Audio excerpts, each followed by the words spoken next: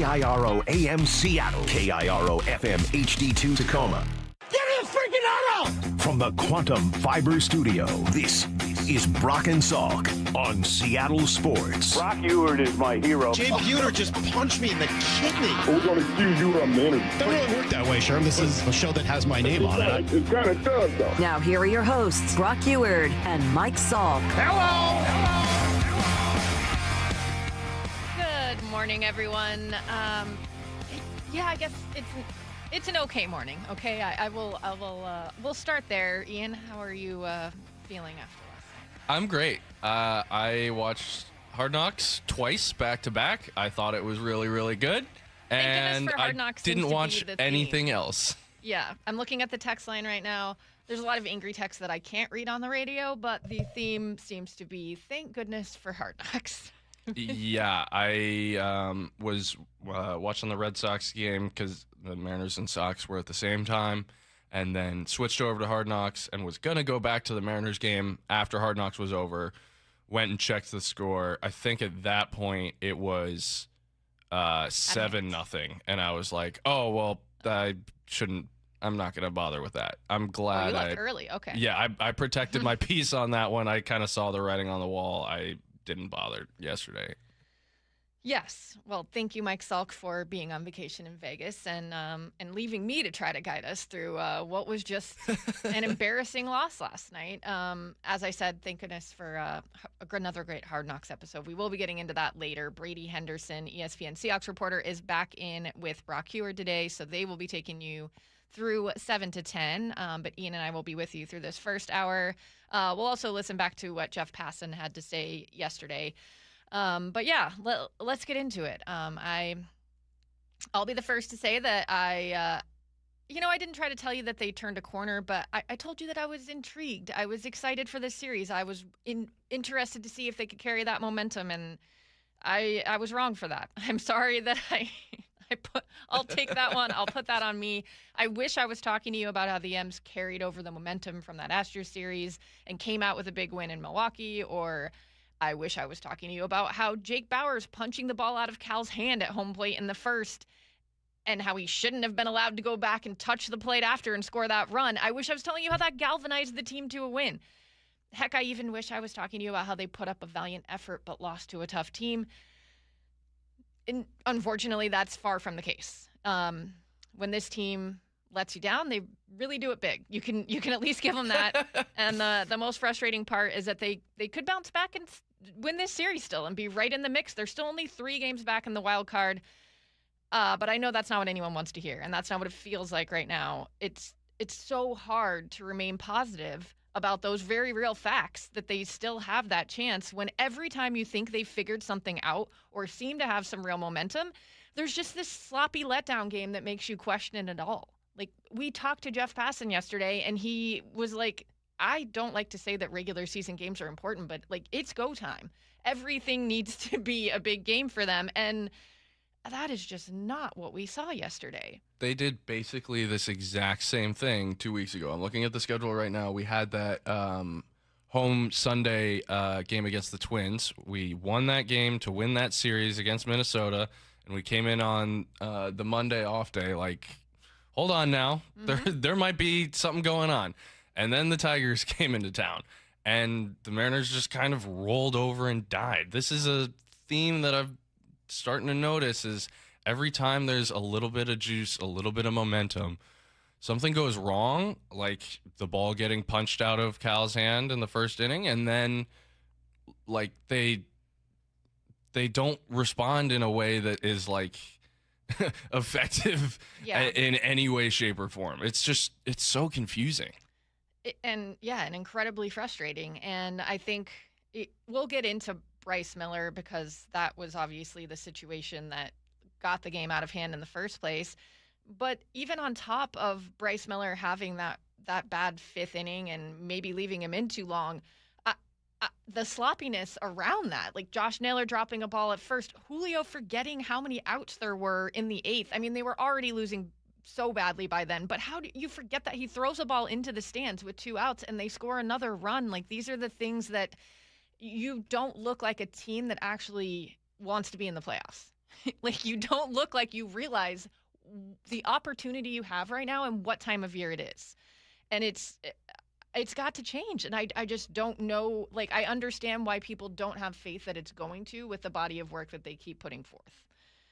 Yeah, Even there's though nothing. they still have the opportunity right in front of them.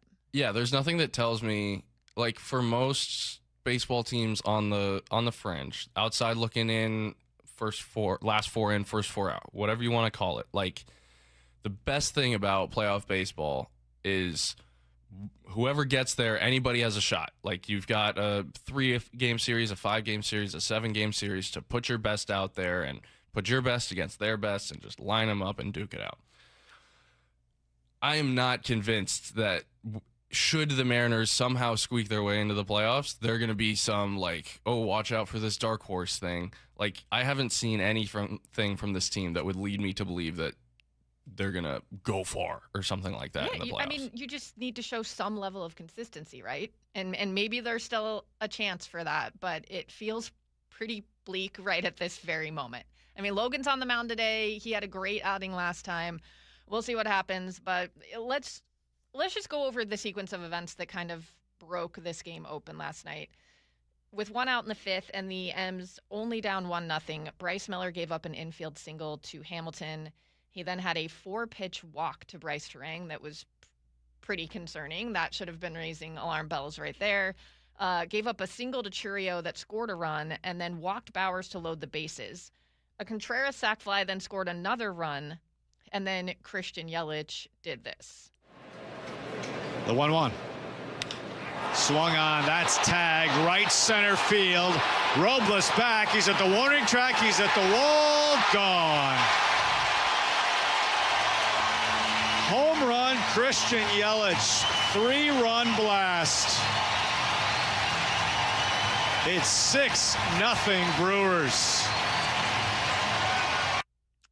Miller was finally pulled for Josh Simpson after that, who recorded the final out of the inning. But you have to wonder why that did not happen sooner. I will give Dan Wilson credit here. He kind of started, he didn't really try to go as positive as we're used to. Like, it's usually the eternal optimism no matter what. This one, he just wore it. You know, that decision's on me. The accountability's there. It's on me. It starts and stops there.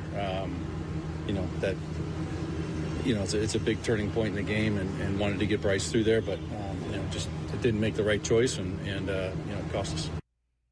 That is a much different tone from him. He's normally so big on protecting the players that he wouldn't even want to admit that was the wrong choice, because that's saying something negative about Bryce Miller, I think, in his world.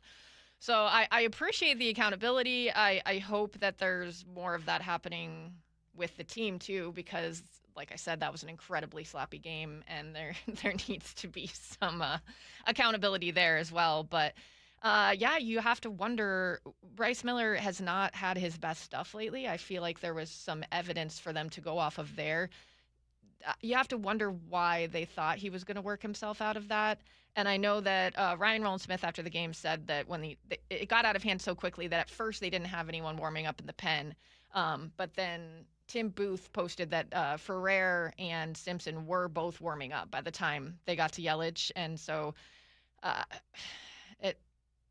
it's hard to explain that one. And that's when things really got out of hand. I mean, it got worse when Simpson gave up some more. And then obviously when Leo Rivas came in and gave up 9 more runs. Tough for the old ERA for Leo. Yeah. And I know Brock wants to get into this later today, but it does leave a question. We've all been wondering where Cade Anderson is. And he asked Jeff Passan yesterday, would you move Bryce Miller to the pen and bring Cade Anderson up? Passan wasn't too keen on it. He said if there is a guy in the rotation that you're going to do that to, it would be Bryce, but that's not the move that he would make right now. He also said they haven't brought Cade Anderson up yet because they're not in a very good situation, that if they were doing better, they probably would. But you are still in a playoff race. And if you think that he's one of your best, I don't know. It's going to be interesting. I feel like they have a lot to weigh here and a lot of reflecting to do after last night. So we'll see what comes out of that. We have a ton to get to today. We will be doing a lot more football for those of you that just don't want to hear about last night anymore. We have, like I said, Brady Henderson, Seahawks reporter, in, and we'll be talking a lot of Hard Knocks. We also have a giveaway for you later. Brock has some more Madden codes, so stay tuned for that. Coming up next, we're going to hear a little bit about Seahawks practice yesterday, a special moment honoring Rick Riz that's coming up soon, and more in Need to Know. You're listening to the Brock and Salk Show on Seattle Sports and the Seattle Sports app. Isn't it great to be back in pads playing football? Little Seahawks style. The work continues for the defending champs. Creating this vision of who we want to become all the time. With the first preseason game in the books. What are the biggest questions? The players to keep an eye on. Roster battles to watch. Hey, we got to turn it up, dude. Stay connected to all things training camp on Seattle Sports, the home of the Seahawks. This hour is brought to you by Goldberg & Jones. Start having fun. Caesar Sportsbook at Muckleshoot Casino Resort is your #1 place to eat, drink, watch, and have fun. Keep up with your favorite sports anywhere and everywhere on property with the mobile app. Visit muckleshootcasino.com today. Scan the QR code and let the play begin. Certain industries expose workers to hazardous chemicals. If you worked in a paper or pulp mill, or in aircraft manufacturing or painting at Boeing, and have a child born with birth defects, your child may be entitled to legal damages as a result of your exposure to such chemicals. Birth defects have been linked to toxic chemicals, metals, and solvents used in these industries. If your child was born with brain or spinal cord damage, organ or limb malformations, blindness, cerebral palsy, genetic damage, or other birth defects, and you're a past or present worker in a paper or pulp mill, aircraft manufacturing, or painting, contact us now toll-free at 1-866-99-TOXIC. Your children may be entitled to legal damages. If you're a past or present worker in a paper or pulp mill or aircraft manufacturing or painting at Boeing, and your child has a birth defect, call toll-free at 1-866-99-TOXIC. Your call is confidential. 1-866-99-TOXIC. Message authorized by Weinstein Cajano, 600 University Street, Suite 1620, Seattle, Washington. What if I told you a local credit union is giving members up to $30 per month just to make everyday purchases? Dave Wyman here, and when I heard about the offer from Harborstone Credit Union, I said, sign me up. And that's what I did at harborstone.com/cash. You know, I'm not a tech-savvy guy, but opening a checking account was easy enough for me to figure out. I got my PNW Cashback checking account for free, no fees or minimums, and when I make everyday purchases with my Harborstone PNW Cashback debit card, I earn up to $30 each month. My wife loves it when I get cash back on gas, groceries, coffee, travel, and lunch. All categories count towards your cash back. You can even tap to pay. If you live, work, or worship in the state of Washington, sign up for a membership with Harborstone Credit Union and get the PNW Cashback free checking account. Open your free account online like I did at harborstone.com/cash or visit one of their 29 branches across the Northwest. Insured by NCUA. Terms and conditions apply. Hey, it's Rich Eisen for Pella Windows and Doors. Sometimes teams take a timeout to regroup and call the right play. When it comes to your home, Pella Windows and Doors always has the winning game plan. They're not just window and door experts. They're experts at taking care of you and your home. At Pella, they find the products that meet your needs and their experts install them. They do it every day, and that's why your neighbors trust them. Discover why Pella is a trusted choice for homeowners everywhere. Visit Pella.com/Eisen today. That's Pella.com/Eisen. You know the rush when you reach that goal, when something you've worked for pays off. That's success. At University of Maryland Global Campus, we believe you should never stop chasing it. That's why we offer a skills-based education that helps move your career forward. Learn how to apply emerging technologies like AI and data science. Build your leadership and critical thinking skills. Apply by September 1st and save with no application fee. Learn more at umgc.edu. Certified to operate in Virginia by SHAF. Football, baby! Nobody gets you closer to the action at Seahawks training camp than the home of the Seahawks, Seattle Sports. T-Mobile is launching something no other wireless network offers. Introducing Nothing. Pay nothing today and walk out of the store with a new phone. What did he say? Nothing. You definitely said something about nothing. Exactly. Go to T-Mobile, pay nothing up front, and leave with a new phone. Wait, nothing rules. She gets it. Hey, thanks for nothing. For the first time ever, switch to T-Mobile, pay nothing. No taxes, no fees, no money down. And walk out with a new phone. There are 250 reasons to choose T-Mobile, and now nothing is holding you back. On eligible devices with qualifying credit plan and 36-month finance agreement. Finding great candidates to hire can be like, well, trying to find a needle in a haystack, but not with ZipRecruiter. Its powerful technology actively finds and invites qualified candidates to apply to your job. So while other companies might deliver a lot of hay, ZipRecruiter finds you the needle in the haystack. See why 4 out of 5 employers who post a job on ZipRecruiter get a quality candidate within the first day. Try ZipRecruiter for free at ZipRecruiter.com/free. That's ZipRecruiter.com/free. ZipRecruiter. I'm not one to say I told you so, but I switched to Pure Talk over a year ago, and ever since, I've been telling people there's no better wireless company out there. Well, a few months ago, a massive survey was conducted. 123,000 people were asked to rate their wireless carrier in 4 categories: coverage, support, data, and overall value. Well, the results are in. Guess which wireless company was the only wireless company to get 5 stars in every category? Yeah, Pure Talk. 5 stars, every category.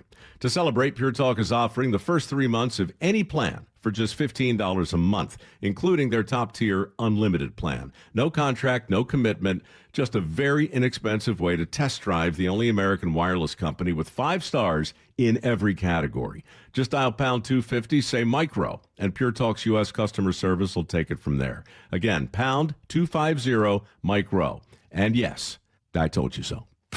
Need to know. 15 minutes past every hour with Brock and Salk. Presented by Marquee Data. Here's what you need to know. Up first. Well, the Brewers tied a modern era record for the largest shutout in their 22-0 win over the Mariners last night.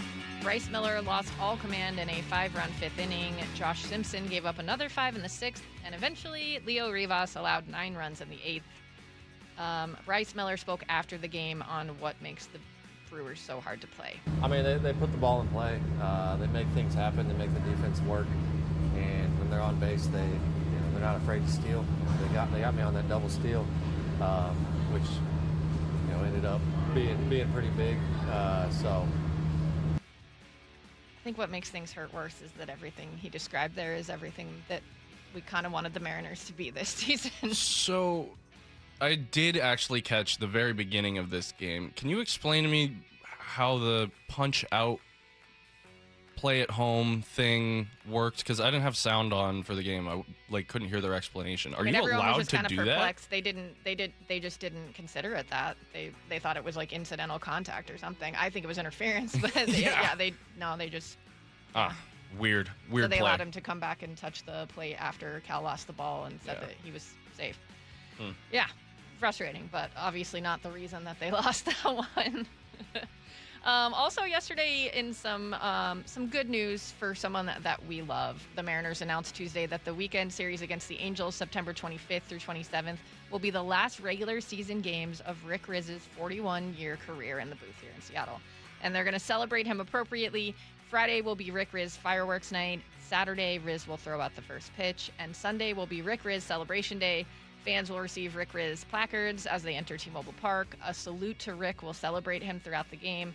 And there's also an online ticket special for fans to buy seats that come with a Rick Riz t-shirt. I might go to every game that weekend. That's going to be super fun. He's the best.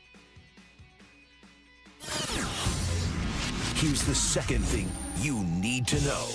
News broke yesterday that Terion Arnold will have to go on the commissioner's list pretty much immediately once he signs with the Seahawks. Ian Rappaport of the NFL Network had some more details on that.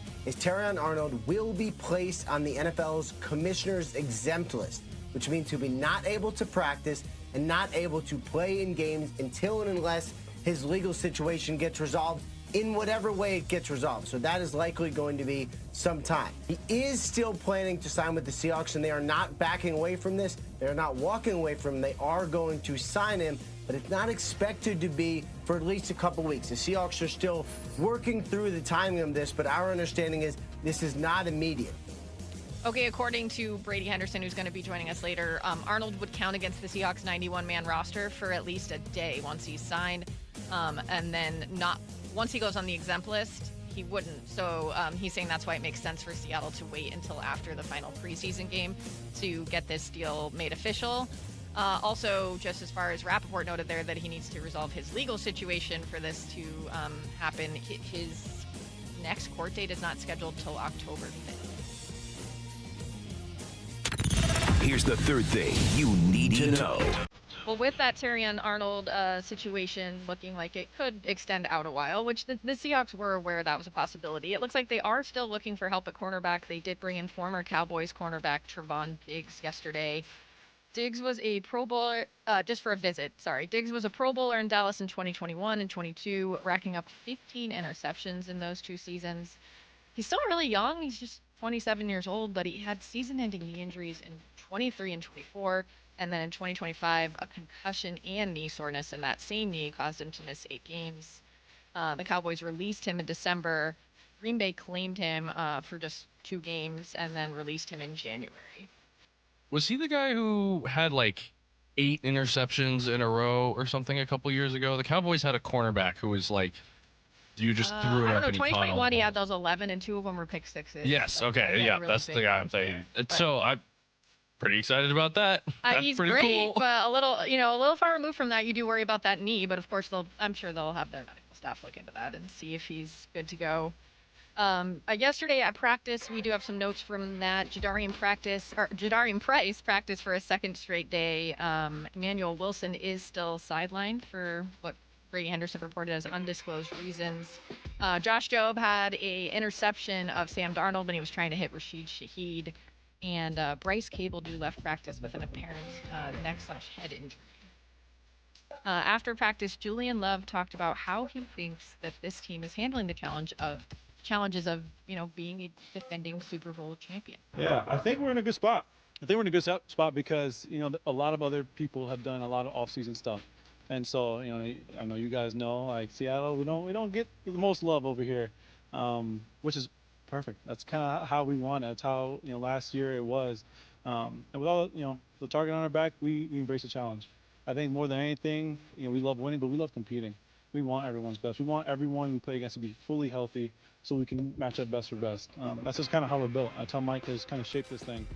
And just from top to bottom, that's how the guys operate. They want that challenge, and so that's how we're embracing this year.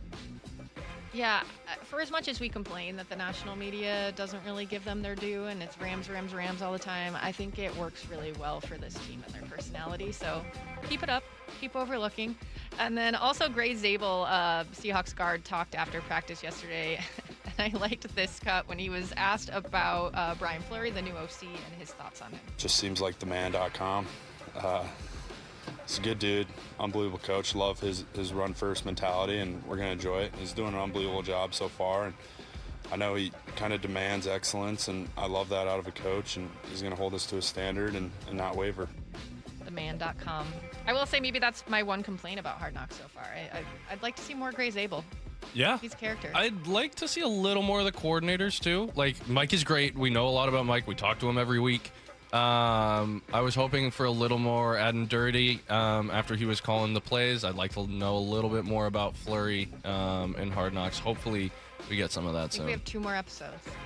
That's it? Yeah. I think it's just a 5-part series. I know. Yesterday was so good. I can't wait for them to talk about it. It was great. All right. Well, yeah, we'll be digging into that at 9:30, and we're also going to have a Madden code giveaway. Brock's got some more that is going to be Hard Knocks themed. So if you didn't see it yet, make sure that you catch up. That'll be at 7:30 because you'll have to know what happened in last night's episode to win the Madden code. So that's coming up. Brady Henderson and Brock Eward taking over from 7 to 10. But right now, we're going to take a listen to what Jeff Passan had to say about these Mariners with them yesterday. That's coming up next. You're listening to the Brock and Salk Show on Seattle Sports and the Seattle Sports app. Outside of quarterback, for real, we got the hardest position on the field, man. The big-time players. They can't beat us throwing the ball. Make big-time plays. Ball picked up. Witherspoon comes to your side. And a big-time Seahawk. Witherspoon, 97 yards. is locked in for the long haul. Spoon and the soul of our defense. Spoon is the heart of it. Spoon's extension and what's next for the Hawks. All at SeattleSports.com and the home of the Seahawks. Seattle Sports. Let's go. When it comes to my policy, Farmers gives it to me straight, so there's no surprises. It's your coverage. You should never be confused. You hear that? An insurance provider with a conscience. We're a choir, but yes, we have that too. Straightforward coverage you can literally understand. That's what you get when you have Farmers. Bum, bum, bum, bum, bum, bum. Learn more at farmers.com. Underwritten by Farmers Truck or Fire Insurance Exchanges or Affiliate. Products not available in every state. When it comes to your home's water, Culligan makes it better. Say goodbye to hard water, odors, and rusty iron stains. Plus, a Culligan Whole House PFAS system is the only system certified to reduce 99.99% of forever chemicals and over 70 other harmful contaminants. Start with a free water test and let Culligan recommend the right solution for you and your water. Ask about 12-month, no payment, no interest financing too. Visit Culligan.com. Impurities may not be in your water. Need a lift? Levitt Machinery is now your authorized JCB dealer in Washington and Oregon. From telehandlers to track and wheel loaders to excavators. JCB equipment is built to work as hard as you do. Whether you buy, rent, or lease, Levitt Machinery is here to support you.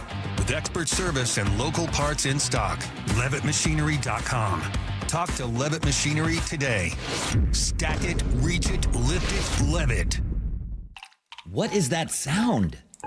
Ugh, that sounds like a plumbing sound. Luckily, there's a company that fixes all the plumbing sounds across Puget Sound. That's All Sound Plumbing. Puget Sound's plumbing experts. Have a sound? Visit allsoundplumbing.com. At Lake Washington Windows and Doors, we provide top-quality windows that are 25% more energy efficient, reduce noise by 50%, and stay clear with low-maintenance glass. With leak armor installation and lifetime warranties, you're protected for life. Visit LakeWashingtonWindows.com. Kenny here to help you get in on the sweet life with Cotton Candy 5-Hour Energy. It's that classic throwback cotton candy flavor, but with 0 sugar and a 5-hour energy boost. I keep these with me so I can tackle that sweet tooth with a tasty caffeine kick and no guilty sugary aftermath. Bring on the sweetness with Cotton Candy 5-Hour Energy Shots. Available online at 5hourenergy.com or on Amazon. Do you read more about your team in the off-season than in the season? Does your game day outfit include a brown bag with eye holes? Then you may be a fan of a BST or bad sports team. Luckily, when you bundle your home and auto insurance with Progressive, you're protected. Because seeing your painted face in the rearview mirror after a loss isn't just depressing. It's distracting. Visit Progressive.com today. Progressive Casualty Insurance Company, affiliates, and other insurers. Covered subject to policy terms. Not available in all states or situations. A Wilt Chamberlain 1972 playoff game-worn jacket was recently bought for $3 at a Goodwill in Portland. You may not be sitting on a warm-up jacket worn by Wilt the Stilt, but there's serious value to your old gold, jewelry, watches, silver, and coins. Dave Wyman encouraging you to see what they're worth at Bellevue Rare Coins in Bellevue, Issaquah, Tacoma, and Linwood. They'll give you an honest, no-pressure assessment for free. See how much they're worth at Bellevue Rare Coins, and if the price is right, cash in. Compassion, communication, results. That's Pendergast Law Personal Injury Lawyers. Go to pendergastlaw.com. That's pendergastlaw.com. This is the story of the one who keeps multiple buildings running smoothly day after day. Plumbing that flows, HVAC that hums, cleaning supplies that keep surfaces sparkling. That's why she counts on Grainger. With easy reordering online and 24/7 support, Grainger helps her keep the products she needs on hand. So shelves stay stocked and buildings stay ready. Call 1-800-GRAINGER, click Grainger.com, or just stop by. Grainger, for the ones who get it done.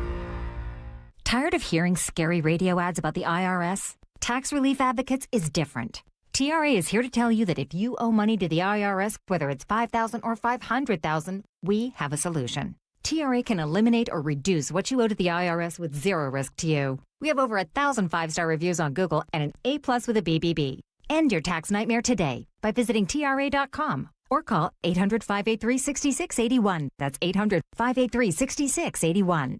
Holy smokes, I can see. Hey, everybody, it's Rick Riz, and I just had refractive lens exchange from K2 Vision, and it's amazing. K2 Vision RLE means no more readers or glasses for me. Plus, I'll never get a cataract. Now, when I call a game, you won't see those readers dangling from the end of my nose to see the field and then my notes. I only wish I had done it sooner. It's like seeing a whole new ball game. K2 Vision RLE was quick and painless, over in just minutes, and I knew I was in great hands. The K2 Vision RLE team has done over 150,000 lens procedures. You can trust their stuff. K2 Vision RLE is my permanent solution to a lifetime of great vision. It could be yours too. Enjoy life's good years without readers, glasses, contacts, or cataracts. Get your free Zoom consult now at K2VisionRLE.com. Then you can make the same call I did.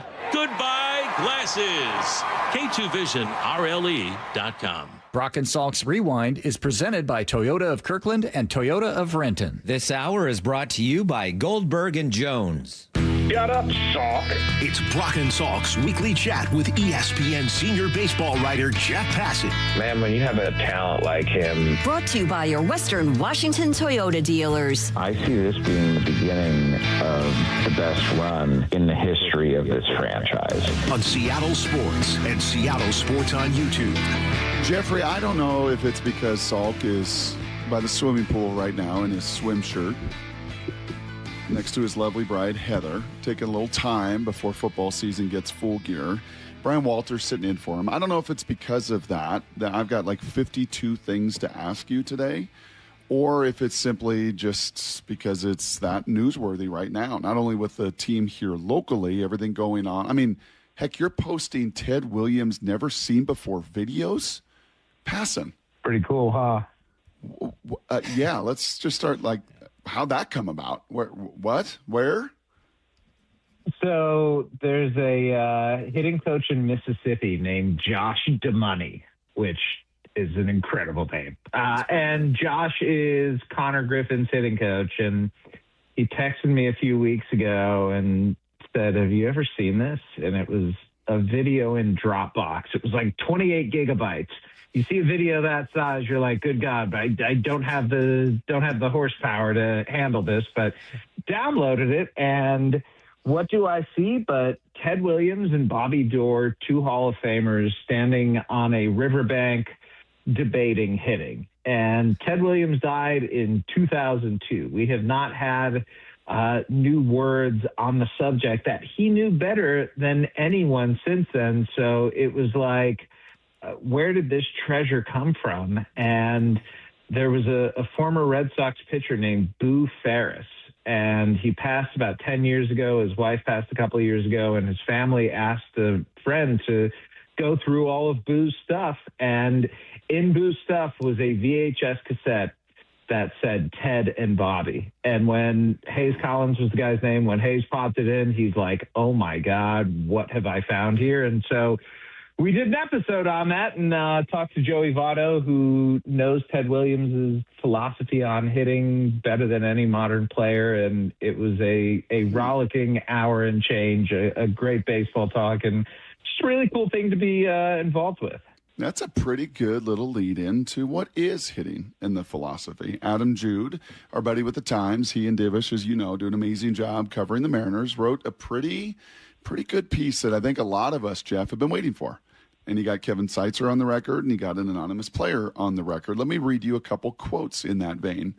Kevin Seitzer said, we're just right now trying to simplify everything and get them on the fastball, get something they can hammer and be on time. The article goes on further. Now, quoting from the article, in 24, we know this, hitting coaches Brant Brown and Jarrett DeHart were heavily invested in a modern data-driven approach. Hitting home runs was, above all, the priority. Coaches often asked hitters to try to pull the ball off the foul pole to do so. The hitting philosophy went to the other extreme when Seitz and Bobby were taken over in 25, with franchise icon Edgar also involved in as strategist. Over the past 2 years, no team has relied more on home runs than the Mariners. I think you've talked about that a few times. This is where the anonymous player is quoted saying, quote, all I know is we tend to win games when we hit homers. And to hit homers, you need to pull the ball. One Mariner hitter said. It's fair, he added, to say that we are at a group We are a group at a crossroads. Help me understand that. So let's talk about pulling the ball. And I'm going to relate this back to the episode today because we had, as I said, Joey Votto on. And I thought that Joey Votto's take on pulling the ball in the air was the most brilliant thing I've heard from a hitter on it. And if you don't mind, it's going to take a little bit of time here, but I'm going to read you exactly what he said. Here's the idea. Actually, you know what? I'm just going to, let's quote him here. The hardest thing to do as a hitter is to pull the ball in the air. And my best way to articulate this is if you're hitting the ball the other way, if you're hitting the ball in the middle of the field, the barrel of your bat gets to flatten perpendicular to the center of the field. So just let me help visualize this for you. Imagine somebody who's swinging and the swing is about halfway through and the bat is flat across the plate, right? And facing out toward the entire field. I'm going to pick back up what Joey says here. You get all this barrel space and you have all this field to play with. But the second the bat passes that perpendicular mark and it closes off, the barrel starts getting smaller. Now, let's think about this idea. He's right. Imagine going past that halfway point and the angle that the barrel is going to be at. So going back to Joey, the face of the barrel gets smaller. Combine that with the speed of the pitching, the complicated nature of pitching, change of speeds, up, down, all these variables, to be, like Ted Williams said, strong enough and quick enough to be able to accurately match barrel to ball and hit it on the easiest side and put it in the air is the Trinity. It's the holy grail of hitting, and this is the part that got me, and it's why so many hitters die at the altar of pulling a baseball in the air. And I'd never personally considered pulling the ball the most difficult thing to do, but Joey Votto knows more about, has forgotten more about hitting than I'll never ever know. So when he explains it that way, it's a great point. Like, you have to perfect a ball in that situation. And when you look at the numbers, Brock, with balls put in the air to the pull side, batters are hitting .583 and their OPS is 1313 on balls that are either fly balls or line drives to the pull side. It's extraordinarily effective if you can do it. But there's also enormous risk in doing so. And that risk is swing and miss. That risk is rollovers. That risk is all the different things that when you're trying to actively pull the ball, you can fall into bad habits of doing. And that's where I wonder if the Mariners are. If this idea that they have is correct, but the ability of the players that they have on their roster to go out and execute it properly does not align with it. And that's where you have to understand your personnel and allow your personnel to go and do what is best for them. And I don't know, I can't say definitively the Mariners are not doing that, right? Mm-hmm. I don't know for certain if they're trying a one-size-fits-all philosophy and saying that air pull is the most important thing, so everyone needs to do it. But, hitters need different things. And for some hitters, pulling the ball in the air is just not going to be the ideal way that they produce. Yeah. So, Jeff, would you say, all right, let's say this season plays out the way it has been for the Mariners for these next 5-6 weeks, and it's a disappointment to everyone. Do you think the Mariners kind of stick with their philosophies and have this whole a roster reconstruction, or do you think it's more keep the roster and find a different philosophy? I don't even know if a different philosophy is necessary, because the idea that we're, let's just assume philosophical approaches are a continuum, right?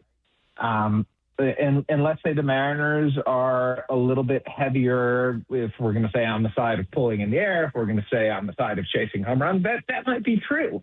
I don't think that going and doing the opposite thing is necessarily what's right.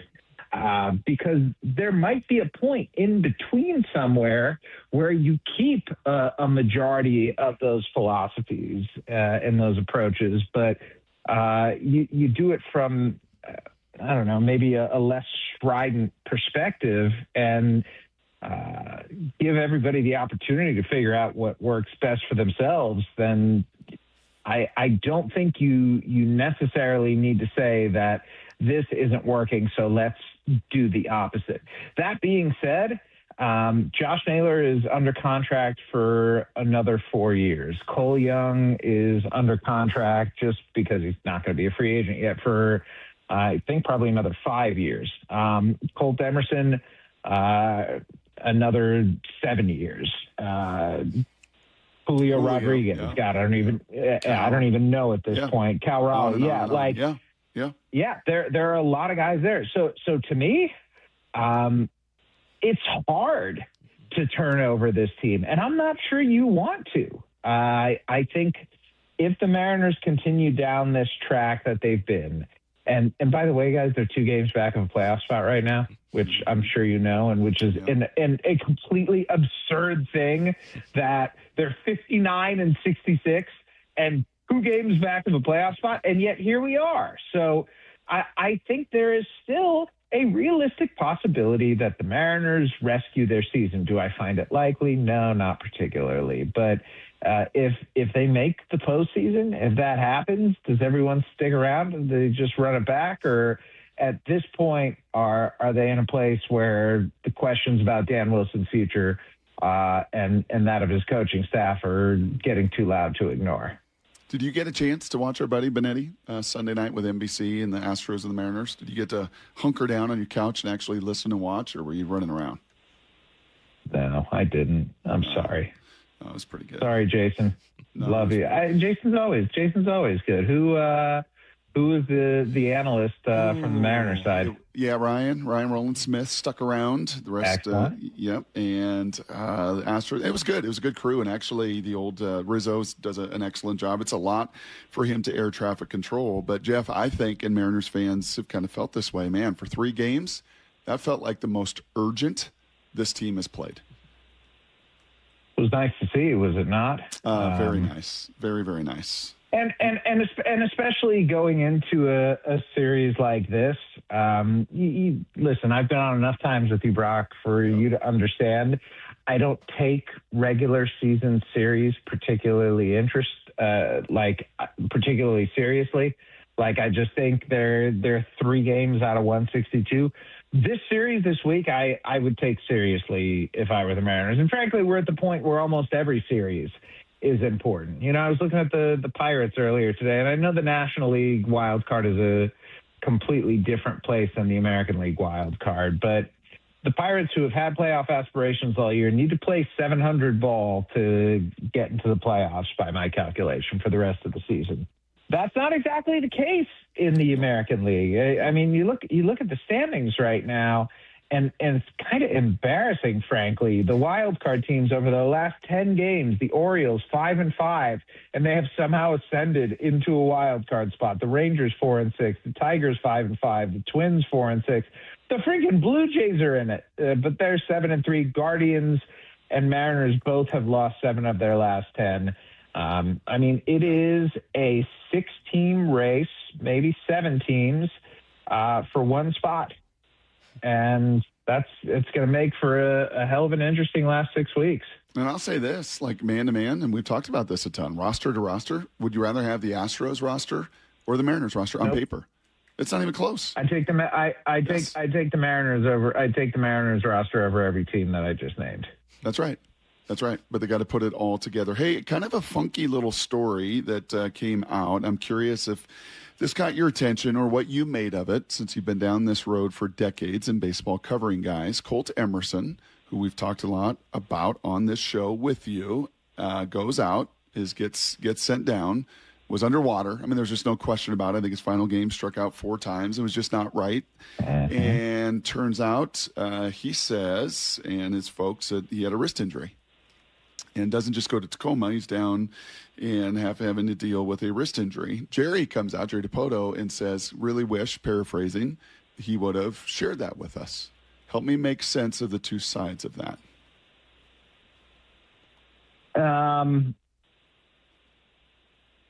Because there's quite as you can imagine, there was quite a reaction to that on both sides of it. Like, hold on a second. Lots of guys are playing injured, right? Lots of guys are playing through this. This is a rookie that got an extension, got a big deal.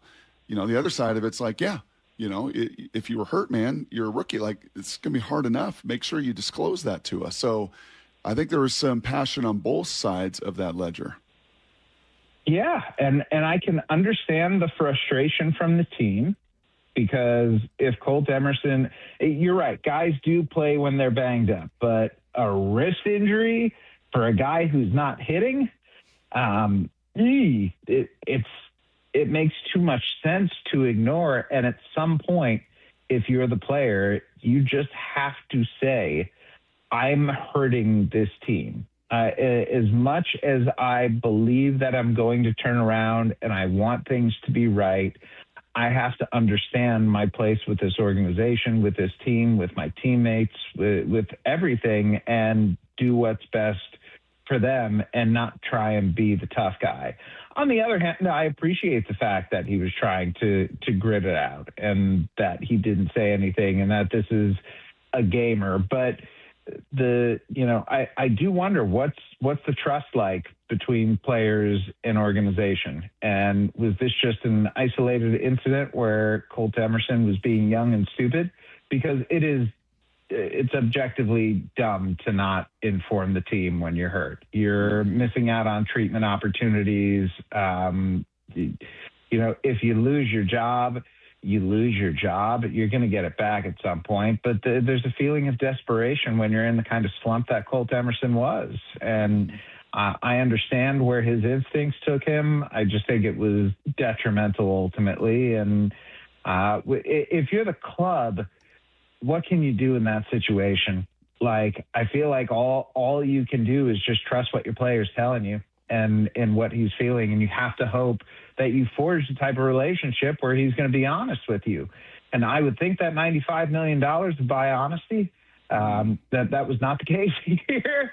I'm not trying to suggest that Colt Emerson was being intentionally evasive or dishonest about it, but he wasn't being as forthcoming as he needed to be. And hopefully this is both a lesson learned for him that, you have to, transparency is paramount going in both directions, but also the Mariners need to ask themselves why was he compelled not to say something? And was this an isolated incident or something that might be happening elsewhere too?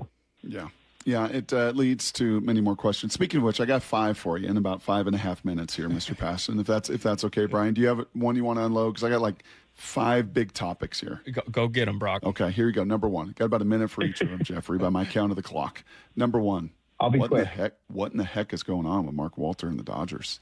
Selling the Lakers, selling his soccer team, looking. Do we have a little? We have a little Enron. We have a little like Ocean's 12. We got a little like what's going on here? I am not going to compare anything that I don't know enough about to arguably the greatest financial crime in American business history. Fair enough. I did. You don't have to. That being said, when you sell your $10 billion marquee franchise, and then when you sell your stake in one of the biggest soccer clubs in England, the question then becomes, are the Dodgers next? And if the Dodgers are next, then the question becomes, will Shohei Ohtani use his key man clause, which if Andrew Friedman, the president of baseball operations, or Mark Walter, the owner, leaves the franchise at any time he's with them, he can opt out. These are all extremely pertinent questions, and it's going to be interesting to see where this one goes. Cade Anderson watch. Brian Wu, 75 pitches, lifted after 6 innings. Some conversation about maybe a shoulder, maybe not. Wu said not a big deal. Cade Anderson time on the watch. Expectations? I've been watching for Cade Anderson for months now. There's 37 games to go, Jeffrey. There's 37 games to go. He's on an innings restriction. Yep.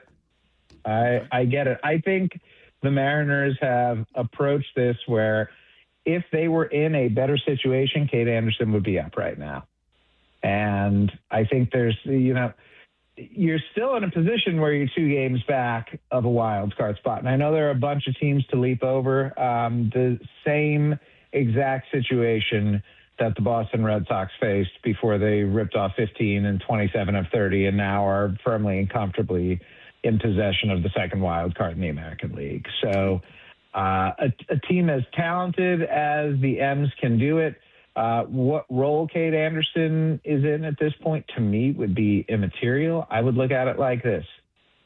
If Cade Anderson comes up, is he one of my 13 best pitchers? If the answer is yes, you bring him up. Well, and Jerry's been very clear. If he comes up, he's going to start. We're not doing the whole bullpen thing. So if he comes up, he's going to start. And if he starts, I don't know if they do the 6-man rotation, continue that. Might be time to put somebody in the bullpen. Who would be of the 5 starters, the guy that Jeff Passan would put in, whose game maybe elevates and plays up in the bullpen? Oh, man, this is so tough. For the time he was in Seattle, Luis Castillo was the answer, was he not? Yeah, but it's not Logan. I don't think his stuff plays up in that kind of way, and he's your ace, and he's been your stopper. They tried it with Emerson Hancock last year. Mixed reviews. Did not really grow into that. George Kirby, Bryce Miller, probably not Woo. I don't think you tinker with him. Yeah, I think you're talking Kirby or Miller. I think if you do it, it's Miller. I would too. Yep. I don't like that. I wouldn't do it. Well, he's got a big start today. Then you know what? He can silence any of that today and go out and shove for 6 innings in Milwaukee and do what Logan just did and do what Emerson just did and do what Woo just did. And because this thing is, after all, built on pitching. Your ESPN site has the Mariners playoff odds at 36%. Are you taking the over or the under? Under. I think playoff odds are stupid. Thank you. God bless you. Okay. More improbable. Vladimir Guerrero hitting 7 home runs in 460 plate appearances, or Cal Raleigh having 52 hits after 60 home runs a season ago? Oh, geez. I'm gonna go see Vladimir Guerrero going a calendar year between home runs at Rogers Center. How is that possible in today's? The dude hit 7 home runs against the Mariners in the series last year. It felt like in the playoffs. So true. Okay. It takes something to exceed Cal this year on any statistic that suggests something has gone amiss. And every time I see Cal Raleigh hit a home run, I'm saying to myself, I hope this is it. I hope this is where he's figured it out. Because Jeff. My eye test is concerning. Of just the body. I get it. To me, I'm a blink scout, eye, body, whatever, and he just doesn't look healthy. I mean, and you know when you're injured, Brian's been injured, I've been injured. You know, it's like you can't work out. You can't do those things. You're just trying to get through to the next game. And to me, that's unfortunately a little of what the body looks like right now. All right, lastly, size up the series in Milwaukee. Going to face 2 lefties. Any chance to find a way to win 1 and possibly 2 in this one? And if so, how? Yeah, I think the Mariners are always capable of doing it, but Kyle Harrison has been very good this season, and he comes with a premium fastball. And Robert Gasser, the stuff isn't quite the same, but it's solid. And Dustin May's stuff has been very good. He's been solid since he's come over. I mean, let's put it this way. At least you're not facing Mizorowski. Thank you, Jeff. Very solid. Appreciate it. Rapid fire, always the best. Needed your voice today. And, yeah, we talk to you next week. You will be down to the final 30 games and even more go time. Jeffrey, thank you, buddy. Appreciate it. Always a pleasure, gentlemen. Have a great one. Thanks, Jeff.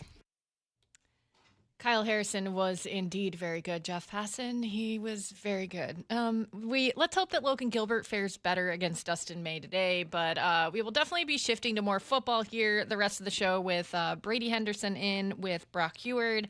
Stay tuned for a Madden giveaway at 7:30 and Hard Knocks takeaways at 9:30. We'll also be talking to Adam Jude at 8:30, so we will squeeze a little more in about what happened for the Mariners last night. You're listening to the Brock and Salk Show on Seattle Sports and the Seattle Sports app. Outside of quarterback, for real, we got the hardest position on the field, man. The big-time players They can't beat us throwing the ball. make big-time plays. Ball picked up. Witherspoon comes near side. And a big-time Seahawk Witherspoon, 97 yards. is locked in for the long haul. Spoon and the soul of our defense. Spoon is the heart of it. Spoon's extension and what's next for the Hawks, all at seattlesports.com and the home of the Seahawks, Seattle Sports. Let's go. Do you need a new roof? Visit 3treeroofing.com to schedule your free estimate and secure $500 off your project this summer. Our technicians build a custom plan to ensure a high-quality roof installation every time. 3 Tree Roofing, your Puget Sound roofing experts. 11 Lee Johnson dealerships, different brands, different vehicles, one promise everywhere. We'll work hard to get you the best deal we can. Lee Johnson Auto Family, the LJ way. A Wilt Chamberlain 1972 playoff game-worn jacket was recently bought for $3 at a Goodwill in Portland. You may not be sitting on a warm-up jacket worn by Wilt the Stilt, but there's serious value to your old gold, jewelry, watches, silver, and coins. Dave Wyman encouraging you to see what they're worth at Bellevue Rare Coins in Bellevue, Issaquah, Tacoma, and Linwood. They'll give you an honest, no-pressure assessment for free. See how much they're worth at Bellevue Rare Coins, and if the price is right, cash in. Guys, if your energy is down, your workouts feel harder, and your drive isn't what it used to be, it may not be aging. It could be low testosterone. At Revive Health here in Seattle, the first step is simple: a free testosterone exam and consultation with an experienced medical provider. We'll review your labs, symptoms, and overall health to determine if testosterone therapy could help improve your energy, strength, and performance. And for a limited time, qualified patients can get started with a free month of TRT. Revive has helped over 120,000 men since 2011 improve energy, sleep, mood, and confidence. If something feels off, don't ignore it. Get answers and take control of your health. Call 206-529-1111. That's 206-529-1111. Or visit revivehealth.com. Revive Health. Elevate your vibe. Must medically qualify. Terms apply. Contact Revive for full details. 1-877 Cars for Kids. KARS Cars for Kids. 1-877 Cars for Kids. Donate your car today. 1-877 Cars for Kids. KARS Cars for Kids. 1-877 Cars for Kids. Donate your car today. Ready to get rid of that old car? Donate it to Cars for Kids. Call 877 Cars for Kids to speak to a friendly live agent. Donation is super easy, and your car can be picked up as soon as tomorrow. Go to carsforkids.org now or call 877 Cars for Kids to donate your car today. 1-877 Cars for Kids. KARS Cars for Kids. 1-877 Cars for Kids. Donate your car today. Did you know you can donate real estate too? Go to carsforkids.org. That's cars with a K. The IRS finally caught up with Louie. I hadn't paid my taxes in 8 years. I owe the IRS a lot of money. Louie was in deep trouble. We're going to take your house, put a lien on your bank account, garnish your pay. They don't care. They're going to take your paycheck. Louie found out about Optima Tax Relief, the leading tax resolution firm. A-plus rated by the Better Business Bureau, they've resolved over $3 billion for their clients. Optima Tax, they help me. They calm me down. They make me feel comfortable, and I trust them. Louie has a lot to be thankful for. I don't owe the IRS anymore, and I'm able to live a comfortable life, a lot better life. It was because of Optima Tax. For tax help you can trust, call Optima now for a free consultation. Take it from Louie. If you owe the IRS, don't go it alone. Give Optima Tax a call. They can help you. Call 800-343-6460. 800-343-6460. 800-343-6460. Optima Tax Relief. Testimonial from an actual client. Some restrictions apply. For complete details, please visit OptimaTaxRelief.com. Skechers elite athlete OG Anunoby has been making history on the basketball court. Anunoby tips it in. Unbelievable. What a shot. He's been balling out in Skechers high-performance basketball sneakers, and the world is noticed. But how does OG train off the court to keep in peak physical condition? Hands-free Skechers Slip-ins Aeroburst. They help prepare OG for the physical demands of playing at a championship level. Get your pair of Aeroburst for only $165 at a Skechers store, Skechers.com, or wherever high-performance running shoes are sold. Leon was about to leave the military. My biggest concern was, what am I going to do next? He found out about My Computer Career and their military transition program. The Cyber Warrior program takes you from not knowing anything about a computer at all to being a subject matter expert. How long is that going to take? In the span of 4 months, I was able to get 4 different certifications. 4 months? Leon's advice? Highly recommended. Become a certified cyber warrior in just months at mycomputercareer.edu. This is one student's experience. Individual results vary. VA education benefits available to those who qualify. Let's go! This is Seattle Sports. Streaming through the Seattle Sports app. KIRO AM Seattle. KIRO FM HD2 Tacoma. Home of the Seahawks, Mariners, and everything Seattle sports. Get the freaking auto! From the Quantum Fiber Studio, this is Brock and Salk on Seattle Sports. I don't read the internet, guys. Take Will by the hands. And Brooke, you are. And Brooke, you are. Now here are your hosts, Brock Eward and Mike Salk. Oh, not yet. Not yet. No Mike Salk yet. We believe he made it home from the rooftop in Vegas. We're not sure. He may still be sleeping up there. We think he's on his way back, and then a little staycation, a little energy to get ready to go. Brady, do you know what the numbers 34-1 represent? The numbers 34-1. 34-1. I don't really have a great guess either, Brock. 34-1. You're thinking, wow, does that have something to do with the 22-0 loss, the worst in Mariners franchise history in their 50 years ever? No, but yes, it actually does. So I'll give you a little further hint. It has something to do with that. That's a part of the 34-1. Can you go any further? Extrapolate any further? 34-1. 34-1. So we're talking like a team's record in some sort of situation. A team's record when you score 20 runs in a game. Something like that. 34-1 would be the total of the last 3 Tuesdays, where both the Mariners have played and HBO's Hard Knocks have appeared.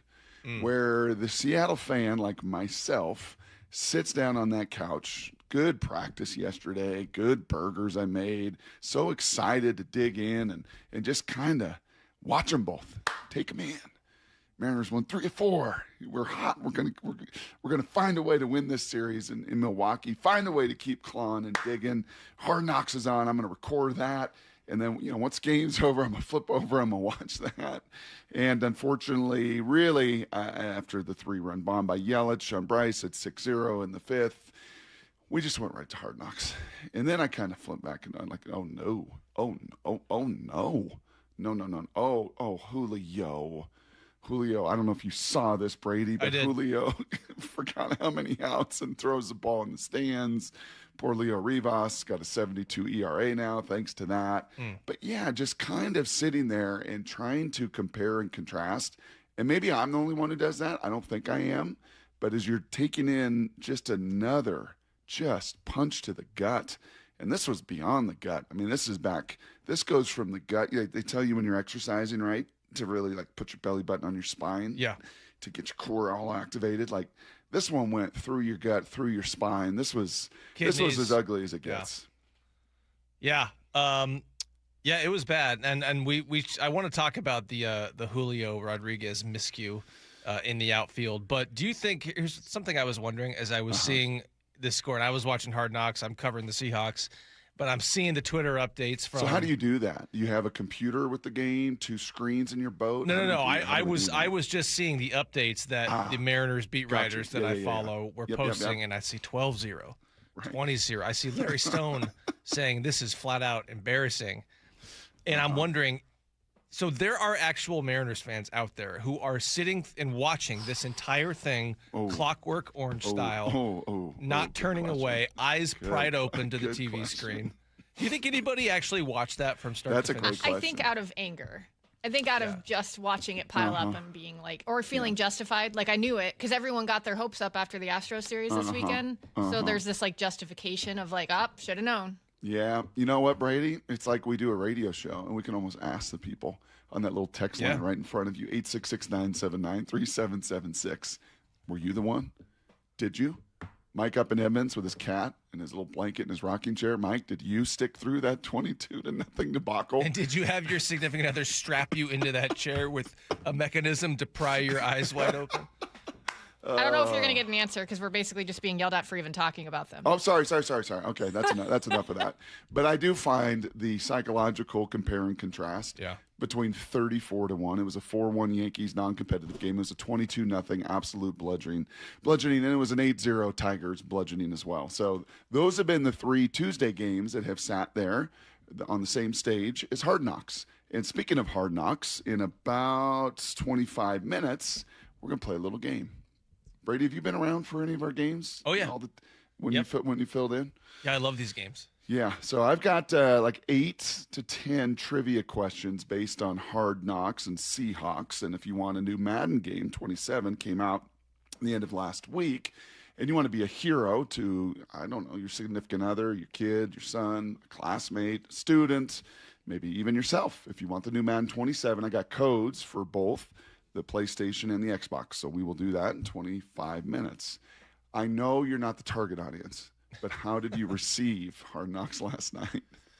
I mean, another really solid episode. Probably not as I don't know, cheerful as the first couple episodes. Cheerful is probably not the best word, but they got into some serious stuff with the Terion Arnold situation, and I think more so than episode 2, they acknowledged the seriousness of the allegations against him. And, they didn't spend the whole episode on it, but there was a good chunk of Terion Arnold and probably a good bit of stuff that they cut out. And, you can debate, whether or not the Seahawks should sign a guy facing the allegations that he is. But if you are going to sign the guy, or at least agree to sign the guy in this case, and we can also talk about, what the holdup has been in getting that deal made official, I think the bare minimum is you got to tell people you realize the deal here. You realize the seriousness of the allegations against him, and I don't think they shied away from that in the second episode. You heard John Schneider in the mic'd up conversation with special teams coordinator Jay Harbaugh say, "Yeah, man, the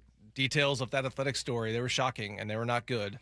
And he even acknowledged in that conversation that if they were in the Lions' shoes, they probably would have had to cut Terion Arnold and move on from him. So, good on them for at least acknowledging that, hey, this is a very serious matter, some very serious allegations against this guy. Yeah, and speaking of it, from a newsy standpoint, some guy named Bobby Henderson yesterday tweeted, Arnold would count against the Seahawks 91-man roster for at least a day once he's signed, then no longer once he goes on the exempt list. So it may make some sense for Seattle to wait until after the final preseason game to make his deal official. Of course, that was the esteemed Brady Henderson. You left here Monday, and you and I chatted a little bit off the air, and you were like, I got to do a little digging. What's going on here with Terion? Like, over the news, the weekend, whenever it was, late last week, he's going to be a Seahawk. He's decided to be a Seahawk, and now where is he? So is he physically present at all? Do you have any understanding if he is even there or here in Seattle right now? No, he is. My understanding is he has not come back since he had that workout. What was that, a week and a half ago? Whenever that was. So we know that he has not yet come back to sign that deal, to make that deal official. And as I tweeted there yesterday, I believe one of the hangups, or maybe the main hangup, could be that he, for at least today, would have to count against the 91-man roster. Okay. And because is that big of a deal? Well, it is, I think, because they still have these final 2 preseason games. They need all their guys to play in these preseason games, and it sounds like he is not going to be available to play in the preseason. Remember in that second episode, there was that clip of John Schneider saying that Joey Lane thinks that he may be able to play in the preseason. I'm starting to wonder if that's not the case. It doesn't sound like he's going to be able to play, so I think the plan is... Not even practice, correct? Well, no, because... Yeah, because, again, once he goes on the commissioner's exempt list, he's not able to play or practice. And so I think what it sounds like is, not going to be able to play in the preseason. He's going to go on the commissioner exempt list, it sounds like, once he's signed. But there would at least be a 1-day gap between when he's signed and when he goes on the exempt list. So the Seahawks, I think, if he's not going to play in the preseason, they don't want to have to cut somebody to create that roster spot for 1 day, knowing they need that guy. whoever they would cut to play in the preseason. So why they brought in another corner, why Trayvon Diggs was in the house getting worked out yesterday by the Seahawks? Well, I think that is related to the fact that something we knew all along, which is that Terion Arnold is not going to be ready to play. He's not going to be eligible to play for a while. Like, this is something that... And John said that last night. This is and even the previous episode, this is a December, January... This is for the long game of it. Right. But now, he's not even, if he's going to go on this exempt list, be able to practice, right? And really be a part of this thing, which, as you heard John say to his agent, like, hey, slow down here. Hold on a second. Like, he's got to fit here, right? Like, and anyway, there's a lot to dig into. We're up against it. The one thing I do, Brady, when I try to run the show is I try to stay on time. Not very good at anything else. I'm a blacksmith, so I'm going to try to stay on time. You and I will unpack this over the morning. Listen to your feet, Brock. Yes, I'm going to listen to my feet. Listen to Mara in your ear saying, let's go. Go to break.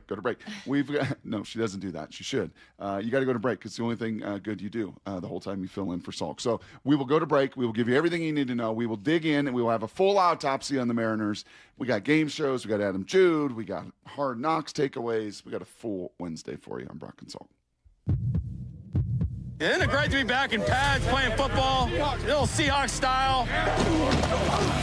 The work continues for the defending champs. Creating this vision of who we want to become all the time. With the first preseason game in the books. What are the biggest questions? The players to keep an eye on. Roster battles to watch. Hey, we got to turn it up, dude. Stay connected to all things training camp on Seattle Sports, the home of the Seahawks. This hour of the Brock and Salk Show is powered by Star Rentals, preferred supplier to the West's best contractors. Hey, I know something you probably haven't done in a while. Climb into your crawl space or your attic. Yeah, me neither. Mike Salk here. And most homeowners avoid those areas for good reason. But it's important to check on them regularly, especially here in the Northwest, where groundwater can wreak havoc and many homes lack the proper insulation in these spaces. So when it's hot in the summer, your house gets even hotter. And guess what? When it's cold in the winter, your house gets even colder because you don't have enough insulation. The good news, you don't have to crawl into those dingy areas because Crawl Pros will do it. They go where you don't want to. That's what they did at my house. They found a little rodent intrusion and they found the insulation problem. So yeah, they can help you get it all fixed just like they did with me. And if you need any work done, local utility companies offer rebates that could save you thousands on your project. Don't just assume that your crawl space and attic are in great condition. Do what I did. Call Crawl Pros today. Schedule a free corner-to-corner inspection at crawlpros.com. At Farmers, our honesty is contagious. Wait, am I going to catch honesty? Well, when you're with Farmers, it's kind of inevitable. Well, how long does it take to... I lied to you when you asked if I knew what a deductible was. I don't know my dad's birthday, and I thought umbrella policies were for rainstorms. Actual rainstorms. I have it, don't I? You don't just have honesty. You have Farmers. Bum, bum, bum, bum, bum, bum. Learn more at farmers.com. Underwritten by Farmers Truck or Fire Insurance Exchanges or Affiliate. Products not available in every state. Keep summer going during the Toyota National Sales Event at Toyota of Kirkland and Toyota of Renton, with additional inventory at both stores on 2026 Camrys, Corollas, and Prius. Through August 31st, see your North and South Toyota dealers for exceptional offers on cars in the Corolla and Camry families, along with the Prius. Visit either store and test drive one and take that car home the same day. Whether you're in the North or the South, they've got you covered. Visit ToyotaofKirkland.com and ToyotaofRenton.com. O'Brien. In October baseball, every pitch matters and every decision is magnified. In the postseason, teams don't rely on hope. They rely on preparation and experience. Divorce works much the same way, but the consequences of a bad call don't last a game, they last a lifetime. At Goldberg Jones Divorce for Men, we provide the preparation and experience to protect your finances, your children, and your future. Go to GoldbergJones.com to get your questions answered at no charge. GoldbergJones.com. Hey, it's John Curley with my friend Bob Stelton. And Bob, just like me, you had a hip problem. You were recommended surgery. Why did you go see Dr. Wagner first? I was walking around at about an 8 pain level. I couldn't walk that far before the pain would kick in, and it was impacting my workouts and just really impacting my day-to-day stuff. So you had stem cell on your hip. How does it feel now? I can do a lot of things I could not do prior to this procedure. And I feel like I've gotten back to being who I was prior to the injuries, which was somebody who's very active, loves being out there outside when the weather's great, being on the motorcycle, sparring in jiu-jitsu, working out. I can do all of those things now. And I've had friends that have gone to see Dr. Wagner. They had the same experience, whether they were dealing with a hip, a knee, an elbow, a shoulder. Everybody walking out of there feels like, why didn't I do this sooner? Before you choose surgery, do what Bob and I did. Go see Dr. Mark Wagner first. drmarkwagnermd.com. drmarkwagnermd.com. Listen every day to the Bump and Stacy Show for headline rewrites. Powered by Bay Alarm Security Services. Security systems and fire alarms for every business. Bay Alarm, we got you. T-Mobile is launching something no other wireless network offers. Introducing Nothing. Pay nothing today and walk out of the store with a new phone. What did he say? Nothing. You definitely said something about nothing. Exactly. Go to T-Mobile, pay nothing up front, and leave with a new phone. Wait, nothing rules. She gets it. Hey, thanks for nothing. For the first time ever, switch to T-Mobile, pay nothing. No taxes, no fees, no money down. And walk out with a new phone. There are 250 reasons to choose T-Mobile, and now nothing is holding you back. On eligible devices with qualifying credit plan and 36-month finance agreement. Finding great candidates to hire can be like, well, trying to find a needle in a haystack, but not with ZipRecruiter. Its powerful technology actively finds and invites qualified candidates to apply to your job. So while other companies might deliver a lot of hay, ZipRecruiter finds you the needle in the haystack. See why 4 out of 5 employers who post a job on ZipRecruiter get a quality candidate within the first day. Try ZipRecruiter for free at ZipRecruiter.com/free. That's ZipRecruiter.com/free. ZipRecruiter. Summer is for going big. Julio! Dead center field, solo home run, 4-0 Mariners. Summer is for showing out. Crawford, out of the glove, Henderson to first. What a play! Summer is for Mariners baseball. Cal Raleigh with an RBI double. The big dumper comes through in the clutch. Where else do you get 9 innings of eye-popping swings and snags? Plus fireworks that make your feet dance and your jaw drop. Oh yeah, and the guys have a dance of their own. A wind dance. Party time at T-Mobile Park in the sunshine. Mariners baseball. Tridents up. The action continues at T-Mobile Park all summer long. Don't miss out on 2 great matchups later this month. Julio and the Mariners are squaring off in back-to-back interleague series against the Chicago Cubs, August 21st to 23rd, and the Philadelphia Phillies, August 24th to 26th. Get your tickets at mariners.com. Need to know. 15 minutes past every hour with Brock and Salk. Presented by Marquee Data. Here's what you need to know. Up first. Well, up first, you know that the Brewers, or maybe you don't know, and now you will know, they tied a modern era record. That'd be since 1900 for the largest shutout in their 22-0 win over the Mariners. We'll have nothing, and you will take that. 22-0. Worst loss in franchise history. And remarkably, Brady, this was a 1-0 game into the 5th inning. Bryce got out of some stuff and wiggled his way out of it, and he's in the 5th inning, and it's 1-0, and then it's 3-0, and then, well, this happens. The 1-1. Swung on, that's tagged, right center field. Robles back, he's at the warning track, he's at the wall, gone. Home run, Christian Yelich, 3-run blast. It's 6-0 Brewers. Yeah, and then it got a whole lot more than that. But that was a pretty bad decision. Dan Wilson owned it post-game. He also says, well, not the way you want to start this series in Milwaukee. Here's the skipper talking about what they got to do now. Well, obviously, not how we wanted to start this. Game just, got out of hand, and they put up a lot of runs tonight, and we were quiet offensively, and it's a tough one to even think about, and we have to move on from here and put this one behind us.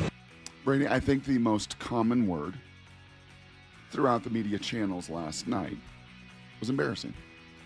I think I had multiple friends text me that. I think Stacy tweeted that. I think I tweeted. I mean, it's just embarrassing. Yeah. You ever been blown out like that in your life? Let me see. No. No, probably not.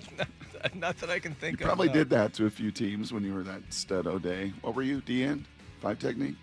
No, I played a little Point guard? outside linebacker. Outside rare outside linebacker, wide receiver combo. Yeah. A possession receiver, if you will, Brock. There we go. Well, go ahead. Yeah, so at some point, like, you're punting on that game, right? When you get down 10, whatever, you're not going to come back from that. Or when you bring in Leo Rivas. Right. So in some respect, is 22-0 the same as 10-0, 12-0? Oh, yeah. I mean, you punted on it, honestly, after that home run. You brought in your, lowest leverage reliever. He gives up a bunch of bombs as well. So you didn't use any of your high leverage guys, because once you get 6-0 in your offense is doing absolutely nothing once again against a lefty. I mean, you're not even threatening. You're not pressurizing. You're not doing anything. Yeah, you do. You lose the battle to hopefully win the war of the series, and that will take Logan Gilbert today.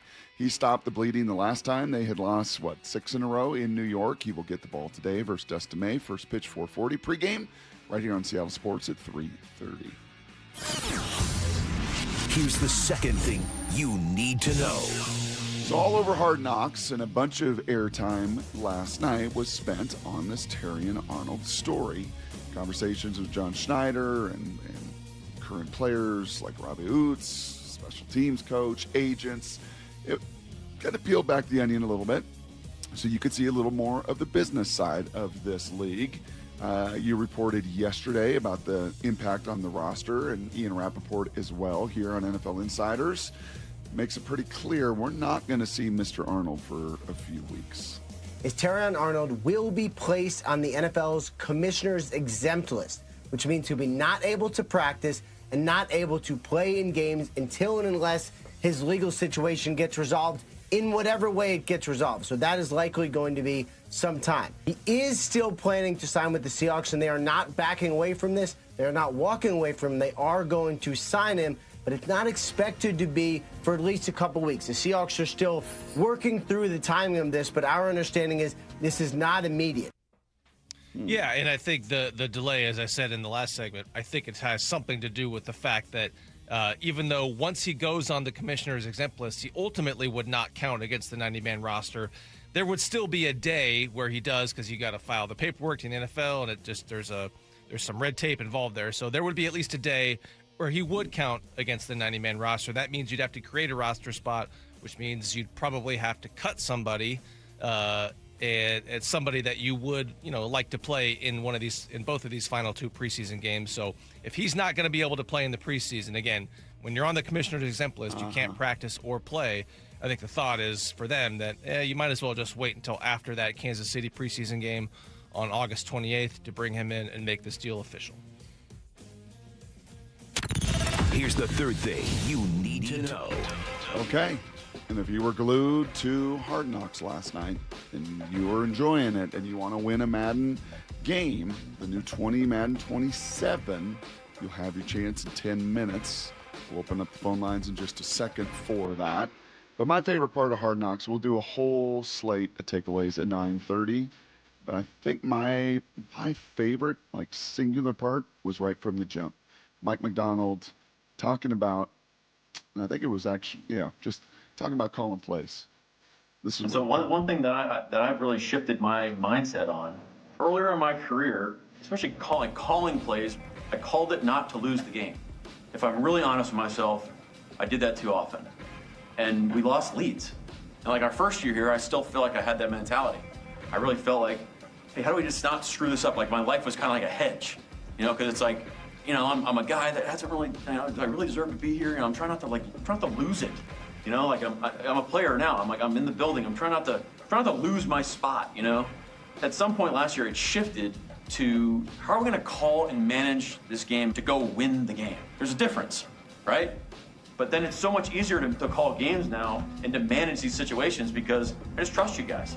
My point is what's the mindset I want to take when we go take the field on Saturday?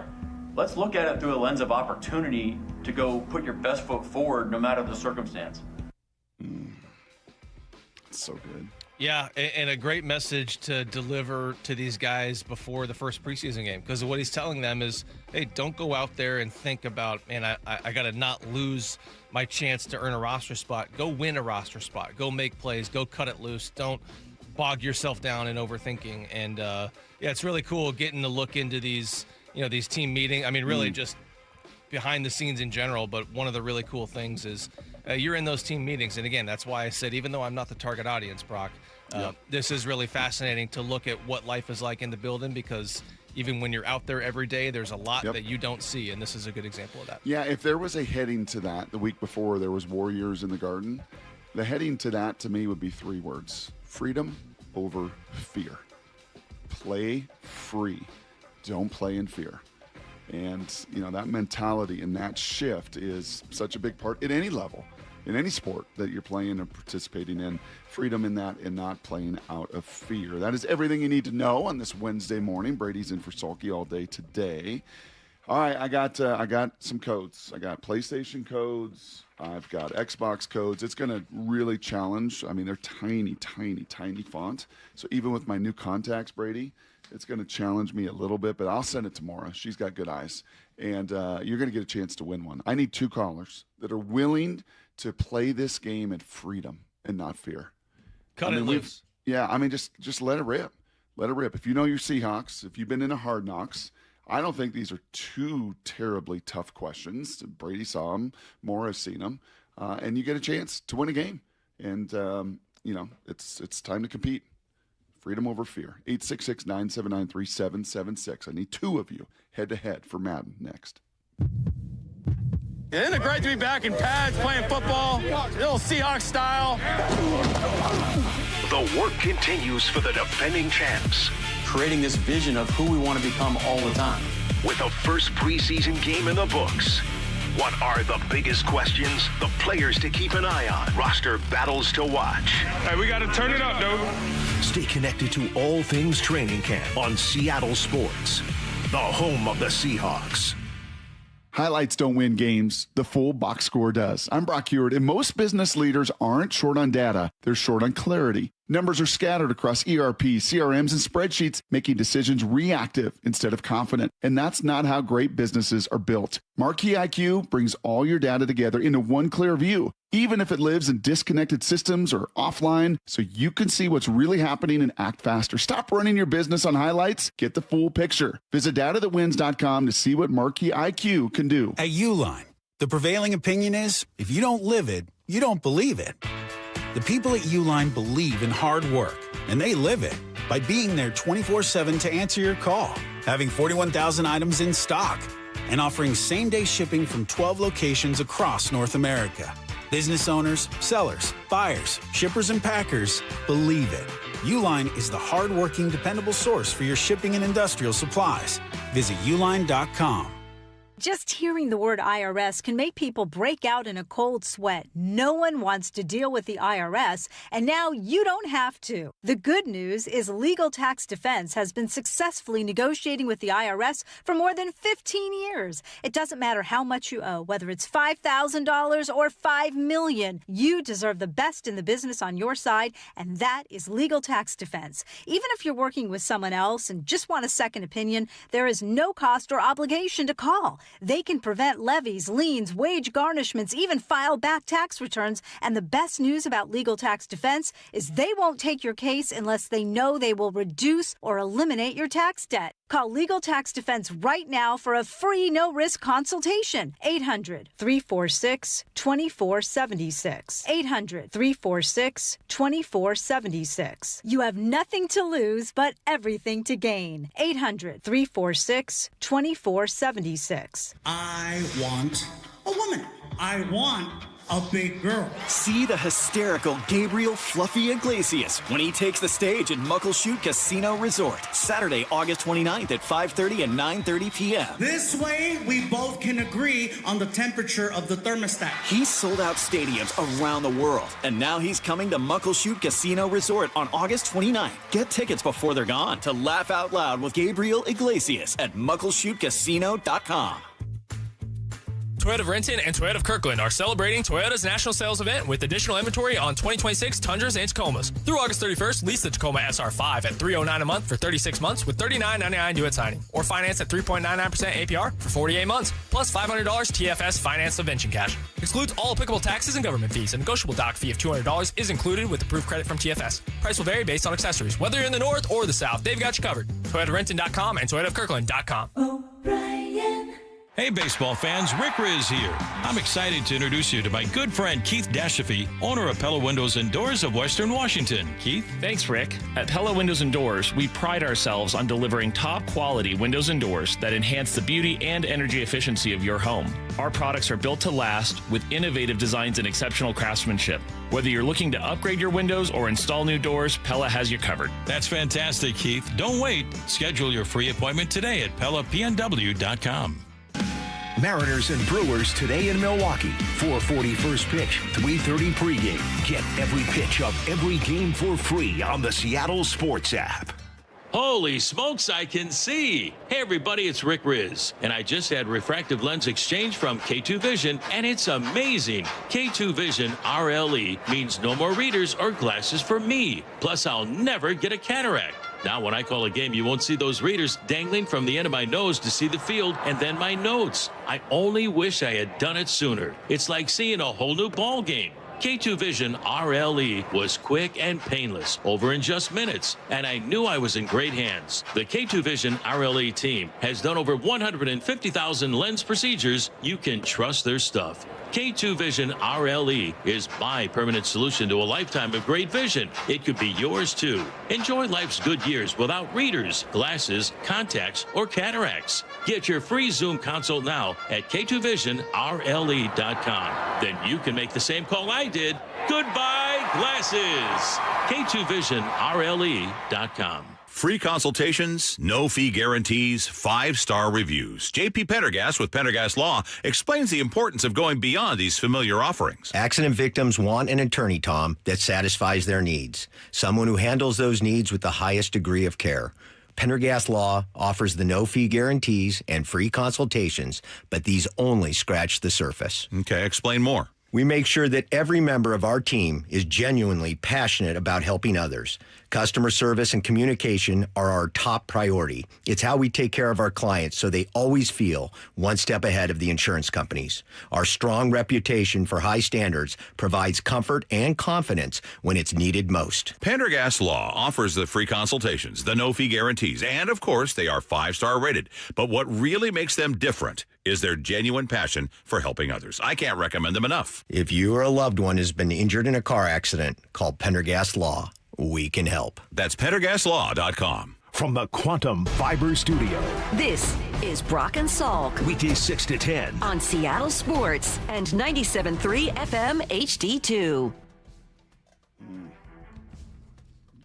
Got him, Brady. Oh, yes. We got our boys. How great is this score, by the way? Oh, so good. Dalton from the Tri-Cities. Jeff from Woodinville. You got goosebumps right now, boys? Are your hairs sticking up on your arms just listening to that theme, knowing what you're competing for right now, Dalton and Jeff? Oh, I'm ready for it. Oh, okay. We got a little chuckle, do we? Okay. All right. Two competitors, two sides of the state battling at East versus West. East versus West. Dalton, we'll start with you out in the Tri-Cities. Tell us a little bit about yourself, please. Age, height, whatever you want to do. Occupation. 24, 6'2", 190. Former defensive back. Okay. Wide receiver. Ready for it. Oh, okay. Former DB wide receiver, Tri-Cities. Are we Pasco? Are we Kamiakin? Are we Richland? What are we? A little smaller than that. Okay. Okay. All right. Little 2B classification. Are we talking 8-man football? Don't worry about it, bro. 2B football's the real deal. Okay, there's some powerhouses. What high school? Burbank. Okay, there we go. Yep. All right. That's our man Dalton. Now Dalton said he was in and out a little bit of Hard Knocks last night, but dude you can hear it. He's cocksure of himself. Mm-hmm. He's a 6'2", 190-pound former DB receiver. To be very clear to the FCC, I did not ask for weight. I asked for height. All right, Maura gets really nervous when I ask for weight, so I'm not I don't doing get nervous that. about the FCC. I get nervous about HR. Yeah, that and too. you asking Whatever. everyone what Yeah, they they're weigh. one and the same. They're one and the same. So I didn't ask Dalton his weight. Jeff, you don't have to tell me your weight, but tell me a little bit about yourself out there in Woodinville. 6 foot, played safety almost 100 years ago. Nice. Okay. Are we a Hard Knocks guy? Have we been in? Totally invested?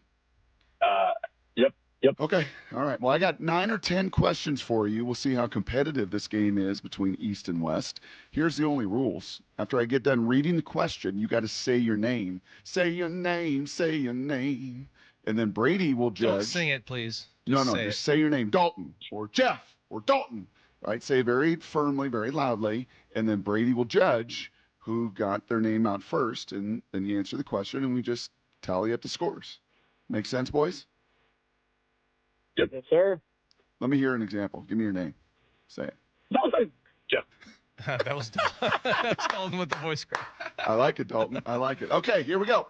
Question number 1. Madden on the line. New Madden 27 game coming your way to the winner. Question 1. What 2 positions did Uso Seumalo, the undrafted rookie D tackle for the Seahawks, what 2 positions did he play in high school? Great game tape last night in the Hawaiian Islands. Okay. All right. Dalton. Okay. Yeah, Dalton. Let's hear it. Dalton, what do you got? O-line, linebacker. So close. So close yet so far away. Okay, Jeff, what 2 positions did he play in 8-man football in Hawaii? It was quarterback, and shoot, I know he played defense. I just don't remember what. I'll give it to you, Jeff. Yep, there you go. Ding, ding, ding. Good job. Was a little quarterback, not a little quarterback. He was a big old quarterback. Wildcat quarterback. He probably played more than 2 positions, frankly. So he played O-line, he played quarterback, he played defensive line. He played all over the ball, did Mr. Oh, Uso. you're being more generous than you were to that kid. Yeah, well. Because they said quarterback and O-line. Yeah, I'm feeling generous today. Based on the pause. Not when 8-year-old kids call, though. Whatever. The kid got it wrong. Okay. I'm in a good mood this morning, Maura. Don't change that. Okay, question number 2. Question number 2. You guys were both secondary players. Devin Witherspoon, secondary player. But he didn't start playing football, as we learned, until his junior year of high school. Where did Devin Witherspoon grow up playing basketball ahead of football? What state? Oh, boy. Don't be looking this up either. I will find you. I don't even remember that player. I will find you. Yeah, this wasn't even in Hard Knocks. All right, well, let's take a guess, guy. I mean, somebody have a guess. Where do a lot of NFL football players come from? Come on. Texas. Who is that? I don't even know your voice. Alabama. Sorry. Do you guys know the rules? Say your names again. Say your names. Dalton. Jeff. Okay. Dalton, let's hear it. Texas. No, we're out. I'm not. No, you're out. Okay, you guys, do not even try anymore. No. Oh, your mood just turned. Yeah, my mood is now changed. And do not be looking these answers up. I will find you. You will be disqualified from this game. I don't care. We'll find another caller. So don't be looking this stuff up. He is from Florida. Pensacola, Florida. Pensacola. In the house. Okay, question number 3. Here we go. This was on the episode last night. I didn't know this. Did you know this, Brady? Which Seahawk player left the preseason game at halftime on Saturday to go tend to his lovely wife who was in labor? Jeff. Dalton. Jeff, let's hear it. Jeff. Robbie Oots. Oh, gosh, Jeff, that's disgusting. Oh, Jeff. Jeff, I am. Oh, no. Oh, shoot. Quiet. Dalton. I'm in. I know. Who was it, Dalton? Brady. Yeah, Brady Russell. whom? Brady Russell. Okay, we'll give it to I'll you. give it Brady Russell. Brady Russell. Jeff, come on, dude. Like you said that with such I knew he was a confidence. fullback. I knew he was a fullback. Fullbacks are human beings too, okay? They're not all the same. They're different guys. Crying out loud. Poor Robbie Oots got a nerve deal in his neck. He's done for the year. Did you know that, Brady? Brady Henderson, did you know that Brady Russell's I did not know. game No, at I knew his halftime? wife was pregnant. Did not know that he left the game, though. Oh, that is so cool. Okay, again, based on Hard Knocks last night, multiple times during the show. This is question number 4. And by the way, for those of you keeping track, it's 1 for the Tri-Cities Dalton and 1 for Woodinville's Jeffrey. Which Seattle Seahawk player is not a quarterback, but you find him sitting in nearly every quarterback meeting during Dalton, the show? Jeff. Dalton. Cooper Cup. That's Whoa, right. okay, Dalton. Woo-hoo-hoo-hoo. Dalton, I had some reservation about Dalton because he told Miss Mora, like, I was kind of in and out on the show last night. But Dalton takes a commanding 2-1 lead. Oh, this was pretty good. I also did not know this. Brady, I don't know if you've spent time up in Mr. Schneider's office or not. If you've ever been invited upstairs to his office, probably not. What is John Schneider's go-to piece of exercise equipment in his office? What is John Schneider's go-to piece of exercise hear it from Jeff. equipment in his office? Jeff. Yes, Jeff? Treadmill. Treadmill Treadmill. is correct. Give me that ding, ding, ding. Good job. Okay. What do you Now, think technically, of the, that might be a walking pad, but we'll give it to Jeff. What do you think of the walking pad? I was going to say slash Walker. treadmill? I didn't know if you would take it. Oh, whatever. Yeah, close enough. I asked you to play in freedom and not fear. Okay? If you play in freedom, Did you? say that. I did. Play in freedom and not fear. Oh, I was fear making a mistake. Fear. Is this you wouldn't 2-2 accept now? that. It's 2-2. Well, we got a ESPN instant classic here. By the way, would you ever and have you ever worked on a walking pad slash treadmill? Me? Yeah. Oh, all the time. Do you really? All the time. No, you don't. Do you Yeah. really? No, I mean, I will go to my gym and I'll be on the elliptical. Yeah. And You I'll work be, out. You know, firing off emails and. Oh, you reading. will? Yeah, Oh, yeah. good for you. Okay. Oh, yeah. I can't do that. Okay, here we go, boys. 2-2. We've got 4 more to go. Brian Walters filling in yesterday. Wanted to see the Bubble Guys. I got to see the Bubble Guys on this roster featured. Who were the 2 undrafted Hawks most prominently featured on the show last night?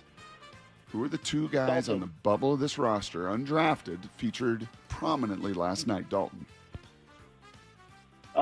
Uso, Yes. and then the guy that caught the touchdown in the preseason game. Foster. There we go. There you go. Ding, Montorie ding, Foster ding. Jr. Good job, Dalton. Good job. 3-2. 3-2. Montorie Foster Jr. Uso. It was almost as if, Brady, they listened to Brian Walters. Yeah. Because he said very passionately, I just wanted to see those guys, those stories. And speaking of Montorie Foster Jr., next question. Dalton, you're up 3-2. It's kind of big for you, Jeff. Montorie Foster Jr. held what 2 off-the-field jobs in the offseason to make money and provide for another shot in the NFL? Look at Jeff, let's hear it. He was a substitute teacher, and he is a real estate agent. Way to go. Way to go. Way to bounce back, Jeff. Wow, maybe the most highly contested Madden game we've ever had, Brady. Probably. Yeah. We're 3-3. Which isn't saying a lot. Wow. Someone on the text line just brought up that, Dalton needs to represent Tri-Cities better than Lousy Larry. Yeah, lousy Larry out there at the plant in Hanford. Larry, you listening this morning? You embarrassed still of your effort as the worst contestant in Brock and Salk Show history? But, I mean, he was out there at the... Is this it? Is this game 7 right here? It's 3-3. I got 2 questions left. 3-3, 2 questions left. And if it comes down to a tiebreaker, Brady, be thinking of a tiebreaker. Yeah, I got one. All right? Yeah. Okay, Dalton and Jeff. We have seen Mike McDonald's son for sure in 2 of the 3 episodes we did last night as he was staring at Blitz. What is Mike McDonald's son's name? Jeff. Ooh, Jeff bouncing that. Yes, Jeff? Jack. Way to go, Jeffrey. Ding, ding, ding. That is 4-3 for those of you rooting for the Tri-Cities. Dalton, this is it. Got to respond right Gotta here. lock in. Right here, right now, Jeff. Chance to put him away. Is this game for yourselves or for someone else? The video game. My boys. Yeah. Okay. Is that you, For Jeff? my nephew. Oh, we're playing for. Oh gosh, playing for family. All right, step it up, Dalton. Put him away, Jeff. Last question. Who called the offensive and defensive plays for the Seahawks in preseason game number 1 against the Cowboys? Who were the play callers? So who's the offensive and defensive coordinators for the Seahawks? Jeff. Yes, Jeff. I'm guessing, but it was Flurry and 30. No, no guessing anymore, man. Freedom in victory. Dagger. Freedom and victory. That was the dagger. Yes, it was and dirty defensively, and it was Mr. Fleury, the big story offensively. Jeff, hang on the line. Dalton, there will be no parting prizes for you. God bless your effort. Thank you. You did not represent. Once again, the Tri-Cities has never won on this game show. Good game, Jeff. Good game. Yep. There you go. That's great. But tremendous character. Does Great Jeff want Xbox or PlayStation? Great class. Yeah, Jeff, do you want an Xbox or PlayStation? PlayStation, please. PlayStation, please. I'll talk to you offline. All right, there they go. Thank you very, very much. I had a great tiebreaker question. Okay, give it to me. Queued up. Give it to me. Mike McDonald in the meeting where he's in the quarterback meeting room and he's trying to convince Jalen Milroe to run more. Yes. He makes a Saturday Night Live reference. Ian. What was that Saturday Night Live reference? Ian, let's hear it. I'm sick. There's just one thing I need. And what's that? And that's more cowbell. That's right. That's exactly right. It's like cowbell. Yeah. You need more cowbell. Did you that'll be in takeaways. I got a whole slew of takeaways. We will do that at 9:30. I did love that one more. I think I just sent you the code. Why don't we move it along to a little Blue 88? This is Brock and Salk's Blue 88, brought to you by Culligan Seattle. We're going to go red, right, tight, close, sprint left, G, U corner, halfback, flat, on one. Ready? Brock Heward tackles 3 football questions as only he can. Blue 88. Now here's your hosts, Brock Heward and Mike Salk. By the way, kudos to Dalton and Jeff. We have never had 8 questions answered correctly. And Dalton, your character, your class, your sportsmanship, you should be very proud. Burbank High School over there, 24-year-old, 6'2", 190-pound former DB receiver. You did yourself well. You just didn't make the team. That's the way it goes sometimes. Question number 1, Brady. In what other way could Terion Arnold be a long-term play for the Seahawks this season? Yeah, and we heard that phrase being used in the conversation between John Schneider and Terion Arnold's agent, Nicole Lynn, long-term play. I think the main reason there is that something that you've talked a lot about is that this is something that they are looking at as potentially giving them a boost late in the season, right? Because we all know it's not clear when Terion Arnold is going to be available. There's another way, and that is if you look at the way his contract works and his contract situation as a guy who's only been in the NFL for 2 seasons, he would be, depending on how much he plays this season or how many games he's available to play, he is either going to be an exclusive rights free agent next season or a restricted free agent. Even though this is only a 1-year contract, he does not become an unrestricted free agent. He will, one way or another, the Seahawks will have control over his rights, and they will be able, like, if they want to keep him next season, they will be able to do so. And that is why you hear it as, I think that's one reason why you're hearing John Schneider and Nicole Lynn talk about this as a long-term play. He does not become an unrestricted free agent next season. The Seahawks basically will have control of his rights for 2027 and maybe even for 2028, depending on how much he plays this season, but certainly for 2027.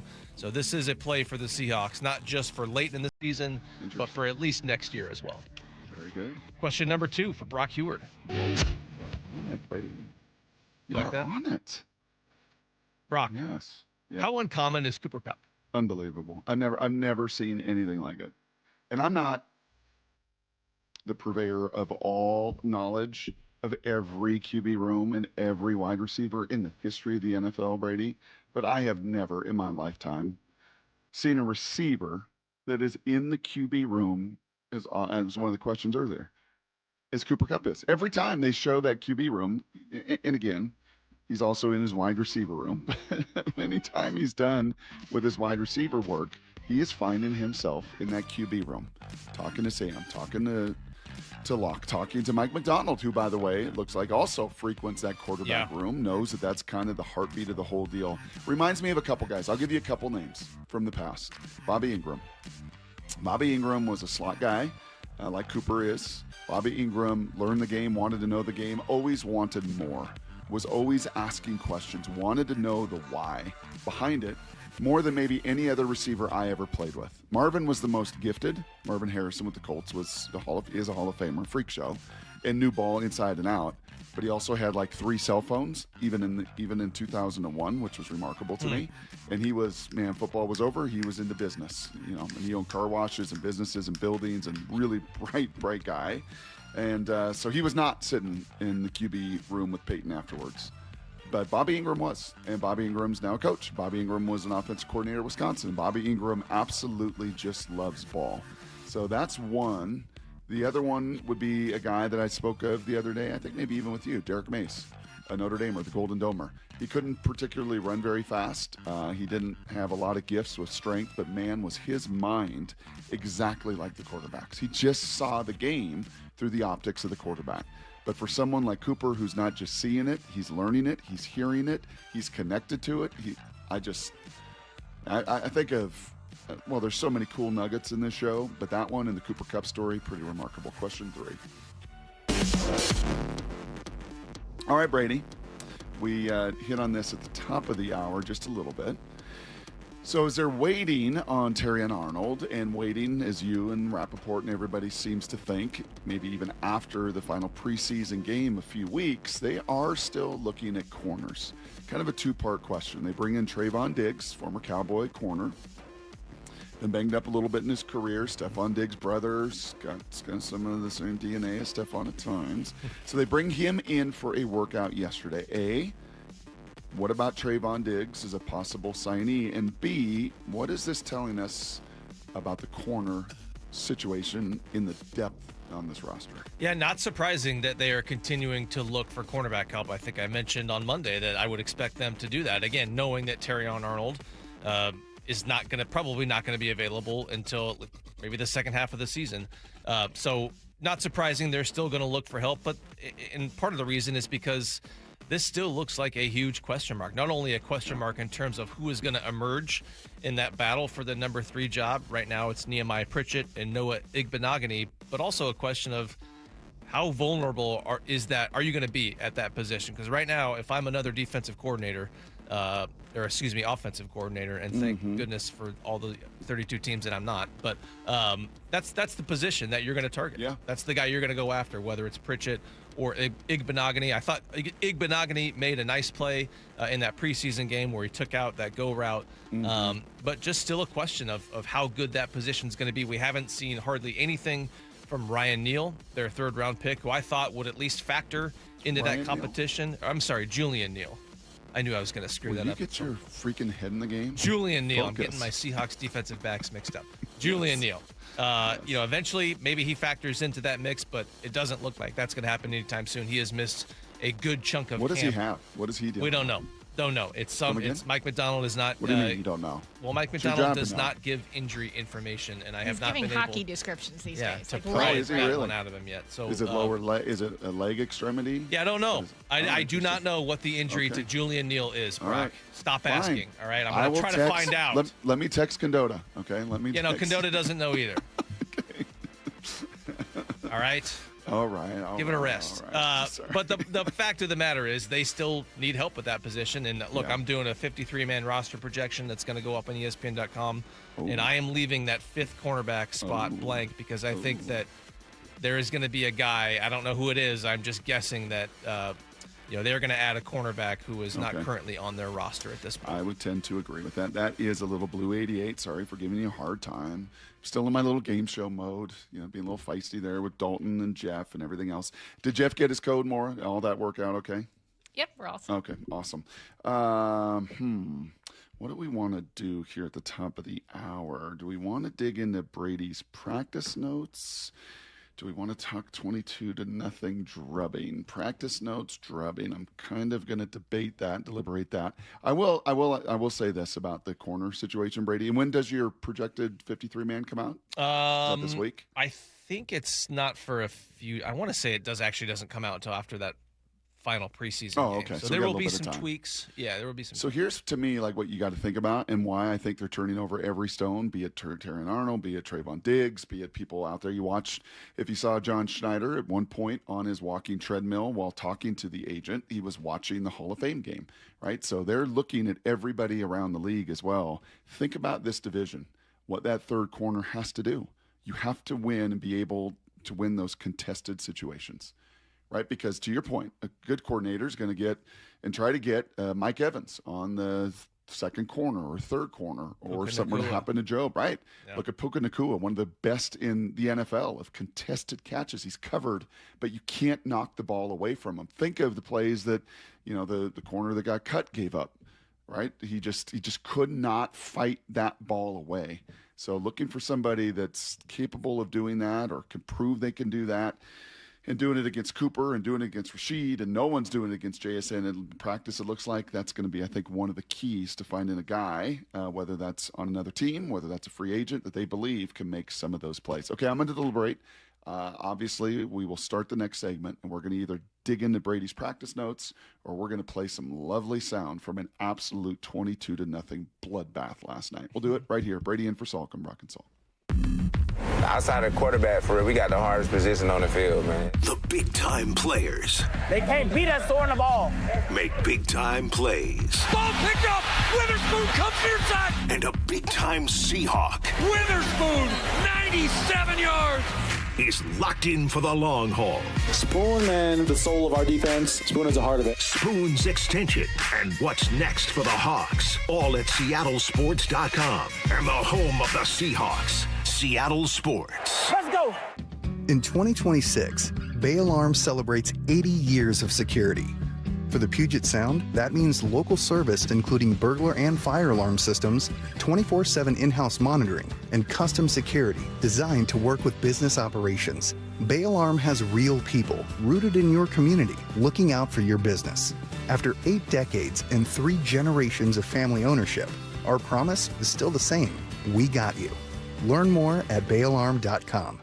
Klein Jewelers is all about celebrating big anniversaries. What's a big anniversary? Year 1, year 5, year 25. If you forgot about it, you'll find out just how big it is. No matter the year, Klein Jewelers is here to help you celebrate with something beautiful. Maybe it's a 3-stone ring that honors your past, present, and future. Maybe it's a new band to stack or the diamond upgrade you've been dreaming about. And while we love anniversaries, we're here for all life's special moments too. Klein Jewelers by the Fountain in downtown Edmonds. Your jeweler for life. 30 years ago, Davis Law Group was founded to be the best law firm for our clients and our community. Our core values are to win, help, and serve. It means our success is defined by the difference we make in our clients' lives and the impact we can have in our community. Not by giant settlement checks or shiny offices. Our mission to lift up the vulnerable extends beyond the courtroom to our charity partners, promoting safety, uplifting students, accident victims, foster youth, and the elderly. If you've been injured and want better results for your claim and for all of Washington, call Davis Law Group today.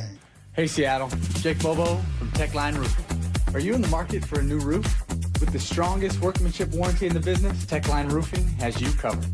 Take advantage of our easy financing and our summer special. Trust Techline.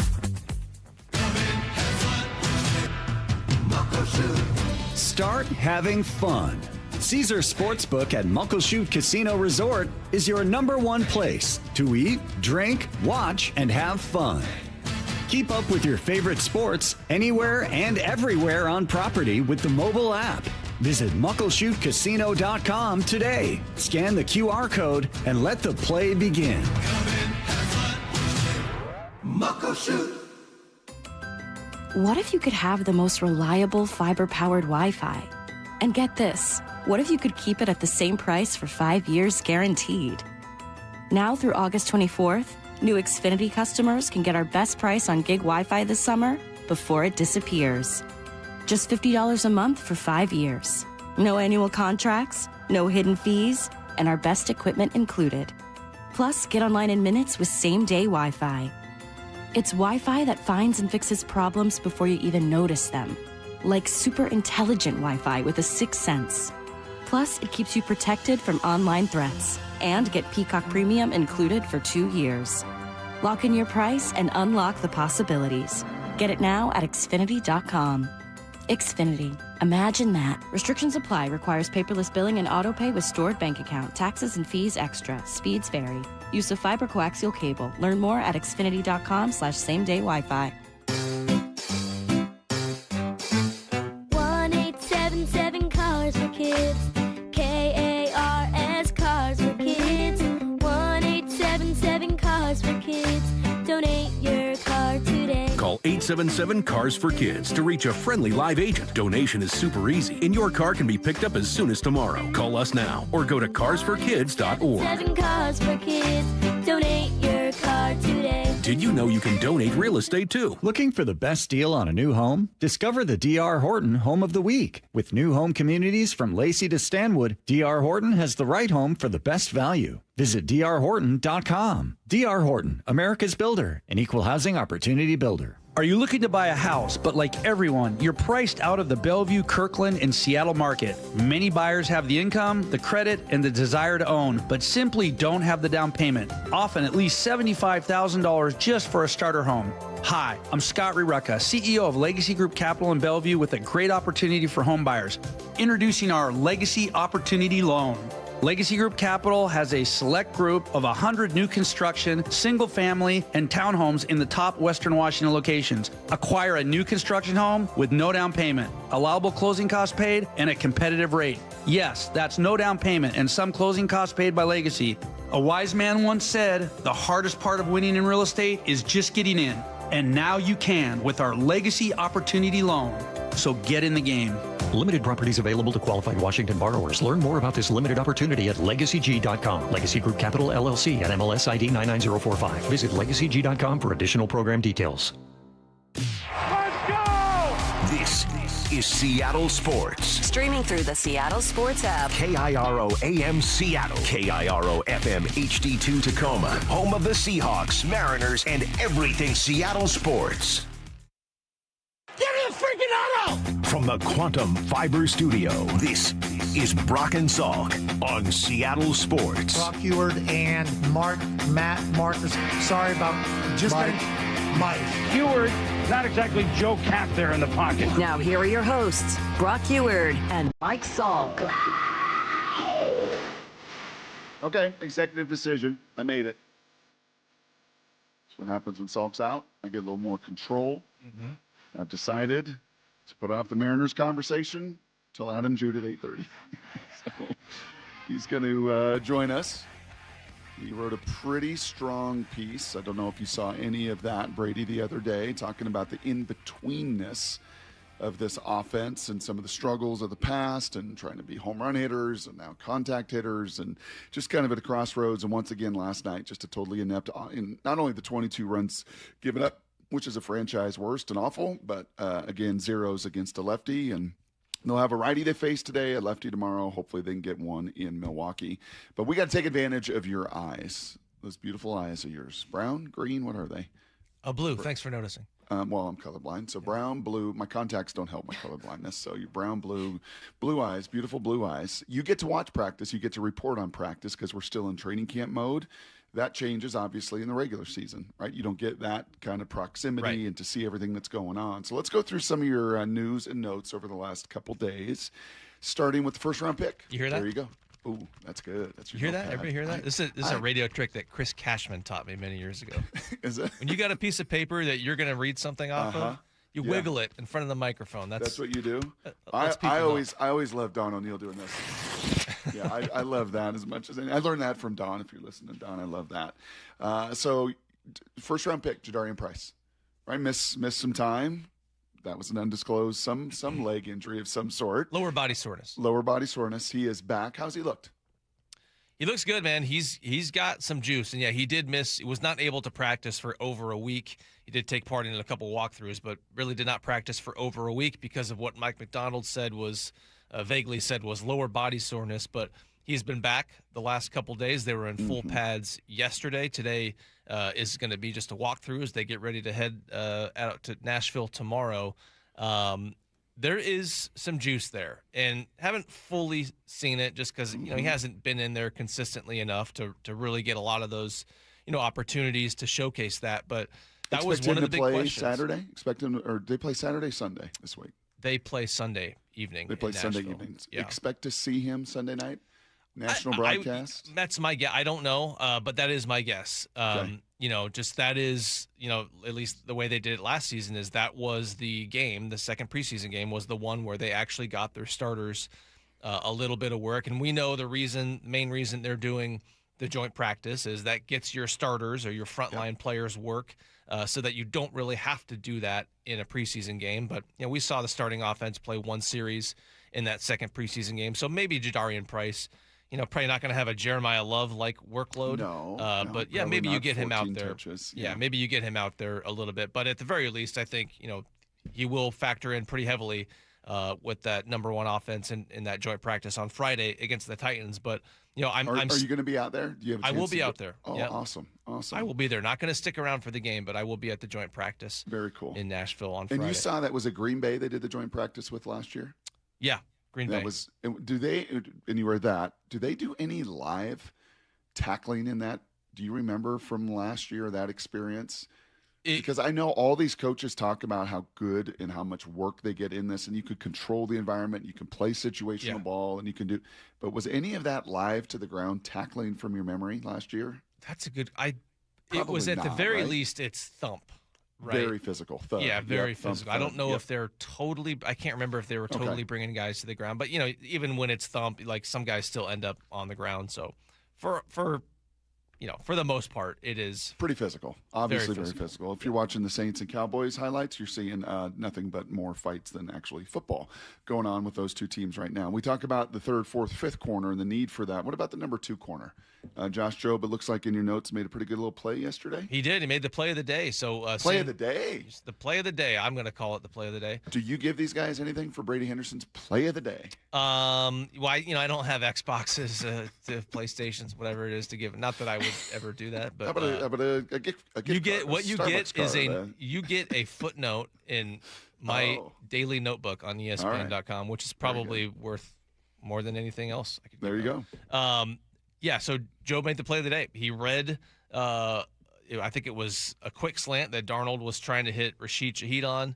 Joe very clearly read it from the start, jumped it, and picked it off and ran it back the other way for what, in an actual game, very good chance that would end up being a pick six. So, that is, I think, probably the next evolution in his game is getting more hands on the football. He showed last season he has emerged into a very solid number 2 corner. Now let's see if he can make some more plays on the football. Take the ball away. Yeah. Any Nicky Manwari sightings? What is the pterodactyl up to? Sightings, yes. In terms of him practicing, no. Haven't seen him do anything. So side field, conditioning, warm-ups, doing some of those haven't things? even seen that. And that really? That really makes me wonder about the timetable that he's on. I know, and I've said this, that when what does sound like what does Mike McDonald call it, a chotch? What? When ESPN broke that story that he was on PUP because of his recent ankle surgery. Chotch thing to say, Brady. Because of his recent, I'm trying not to pat myself on the back.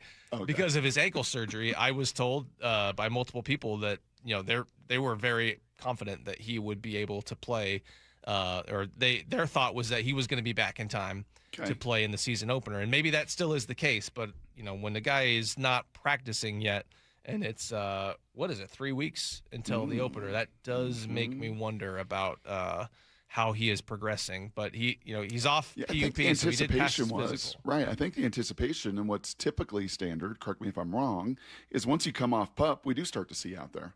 Heck, even when guys are on PUP, and I remember Abe Lucas in particular with his knee deal, like we saw him out there a lot. He's running, he's conditioning, he's doing stuff. He's not practicing, but we certainly saw him very visibly.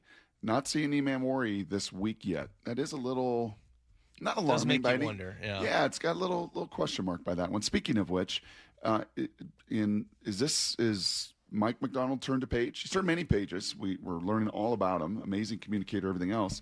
Kind of being more vague with injuries than in years past. Emmanuel Wilson, we don't really know. You talked about that. Some of the other guys, Neil, we don't really know.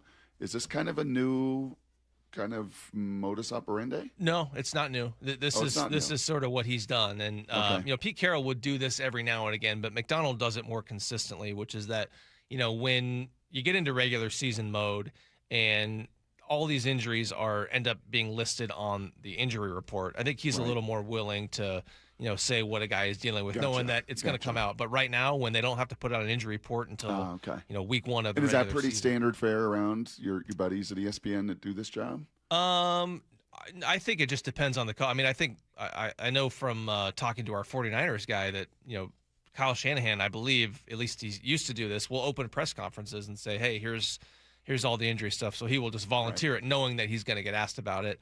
But, different coaches do it different ways. Okay. And then lastly, just the overall intensity. You talk about them being back in pads. We listened to Mike early in the week coming off of that game, and the intent factor maybe a little higher, maybe the ones sharpening themselves, getting ready to travel and have that practice against Tennessee and everything else. Did you feel a little more intensity, a little more intent in any way with the pads on yesterday? What I did notice, and Brian Nemhauser, he was the first one to notice this and made mention of it, which was that I think starting on, Monday, at the beginning of practice or early in practice, they were doing, it looks like they were working on the operation. And what I mean by that is, they would get the snap off, and then it was almost like they were practicing just getting the play in and getting it off, because they would snap the ball and then the whistle would blow. They wouldn't actually play the play out, and it seemed like just all the mechanics of that. Yeah, right? Based on what we heard from McDonald about the huddle, the shifts, the motions. You want to do all that stuff. Yeah. And by the way, if ideally you can get it done before the 15-second cutoff, maybe you get that one additional little piece of information. Yeah. Right to the green dot on both sides to help those guys out. So good stuff there, Brady. There's Brady's news and notes. We avoided the catastrophic, embarrassing conversation that will be coming in 20 minutes. Thank you. Yeah, go ahead. Go give that to me. Oh, Chris Cashman would love that. Oh, good stuff. Right there. Yes, there it is. The fancy, dancy little notebook that will be making its way to Nashville, Tennessee. Maybe we bother you Friday if you have a minute and take a little. Yeah, we'll see. Take a little hydration break. We'll see. Either you or Wyman. We'll figure it out. We will talk Mariners, and Adam Jude, the man to do exactly that in 20 minutes. Everything you need to know, including the worst loss in Mariners history. Yeah, we'll have to uncover that next right here on Brock Salk on Seattle Sports and the Seattle Sports app. Isn't it great to be back in pads playing football? Little Seahawk style. The work continues for the defending champs. Creating this vision of who we want to become all the time. With the first preseason game in the books. What are the biggest questions? The players to keep an eye on. Roster battles to watch. Hey, we got to turn it up, dude. Stay connected to all things training camp on Seattle Sports, the home of the Seahawks. Man, how cool has it been to have a behind-the-scenes view into not only the main storylines during training camp, but what truly makes these guys tick? It's Mike Salk here, and that constant strive for improvement, right? What can you get better at each day? If that's inspiring to you at all, and if you want to become the best version of yourself, Eastside Weight Loss Clinic can help. They've helped more than 4,000 people locally lose significant weight and become a healthier, happier version of themselves. Heck, I lost 35 pounds in 8 weeks, and that could be you by this fall. Here's the best part. You get to enjoy delicious food that you love. The program teaches you lifelong habits so you can keep the weight off, and there's no monthly fees, no pills, no injections, and it's all real food that you buy at the grocery store. All it takes to get started is a free 15-minute phone call. Find out if it's right for you. You can schedule yours at eastsideweightlossclinic.com and take that call when you're in the car, commuting to work, or running errands. The only thing you have to lose is the weight itself. Go to eastsideweightlossclinic.com. Dr. Ryan Coogan, D.C. Results may vary. This is a special alert to all Americans who own a vehicle with less than 200,000 miles with an auto warranty about to expire or with no warranty coverage at all. Due to a decline in the economy, CarShield is announcing a low-cost month-to-month vehicle protection plan that is now available to the public to save any driver out-of-pocket expenses on future auto repairs. Call now to find out how you can pay almost nothing for covered auto repairs. Yes, you heard that correctly. Pay almost nothing for covered auto repairs. An open phone line has been established for all drivers to call for a free quick quote. Call 800-330-8323 now. Drivers who are covered will not have to pay for covered repairs again. This protection plan is at an all-time low. Additionally, drivers who activate this vehicle protection today will also receive free roadside assistance, free towing, and car rental options at no additional cost. Call us for your free quick quote today. 800-330-8323. That's 800-330-8323. What do you have to lose? Call 800-330-8323. Again, 800-330-8323. Dave Wyman here, brand new member of Harborstone Credit Union, and I got my PNW Cashback checking account for free. No fees or minimums, and when I make everyday purchases with my Harborstone PNW Cashback debit card, I earn up to $30 each month. Gas, groceries, coffee, travel, lunch, all categories count toward your cash back. Open your free account online like I did. Go to harborstone.com/cash or visit one of their 29 branches across the Northwest. Insured by NCUA. Terms and conditions apply. Experience the thrill of the Kitsap Fair and Stampede with heart-pounding PRCA rodeo action. Wednesday through Friday at 6:30 p.m. Saturday at 5. Watch top-tier cowboys and cowgirls compete under the lights in bareback riding, barrel racing, steer wrestling, bull riding, team roping, saddle bronc, breakaway, and tie down. And on Sunday, August 30th, finish it off with the adrenaline-pumping Extreme Bulls at noon. Kitsap Fair and Stampede runs August 26th through the 30th. Tickets and info at kitsapfair.org. When it comes to my policy, Farmers gives it to me straight, so there's no surprises. It's your coverage. You should never be confused. You hear that? An insurance provider with a conscience. We're a choir, but yes, we have that too. Straightforward coverage you can literally understand. That's what you get when you have Farmers. Bum, bum, bum, bum, bum, bum. Learn more at farmers.com. Underwritten by Farmers Truck or Fire Insurance Exchanges or Affiliate. Products not available in every state. Nobody gets you closer to the action at Seahawks training camp than the home of the Seahawks. I see you, boy! Seattle Sports. Washington drivers share the road with thousands of semi-trucks, but new reporting and federal investigations have unveiled that as many as 1 in 5 of those trucks are operated by chameleon carriers, trucking companies that rack up crashes and safety violations only to close and reopen under a new name with a clean record. If you've been injured in a trucking accident, time may be running out to recover. Call Davis Law Group today at 206-888-8888 or visit davislawgroupseattle.com. I'm David Ortiz. When I lost my mom, she was only 46, and I lost my dad to cancer. It was the worst pain I ever felt. It made me think, what will happen with the people I love when my time is up? That's why I have life insurance. Ethos makes it easy. It's all online, take about 10 minutes, and you can get up to $3 million in coverage. Get your free quote at ethos.com/game. That's ethos.com/game. Paid testimonial. Time spent on application may vary. Online health questions required.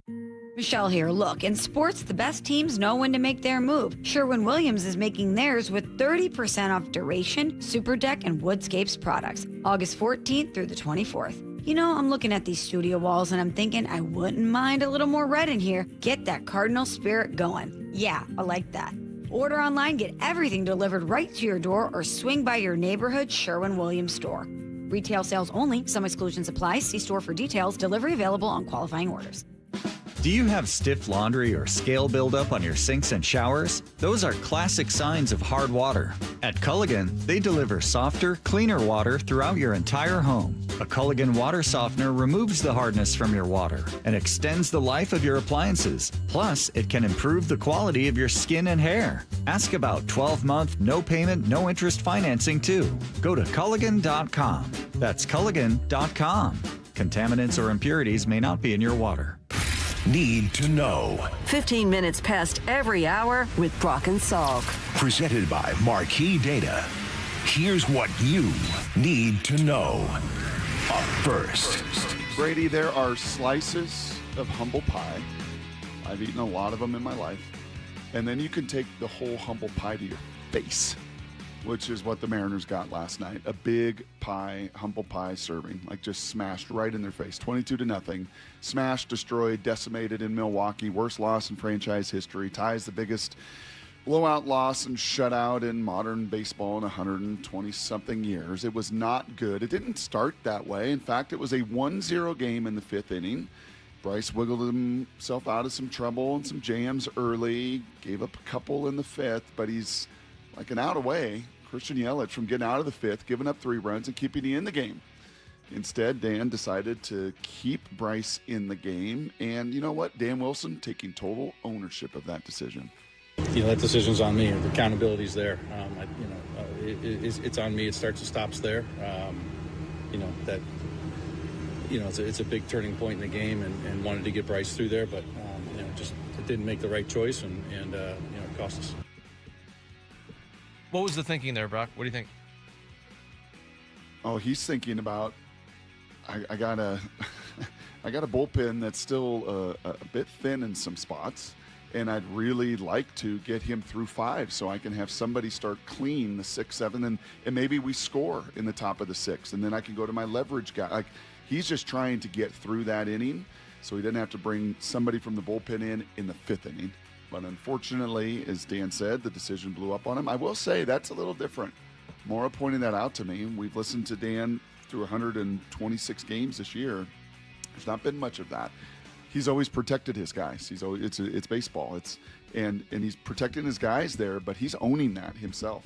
And even using the word accountability. That starts and ends with me, as this season does. Now, good news is Houston loses, so they're somehow still only 4 games back in the division. Better news, Logan Gilbert gets the ball today. He stopped the bleeding the last time when they were on a 6-game losing streak in New York. He's going to try to get a win in this series, and it's going to be Dustin May on the other side, who's pitching well. First pitch, 4:40 pregame right here on Seattle Sports at 3:30. Here's the second thing you need to know. Gray Zabel, Julian Neal, the 2 Seahawks that met with the press after practice yesterday. Both of those guys, 2 of the better quotes on the entire team. I think you would nod along with me on that one. Gray Zabel yesterday, we asked him about Brian Fleury 3 weeks ago when he was the first guest of training camp with us that morning. 3 weeks later, what does Gray Zabel see? Just seems like the man.com. He's a good dude, unbelievable coach. Love his run-first mentality, and we're going to enjoy it. He's doing an unbelievable job so far, and I know he kind of demands excellence, and I love that out of a coach, and he's going to hold us to a standard and not waver. Is that what your hat is, by the way, TM, the man? Travis Matthew. Oh, okay. Yeah. Sorry. It's not the man.com. It's not the man.com. No, I love the story that Gray Zabel told Brian Nemhauser on Brian's podcast about how, the first day back in the spring, whenever that was, he's at the facility and he sees Brian Fleury with a massive pickup truck, and he says, all right, I know what this guy's all about. This guy's going to run the football. That's my guy. Yeah, that was a great anecdote that Brian got from Gray Zabel there. And not an Audi guy. Not an Audi guy. No, not an Audi guy. It wouldn't surprise, he looks like, it would not surprise me if he came in on one of those Harley Davidsons, where you got to hold the handlebars like way above your head. Looks like he could be a Harley guy, but he's a truck guy. And as Gray Zabel sees it, that's a guy that wants to run the football. Yeah, the other news kind of out of camp yesterday, continuing to work out corners, right? Julian Neal, what a bummer for him, man. Just these massive opportunity. And injuries suck. It's a part of the game. But what an opportunity he really would have, right? I mean, they're showing you. They're going to put you out there. They're going to give you opportunities, but unfortunately been banged up and injured, not able to capitalize on that. And Trayvon Diggs, holy cow, Brady, just looking at his last few years, unbelievable, right? Pro Bowl years, interceptions galore, and then it's season-ending knee injury, concussion, knee soreness. You think this visit was more of just a physical than it was anything else? I imagine it was both physical. You got to take a look at the knees. He's had injuries, pretty significant injuries to both of his knees. Also had that concussion that you mentioned that was apparently the result of an accident that he had at home. But when this guy's healthy, he has been a ball hawk. 11 interceptions in one season, made Pro Bowls in back-to-back seasons. So, yeah, when you bring a guy like this in for a tryout, you're probably also taking a long look at him physically. And, this is, as you mentioned, he is related to Stephon Diggs. There has been some kind of drama with him, we could call it, during his time in Dallas. He not only the injuries caught up with him there, but it sounds like he kind of fell out of favor with that organization for other reasons as well. So opportunity also to just get a feel for the individual, which was a big reason why they also brought Terion Arnold in before agreeing to that deal. So, but the bigger picture here is that it's clear Terion Arnold not going to be available for a while. That number 3 cornerback spot, regardless of whether Nehemiah Pritchett or Noah Igbenogany wins it, that's still going to be a question mark. And for that reason, still looking for help at that position. Here's the third thing you need to know. Well, let's see if Cowbell made the cut here. Let's see if Saturday Night Live made the cut. One of many.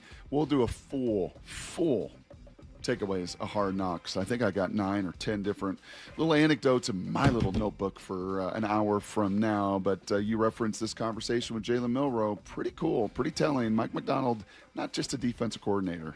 He knows quarterback play. I've enjoyed that a ton through these Hard Knocks. Here he was, that conversation with Jalen Milroe you referenced. What does that say right there?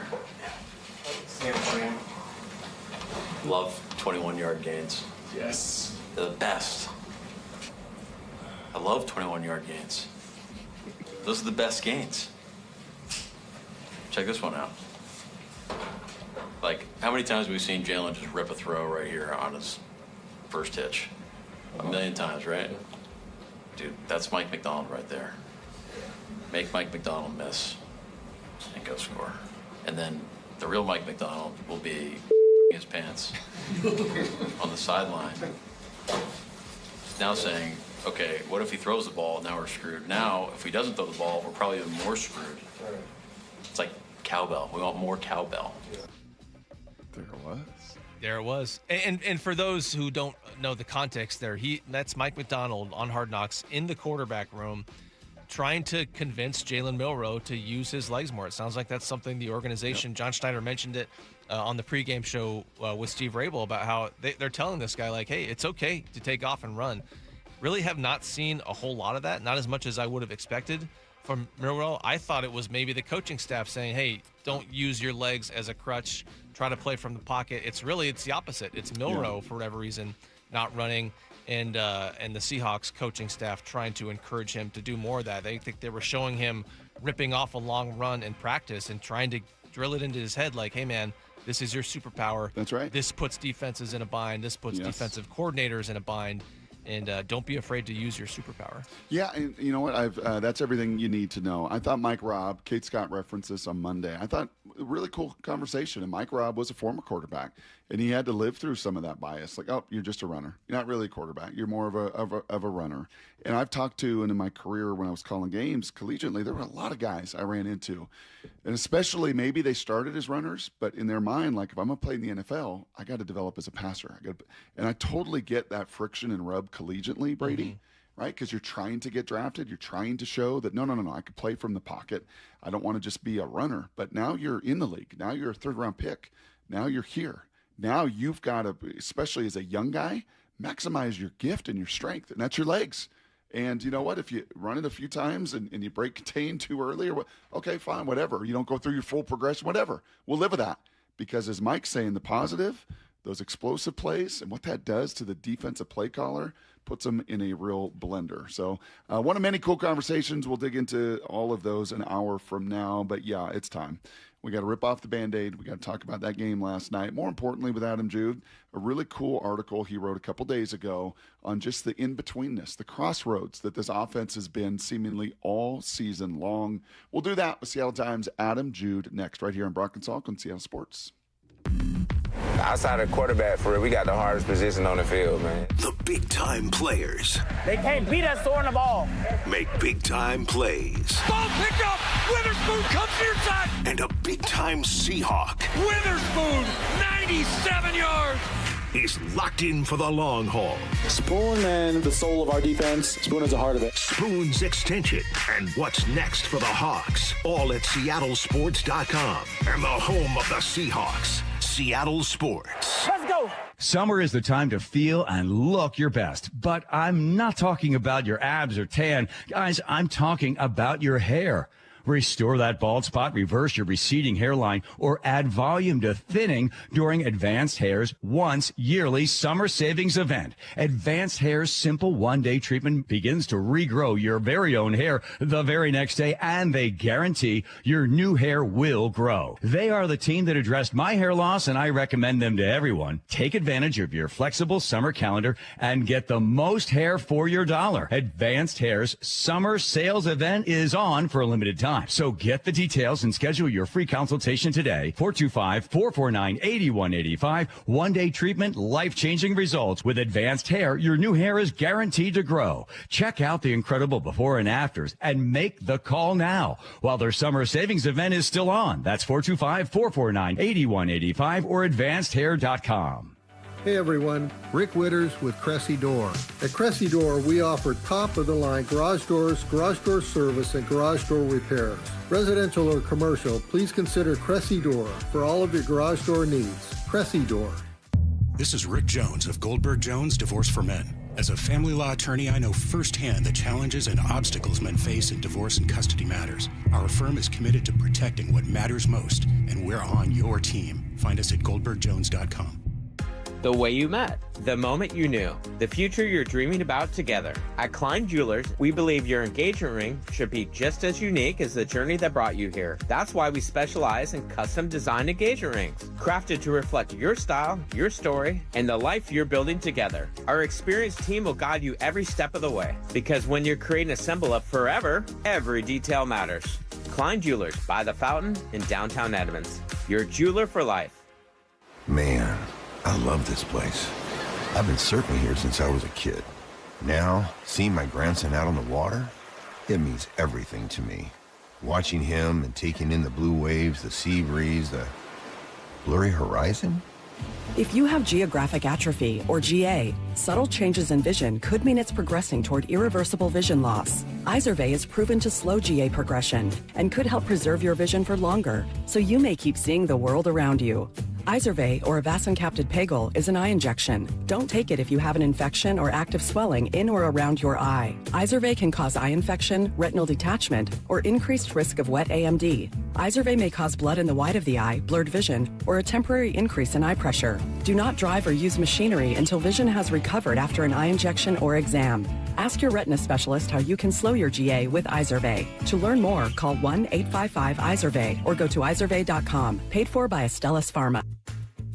Toyota of Renton and Toyota of Kirkland are celebrating Toyota's national sales event with additional inventory on 2026 Tundras and Tacomas. Through August 31st, lease the Tacoma SR5 at $309 a month for 36 months with $39.99 due at signing, or finance at 3.99% APR for 48 months, plus $500 TFS finance subvention cash. Excludes all applicable taxes and government fees. A negotiable dock fee of $200 is included with approved credit from TFS. Price will vary based on accessories. Whether you're in the north or the south, they've got you covered. ToyotaRenton.com and ToyotaofKirkland.com. Football, baby! Nobody gets you closer to the action at Seahawks training camp than the home of the Seahawks, Seattle Sports. Cascade Machinery and Electric has been the Pacific Northwest's trusted industrial machinery expert for over 100 years. And right now they're hiring outside sales representatives in Alaska, Washington, and Oregon. If you're an experienced seller of industrial equipment, highly motivated and have a skill for building relationships, a rewarding career is waiting for you. The salary is competitive. The benefits are great. Visit cascade-machinery.com/careers and apply today. Cascade Machinery and Electric, powering the Pacific Northwest since 1918. Dave Wyman joined by the mayor of the city of Lacey, Andy Ryder. Andy recently underwent successful treatment for prostate cancer. His treatment method? Swedish CyberKnife. I'm feeling very confident about my treatment with CyberKnife. I absolutely recommend it for anyone who has been diagnosed with prostate cancer. Reach out to Swedish CyberKnife directly at swedish.org/CyberKnifeProstate. Treat prostate cancer with Swedish CyberKnife. CyberKnife is a registered trademark of Accuray Incorporated and is used with permission. Get in the zone, AutoZone. John's day is off to a slow start. So he heads to AutoZone, where he can get a battery for under $100. Lonnie, a local AutoZoner, tests his battery for free. Looks like he just needs a charge, and Lonnie does that for free too. In no time at all, John is back on the road, ready to finish the day strong. Free battery testing and charging at every store. No hassles, just help. Get in the zone, AutoZone. Restrictions apply. T-Mobile is launching something no other wireless network offers. Introducing Nothing. Pay nothing today and walk out of the store with a new phone. What did he say? Nothing. You definitely said something about nothing. Exactly. Go to T-Mobile, pay nothing up front, and leave with a new phone. Wait, nothing rules. She gets it. Hey, thanks for nothing. For the first time ever, switch to T-Mobile, pay nothing. No taxes, no fees, no money down. And walk out with a new phone. There are 250 reasons to choose T-Mobile, and now nothing is holding you back. on eligible devices with qualifying credit plan and 36-month finance agreement. From the Quantum Fiber Studio. This is Brock and Salk. Weekdays 6 to 10. On Seattle Sports and 97.3 FM HD2. Well, this should be fun. A couple reporters. Adam Jude, Brady Henderson in here. Salk is out. We asked Adam to join us on Monday after his great piece that he wrote about the crossroads that the Mariners offense finds itself in. And sure enough, did Adam Jude know that the Mariners would suffer the worst loss in franchise history last night, a blistering 22-0 defeat? Did you know any of that when you agreed to come on? And do you still want to come on and talk baseball? Are you sure you guys don't want to talk Seahawks? I watched Hard Knocks last night. I got a whole recap ready. Maybe we can pivot to the storm, some rain, some Sounders. I'll tell you what I know about. Yeah. I'll tell you what I want to know, Adam, and I'm probably not going to have a whole lot of in-depth Mariners questions for you, but I do have a question. Are we ever going to see you back on the Seahawks beat at some point? Like when the Mariners season wraps up, are you going to come and tag team with Condota? They only parachute me in when there's big games there. I did the NFC Championship game and the Super Bowl. So that was pretty fun, but that's probably the extent of it for me these days. Bob doesn't need me out there. Bob's crushing it, as you know, and I don't think Bob's ever going to retire. So I'm having fun with my guy Divish and Tim Booth on the Mariners. Not last night, not a whole lot this summer, but. No, always appreciate you guys on the Seahawks beat, but no. Well, that's enough. That's enough Seahawks, okay? Because I do have like 6 in-depth questions I want to get to. I do want to have a here we go. No, but to kind of start it out, because I think this is always fun for the audience. When you put it together, a piece as you did the other day, where you've got quotes from sites, you've got an anonymous player, you work really hard to craft that thing very well, Adam. How long does that take? How long have you kind of been piecing and parsing and putting that thing together? Yeah, weeks for sure. Probably more than a month. Just talking to people, and obviously when the offense has been going as bad as it consistently has been all summer, you just start to ask questions. What's going on? How are we getting to this point? What are people doing to try to fix it? Right, and so just trying to get a sense of why it's broken and how it's broken, and again, what people are trying to do to provide some answers. And so I'm just asking questions and trying to get as many different answers and opinions as I can. And it kind of led me down that rabbit hole. Yeah. So if you were to land on your opinion, right, and not just the journalist and not just the article, which again, we referenced a ton and talked through the other day. And I think this team is incredibly in between, and crossroads is a pretty good way to put it. Adam, just your straight opinion on it as a baseball guy and been around all of this. Why are they struggling collectively the way they have this year? Yeah, no, you couched it pretty well there. They're just in between. And in fact, Kevin Seitz, I don't think I quoted him saying that, but he said exactly that. We're just in between right now, meaning they're late on the fastballs and they're out front on a lot of the off-speed stuff.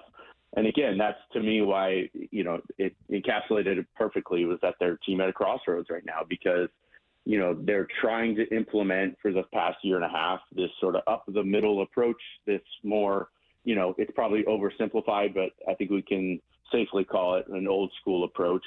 You got Edgar, you got Seitzer, and when you look at the type of hitters they were in their career, Edgar, obviously one of the best right-handed hitters of his generation. Kevin Seitzer was an all-star. I think he was a 290, if not 300 career hitter, like really accomplished major league hitters in their time in an 80s and 90s era that was very different than what we're seeing in the game today. And so they're trying to implement this very simple, very, again, old school type approach of like, hey, let's not overcomplicate it. Let's hit line drives up the middle. It's the stuff we teach our kids in T-ball, right? And it should work at every level of baseball. But again, pitching is much different now than it was in the 80s and 90s. And I think a lot of these hitters today grew up with the technology and grew up with an approach, Cal Raleigh being the perfect example of you have to launch the ball. You have to try to pull it in the air with authority to do real damage. That's how you beat good pitching today, is you blast them with a 3-run home run. And you beat them with slug, not with batting average. I think that's a general philosophy that a lot of hitters grew up with. in professional baseball, if not in college ball and high school as well. So the Mariners are just in between philosophies right now and in between approach.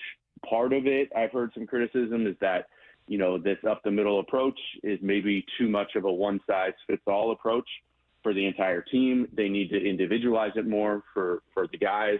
But again, we saw some of the benefits of it in Houston over the weekend. These guys are capable of hitting singles and doubles and triples and scoring runs in bunches without home runs. So you see that and you go, okay, obviously Seitzer and Edgar and Dan Wilson, they know what they're talking about, and this can work, and it's less of an extreme approach. Mm-hmm. But I also know when you look back at the Mariners last year, what was their secret sauce? They hit home runs. And what do you need in the playoffs to have success? You need to hit home runs. And so, again, they're just in between. They're not hitting enough home runs, certainly. They're not hitting the ball up the middle or hitting it, period, enough consistently either. So it's not just one problem. And I think that's the larger problem is they don't know what they want to be. They don't know especially what they're good at. And that's why they're having the season that they're having right now. What does Mike McDonald like to say, Brady? Old school principles, new school methods? Is it something along those lines? Old school, yes. Old school principles, new school methods. That's kind of what it sounds like the Mariners need to do. You can have old school principles, but you better be tied in with new school methods. More, if you wouldn't mind, because to me, along with being in between, my other opinion would be processing. You have to process information. In today's sports, no matter what they are, no matter what position in football you play, quarterback maybe highlighted the most, but corners do the same, defenses do the same. To me, it's always processing that millisecond that great hitters are able to do at this level, and it's unbelievably difficult. 2 weeks ago, Adam, when Detroit was through here, Jason Benetti's like, their chase rates. I mean, it's just inexplicable. They just chase. And Paul Hembo, I'll call him Hembo, he and Buster Olney got a good little podcast they do. This struck me yesterday talking about, one of the stars that's not popping the way he has in the past, Julio Rodriguez. Here was Hembo on that chase rate with Julio.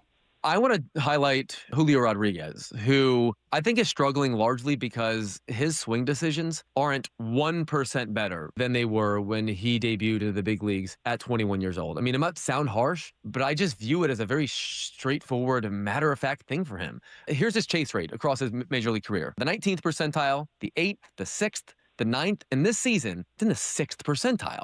So I asked myself the question, can you thrive as a big league hitter if you're chasing north of 35% of the time, as he does? The answer is yes, but for as long as we can track this stuff, there are only two hitters that have a career OPS north of 800 with a chase rate that high, those being Vladimir Guerrero Sr. and Josh Hamilton, and those guys are just freaks. And Julio Rodriguez makes excellent contact, but those guys made freakish contact. 5 years in, your swing decisions are in the 6th percentile. So that would be 93% of the league makes better swing decisions than you do. Why? Ooh, that is a big question for another deep dive story I'll have to do at some point. But, yeah, the short version is a free swinger. That's what he has always been. That's his identity. And he can do damage on pitches out of the zone. And obviously that leads him to expand it even more than he should. Again, we've all seen it.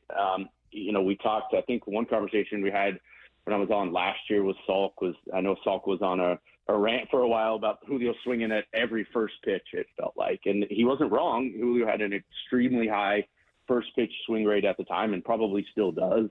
And again, I think we can lump Cal Raleigh, we can lump Josh Naylor specifically in the same conversation. Those three guys have the highest chase rates on the team. I looked it up a couple days ago. They're among the, I think, top 20 in the league, all three of them in chase rate. And we see it with Cal specifically. Every high fastball right now, it feels like he's swinging at. It's at his eyeballs, and he is swinging at it because guess what? Those are pitches he hammered last year. He hit them out. That's how you hit 60 home runs. Is you do damage on pitches that aren't necessarily in the strike zone. But I think part of the issue right now for Cal specifically, and we'll get back to Julio here, but again, when you step to the plate thinking, all right, I got to get a hit here. I've been slumping. My mindset is just I have to I have to do something here, as opposed to, you know what, I'm going to take what the pitcher gives me. I have an approach. I'm going to be stubborn in my approach. If I get this pitch, I'm going to hammer it, versus, all right, I need to do something here. You're desperate to try to make an impact. You're desperate to help the team. You're desperate to turn things around. That's when things tend to spiral, I think, for hitters. It's so hard already. When you go up chasing hits, you end up just chasing bad pitches. And Julio is a little bit different just because he's always swung so much, right? That's the one thing from day one. We're like, man, if he just was a little more selective, he could be a really, really good complete hitter. And he's just never transformed into that. That said, again, I think that's okay. You can have one or two guys like that in your lineup. It's just when you have 3 or 4 or 5, particularly right in the middle of the lineup on the guys you've been counting on, that's when it compounds the way it has for these guys. Hey, did you hear more? I'm going to bother you again to play cut number 4, the Dan Wilson sound we played, and need to know, because it kind of stood out to Maura and to me and to Ian, probably would if Salk was in this morning, as we listen to Dan every day. Is this a new little Dan Wilson yesterday, really taking accountability for that decision he made? Here was Dan post game. That decision's on me. The accountability's there. It's on me. It starts and stops there. It's a big turning point in the game, and wanted to get Bryce through there, but it didn't make the right choice, and it cost us. Is this a skipper that's hearing and feeling some of the noise on the outside? Is this a skipper that's realizing, hey man, these final 36 games, I'm kind of coaching for my gig? A little bit. I don't think that's Dan's MO. I am hearing a different tone, the same as you are, than he's had all season. I think Dan's MO, his entire, being as a coach and a manager, is to protect the players at all costs. And I think that's a great quality to have. I do think at times it has led him to, sidestep accountability for players publicly. We've never heard even a hint of criticism ever of a player from Dan Wilson. And that's okay. That's who he is. Be authentic to who you are. But I also think in trying to protect them and going out of his way to quote unquote protect these guys, he is actually maybe hurting them, is my opinion, when he is not holding them more publicly accountable at times, or when he tends to sort of shrug off or even try to hide injuries at times, right? I don't think that does the players any justice. I think context with injuries is really important when guys are trying to grind through stuff. Josh Naylor's been grinding through a shoulder and maybe even a wrist, stuff he doesn't want to talk about all season. And we don't need to get into Colt Emerson too deep too, but again, when these guys are sort of shrugging off injuries and they don't want to talk about it and they don't want to acknowledge it, well, at some point it's going to come back to bite you. And it certainly did with Colt Emerson. And again, don't want to get too deep in the woods on injuries in particular, but I think Dan Wilson, his approach at times in not acknowledging these things and not holding players accountable publicly ultimately could come back around and actually kind of hurt them in a way, if that makes sense. So yeah, I hear a different tone there. I don't know if it has as much to do with like him worried about himself and his job security and more about, that wasn't Bryce's fault. He should not have been in the game. That's on me. I should have pulled him. And I think we all see that and we all recognize that. Any update on Colt or Matt Brash? I think I saw a shadowy video of Matt Brash throwing a bullpen in Houston, I do believe, over the weekend. So yeah, he's supposed to throw another one. Yeah, Brash is supposed to throw another one in Milwaukee here either today or tomorrow. He was really encouraged when we talked to him over the weekend. He was all smiles. Like I haven't seen Matt just sort of that. He was almost giddy in a long time. So that tells me he's close. He'll go out on a rehab assignment, of course. I don't know an exact date. I don't think the Mariners know an exact date, but he mentioned September. He wants to be part of this. He's watching all these games and he's looking at spots coming up in the 7th, 8th inning that he knows should be his. And I know it's been eating at him. So he'll be back in September. It sounds like at some point, as long as there's not a setback. I have not heard another update on Colt Emerson. He was supposed to see the hand and wrist specialist down in Arizona. Again, they hadn't ruled out surgery as an option. So it tells you potentially how serious it was and what he was playing through. And again, as Jerry DiPoto said, it would have been nice if Colt Emerson had spoken up earlier. If it was bothering him that much, clearly, they knew about it. It's something that first crept up in February. He had an injection that I reported on at the time in April. And again, it's admirable for a young player of his caliber trying to grind through something and trying to play, trying to post every day at a really important position. But at some point when you're struggling as much as he was, you got to speak up and you got to realize what's best for the team. Can I just cut you off here? And Brady, weigh in on this as well. I'm having a hard time with this one. And it's not the back and forth between organization and what Jerry said. I know people took that in different ways and were pretty fired up about it. I'm trying to understand, and maybe I'm just naive. Maybe I'm just dumb and ignorant, and that could be very much so. I'm trying to understand how your most prized first-round possession and kid you've extended and everything else, how, as a staff, as an organization, you can't see that he's injured. I don't get that.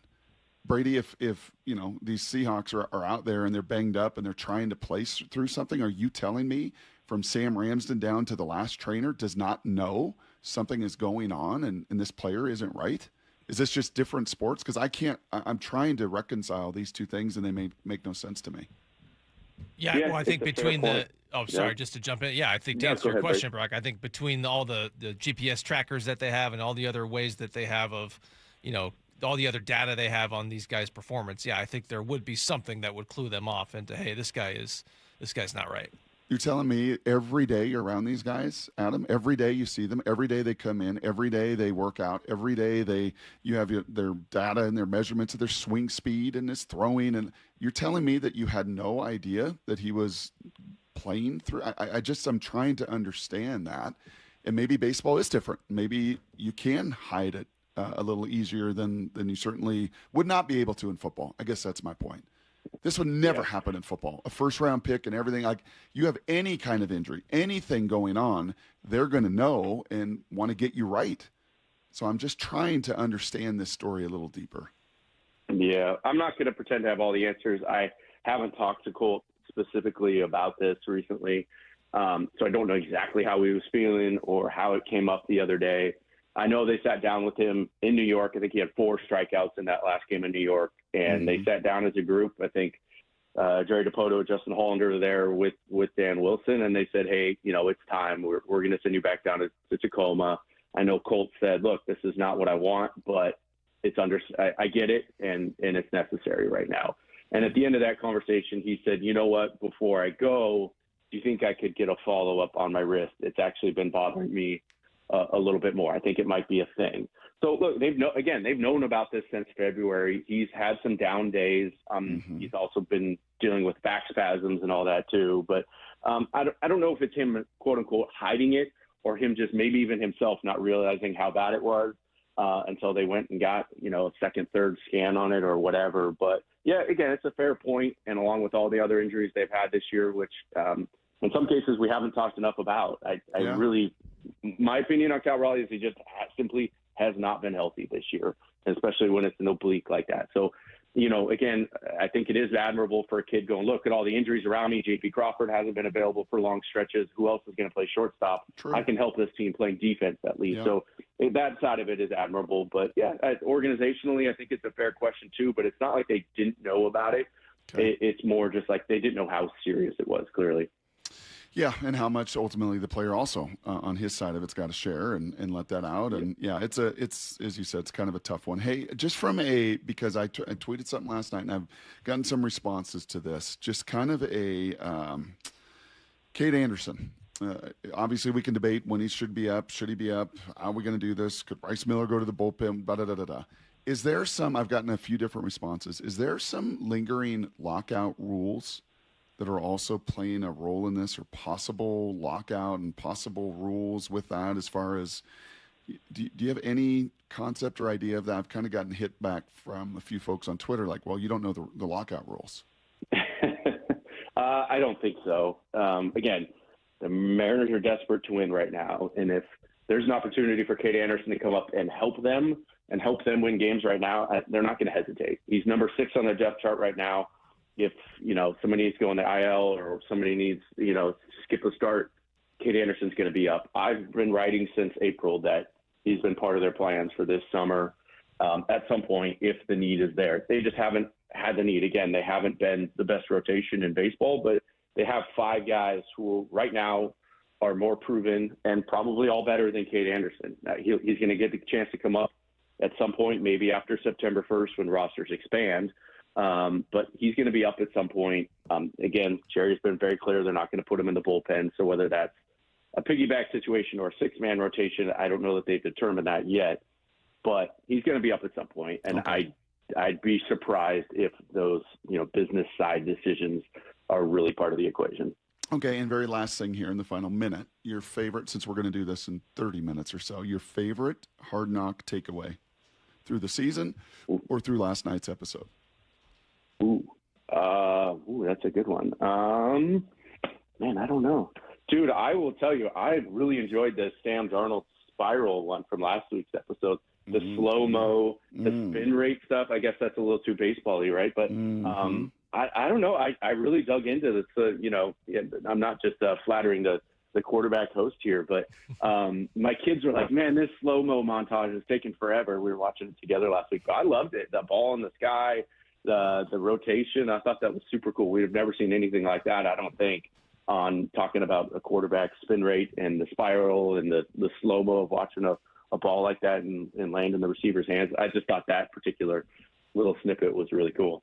Yeah, and along those lines, I'll give you one of mine, little precursor. What they did yesterday with JSN's route running and kind of the whole pitching ninja, the whole baseball tunneling thing of making it all look the same. I thought that was pretty slick as well. So they've been we haven't seen anything like that before either. Adam Jude been all over it. We got to have some data on Condota and like the force that he applies to the keyboard when he's typing. Is there some next level, metric that we could find out there? Is he a hard typer? He pounds the keyboard, man. Does he really? Yeah. Try sitting next to that guy in the press box. It is it's like you're in a war zone and on deadline. Is that like hard hit contact rate, like Bob Condota? Well, Brady sits like 20 yards down in the press box. So if you can hear it from there, imagine having to sit next to the box. You can feel it. Yeah. Wow. Yeah. Love it. Adam, thank you. Thank you for digging into all of those conversations. And having said all of that, the Mariners are 4 games out in the American League West. Just 4 games out in the American League West with a schedule that after the next 2 weeks does turn through the month of September. If they can just somehow salvage and survive the next few weeks, we shall see. Always appreciate you, Adam. Thank you for jumping on with us and taking so much time. Thanks, fellas. Have a good one. See you, Adam. There he goes. Adam Jude. You got to read him on the Seattle Times. Follow him on Twitter, all over it. Lots of good, fun conversation. I could tell, Brady, that when you're engaged in baseball conversations, there's some meat on that bone. And there's some meat on this Mariners bone right now for sure. Most intriguing Seahawk. Ooh, this is a good one. One of the best talkers on the team, in fact. He comes in number 16 on our most intriguing list. We will tackle that. Some Hard Knock takeaways to finish the show. Brady in for Salk right here on Brock Salk on the Seattle Sports app. Outside of quarterback, for real, we got the hardest position on the field, man. The big-time players. They can't beat us throwing the ball. Make big-time plays. Ball picked up. Witherspoon comes near side. And a big-time Seahawk. Witherspoon, 97 yards. Is locked in for the long haul. Spoon and the soul of our defense. Spoon is the heart of it. Spoon's extension and what's next for the Hawks. All at SeattleSports.com and the home of the Seahawks. Seattle Sports. Let's go. Feeling lucky? Don't miss the Lucky Fall Classic Collector Car Truck and Boat Auction. Saturday, August 29th at Tacoma's LeMay Marymount Event Center. Up to 200 collector, vintage, and classic vehicles, many going to the highest lucky bidder with absolutely no reserve. Get lucky, get local, and get in line. Visit LuckyOldCar.com for a list and pictures of auction vehicles. Or call 206-467-6531 for bidding and consignment details. If it's blocking your view, keeping your yard dark or shaded, or impossible to mow around, get rid of that tree or stump this summer with P&D Tree Service. They'll do it safely and quickly, cleaning up your yard in the process. P&D Tree turns multi-day jobs into a few hours, saving you time and money. One tree or land clearing, they have the tools and expertise for the job. They specialize in large tree removal. Ever seen a tree removed by crane? PNDTreeservice.com. At Farmers, our honesty is contagious. Wait, Am I going to catch honesty? Well, when you're with farmers, it's kind of inevitable. Well, how long does it take to... I lied to you when you asked if I knew what a deductible was. I don't know my dad's birthday, and I thought umbrella policies were for rainstorms. Actual rainstorms. I have it, don't I? You don't just have honesty. You have Farmers. Bum, bum, bum, bum, bum, bum. Learn more at farmers.com. Underwritten by Farmers Truck or Fire Insurance Exchanges or Affiliate. Products not available in every state. Dealing with divorce and custody issues can be terrifying and very lonely, but you don't need to face it alone. Goldberg Jones has been helping Northwest husbands and fathers for more than 30 years. Thousands of men have put their trust in us. You can too. Learn more at goldbergjones.com. We can't tell you what our best deal is until we know what you need, but we can promise this. At Lee Johnson, we'll work hard to find it. Lee Johnson Auto Family, the LJ way. This is it. These are the nights. The ones where you laugh until you can't anymore. And smile until your head hits the pillow. Where everything feels just right. Because it is. Muckleshoot Casino Resort. Must be 21 and over. Please gamble responsibly. Others doubted us.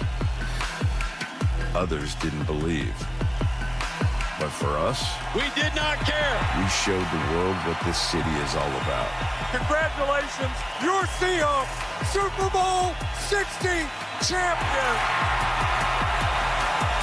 This city lives for Sunday. Get your tickets for Seahawks game days at Seahawks.com today.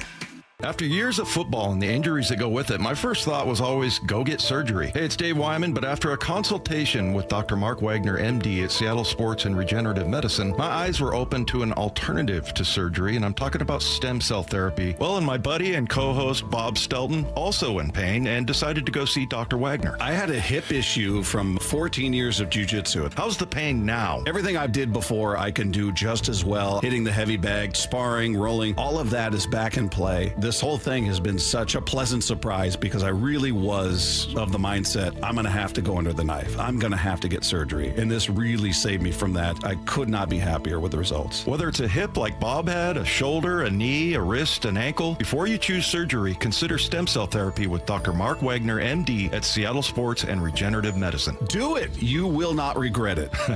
Hey, get the facts, hear from all the patients I've talked to, and schedule your consultation at drmarkwagnermd.com. Man, how cool has it been to have a behind-the-scenes view into not only the main storylines during training camp, but what truly makes these guys tick? It's Mike Salk here, and that constant strive for improvement, right? What can you get better at each day? If that's inspiring to you at all, and if you want to become the best version of yourself, Eastside Weight Loss Clinic can help. They've helped more than 4,000 people locally lose significant weight and become a healthier, happier version of themselves. Heck, I lost 35 pounds in 8 weeks, and that could be you by this fall. Here's the best part. You get to enjoy delicious food that you love. The program teaches you lifelong habits so you can keep the weight off, and there's no monthly fees, no pills, no injections, and it's all real food that you buy at the grocery store. All it takes to get started is a free 15-minute phone call. Find out if it's right for you. You can schedule yours at eastsideweightlossclinic.com and take that call when you're in the car, commuting to work, or running errands. The only thing you have to lose is the weight itself. Go to eastsideweightlossclinic.com. Dr. Ryan Coogan, D.C. Results may vary. Let's go! This is Seattle Sports. Streaming through the Seattle Sports app. KIRO AM Seattle. KIRO FM HD2 Tacoma. Home of the Seahawks, Mariners, and everything Seattle sports. Get in the freaking auto! From the Quantum Fiber Studio, this is Brock and Salk on Seattle Sports. Brock Ewart is my hero. Jay Buhner just punched me in the kidney. We're going to accuse you of a minute. Doesn't really work that way, Sherm. This is a show that has my name on it. It kind of does, though. Now here are your hosts, Brock Ewart and Mike Salk. Hello! Have you noticed something different about me today, Brady? Yeah. No What have you Ebenezer's. No Ebenezer's. Where'd they go? Don't even know. You can't see. Oh, they're there. Yeah, they're there. I don't need them. Don't even need them. Do you know why I don't need them, Brady? Because you got contacts in. I got contacts in. And I was saying yesterday, trade-offs, right? Life's about trade-offs. Larry Hillsism. My father-in-law. Good news, no Ebenezer's. Don't even need them. Watch that, like a little radio trick. Just throw them in the air. Just throw them in the air if you're watching on YouTube. Don't even need them. Bad news, I now see every pore, sunspot, pimple, everything now. Like, whoa. Now I know why Molly wants me to put on lotion. What is, whoa, that is a bad look. Esthetician, Brock. Start getting some facial. Yeah. You even missed a couple whiskers shaving last night. I know I looked in the rearview mirror this morning like, what is wrong? I would have never seen them blemishes before, but I certainly do now. But you don't need to know anything about that. You need to know about the most intriguing Seahawk, and we are down to number 16. Number 16. You don't have this list, do you, Brady? I don't have it. Mike Salk's algorithm model for most intriguing Seahawks. It was DeMarcus Lawrence yesterday. It was Ernest Jones. You and I had a good discussion about him on Monday. I think the most intrigue here is last year the Seahawks win the Super Bowl because players went from good to great and players went from great to elite stars, superstars, best in the game, best in the world. And you won a world championship because of it. This rookie last year was a good to borderline great player. Probably higher good, lower great. But he was kind of right on that spectrum. Can he become great this year? Byron Murphy was asked about our most intriguing number 16 Seahawk. That is Gray Zabel. Byron Murphy was asked, what should we expect from Gray Zabel this season? You'll think he's a 2-year vet. Like just the way he the way he go about his business, the way he works, and he just so smart, man. Like his IQ for the game is so high at a young age, you know. And man, I feel like the sky's the limit for him, especially this season. I feel like he's gonna take off this season. What guys can go from good to great? We asked Mike McDonald about that earlier in the offseason, and he's like, you guys kind of know. You talk about these guys every day, for crying out loud. Well, Gray's on that list because can he become a great offensive guard? Can he become one of the best offensive guards? Albert Breer was in studio with us a couple weeks ago when he made his tour through training camp. Mr. Breer had this to say about Gray Zabel. Gray Zabel coming back after playing at an all-pro level as a rookie, he really has stepped into a leadership role in the offensive line and looks like he could wind up being one of the best players at his position in all football again this year. And then last cut on our sheet here before we'll diagnose this together, you and I, and discuss his battery mate right next to him. Charles Cross doesn't say a lot, but when he speaks, you kind of listen. Here was Charles Cross talking about his buddy right next to him. Just the way he shows up each and every day and goes to work, just how reliable, accountable he is. I feel like he came in as a rookie, but he played like a vet. And I feel like he helped us, get to the point where we were able to win the Super Bowl and able to play at a high level each and every week, and I feel like just continue to raise the standard in the room. Zabel was pick 18 when I lost my mind and went nuts, or 19, 18 or 19? I believe it was 18, yeah. I think it was 18.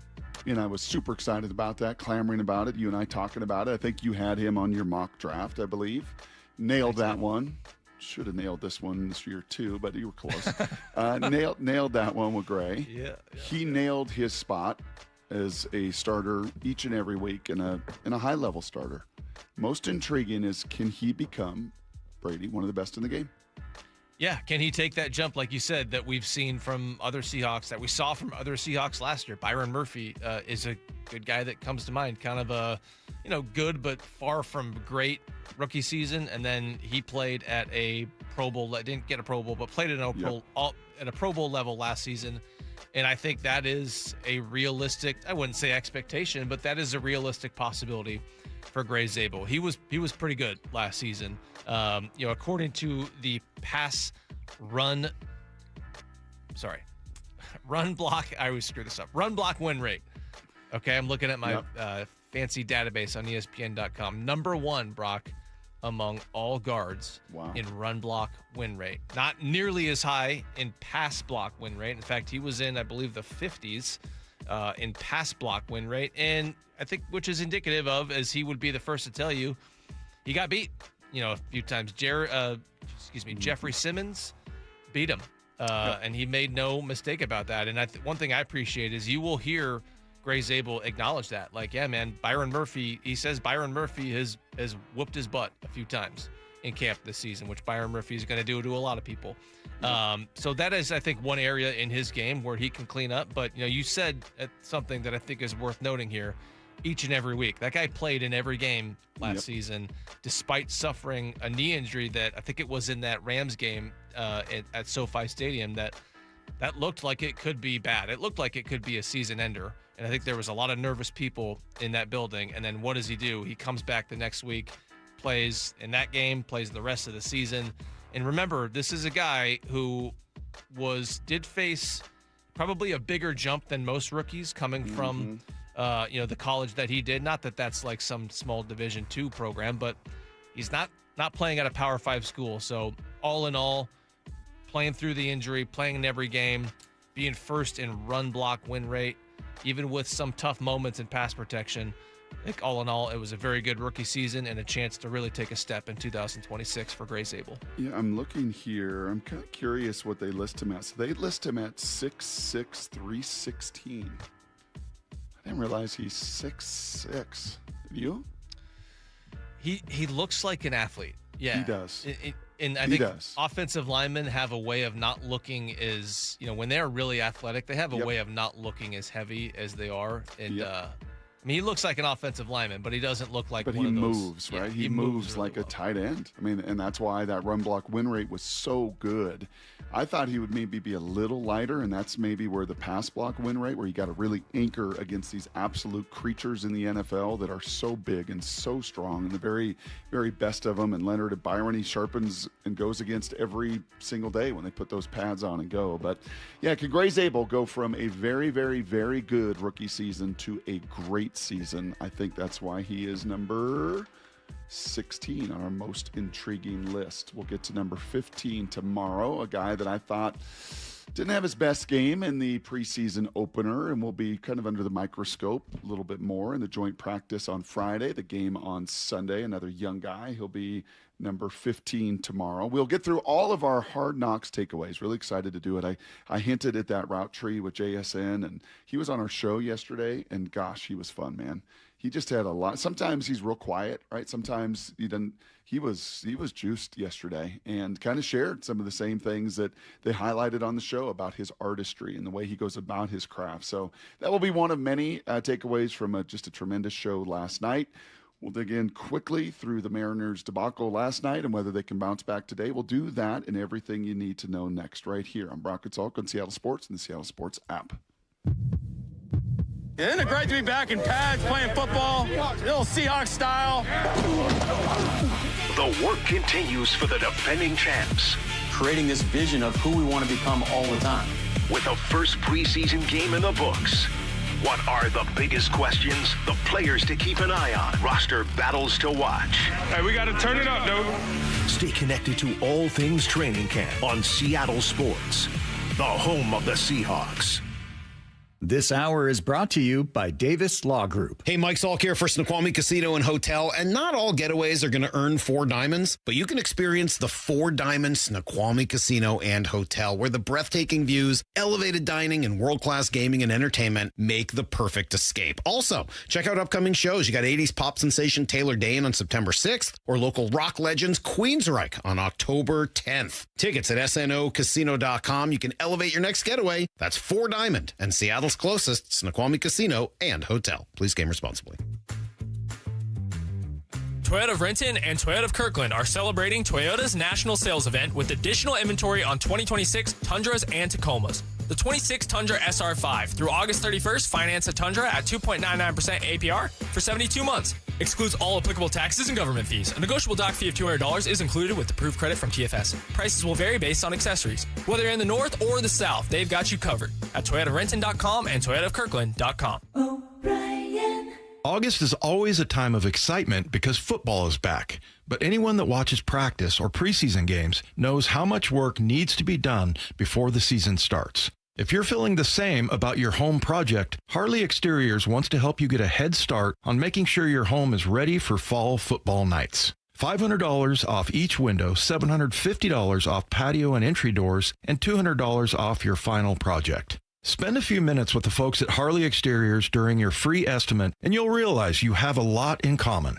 They love our local teams, they're good at what they do, and they'll take care of your home. Use Harley Exteriors to complete your home project this month and receive 12 or 18-month promotional financing. Qualified buyers only. Subject to credit approval and lender terms. Minimum purchase of 4 qualifying windows required. Windows must be 36 by 36 inches or larger. No size minimum on patio or entry doors. Financing subject to approved credit. Offers cannot be combined with other promotions. Offer expires August 31st, 2026. HarleyExteriors.com.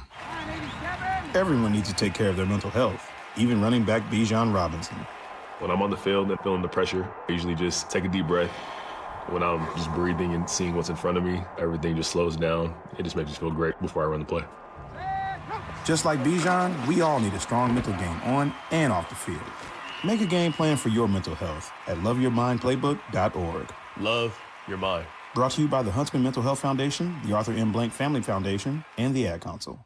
My name is Whitney Allen, and I'm a widow. My husband, Ryan, died. We never thought we'd ever have to use life insurance, but the unexpected happened. With Ethos, signing up was fast and 100% online. You can get a quote in seconds, apply in minutes, and get same-day coverage. No medical exams, and you can get up to $3 million worth of coverage. I'm grateful we were prepared. Get your free quote at ethos.com/play. That's ethos.com/play. Paid spokesperson. Time spent on application may vary. Online health questions required. Do you have a special occasion or milestone to commemorate? Come discover Klein Jewelers in charming downtown Edmonds. As a locally owned family jeweler, we combine an impressively large selection with a warm personal service only a hometown jeweler can provide. Whether you're searching for the perfect engagement ring or a beautiful piece of diamond or gemstone jewelry, you'll find plenty to love and no pressure along the way. From life's biggest milestones to those just because moments. Klein Jewelers by the Fountain in downtown Edmonds. Your jeweler for life.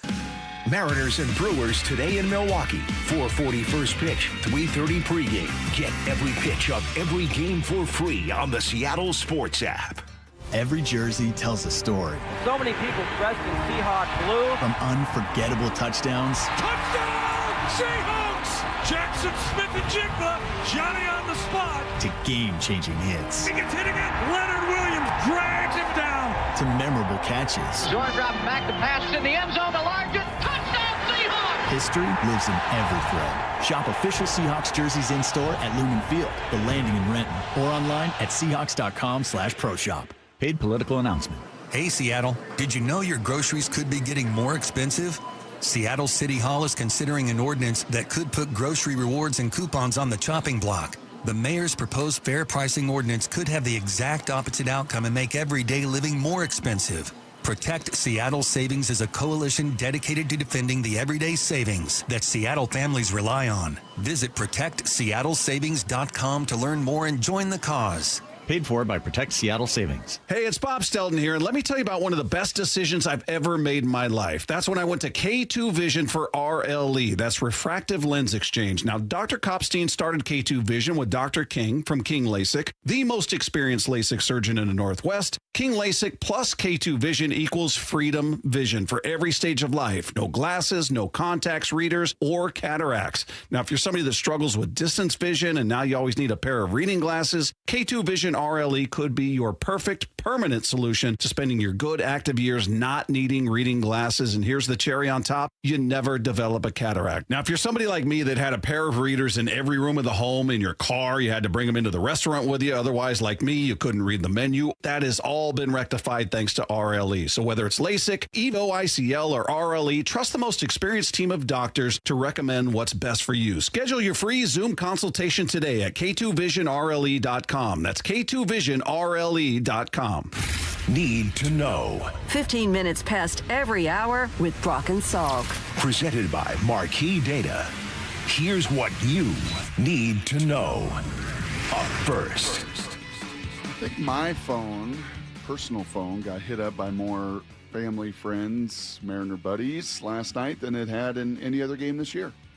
And that was not a good thing because it was a 22-0 bloodbath, the worst loss in franchise history, tying the biggest margin of victory in a shutout in the modern era of baseball.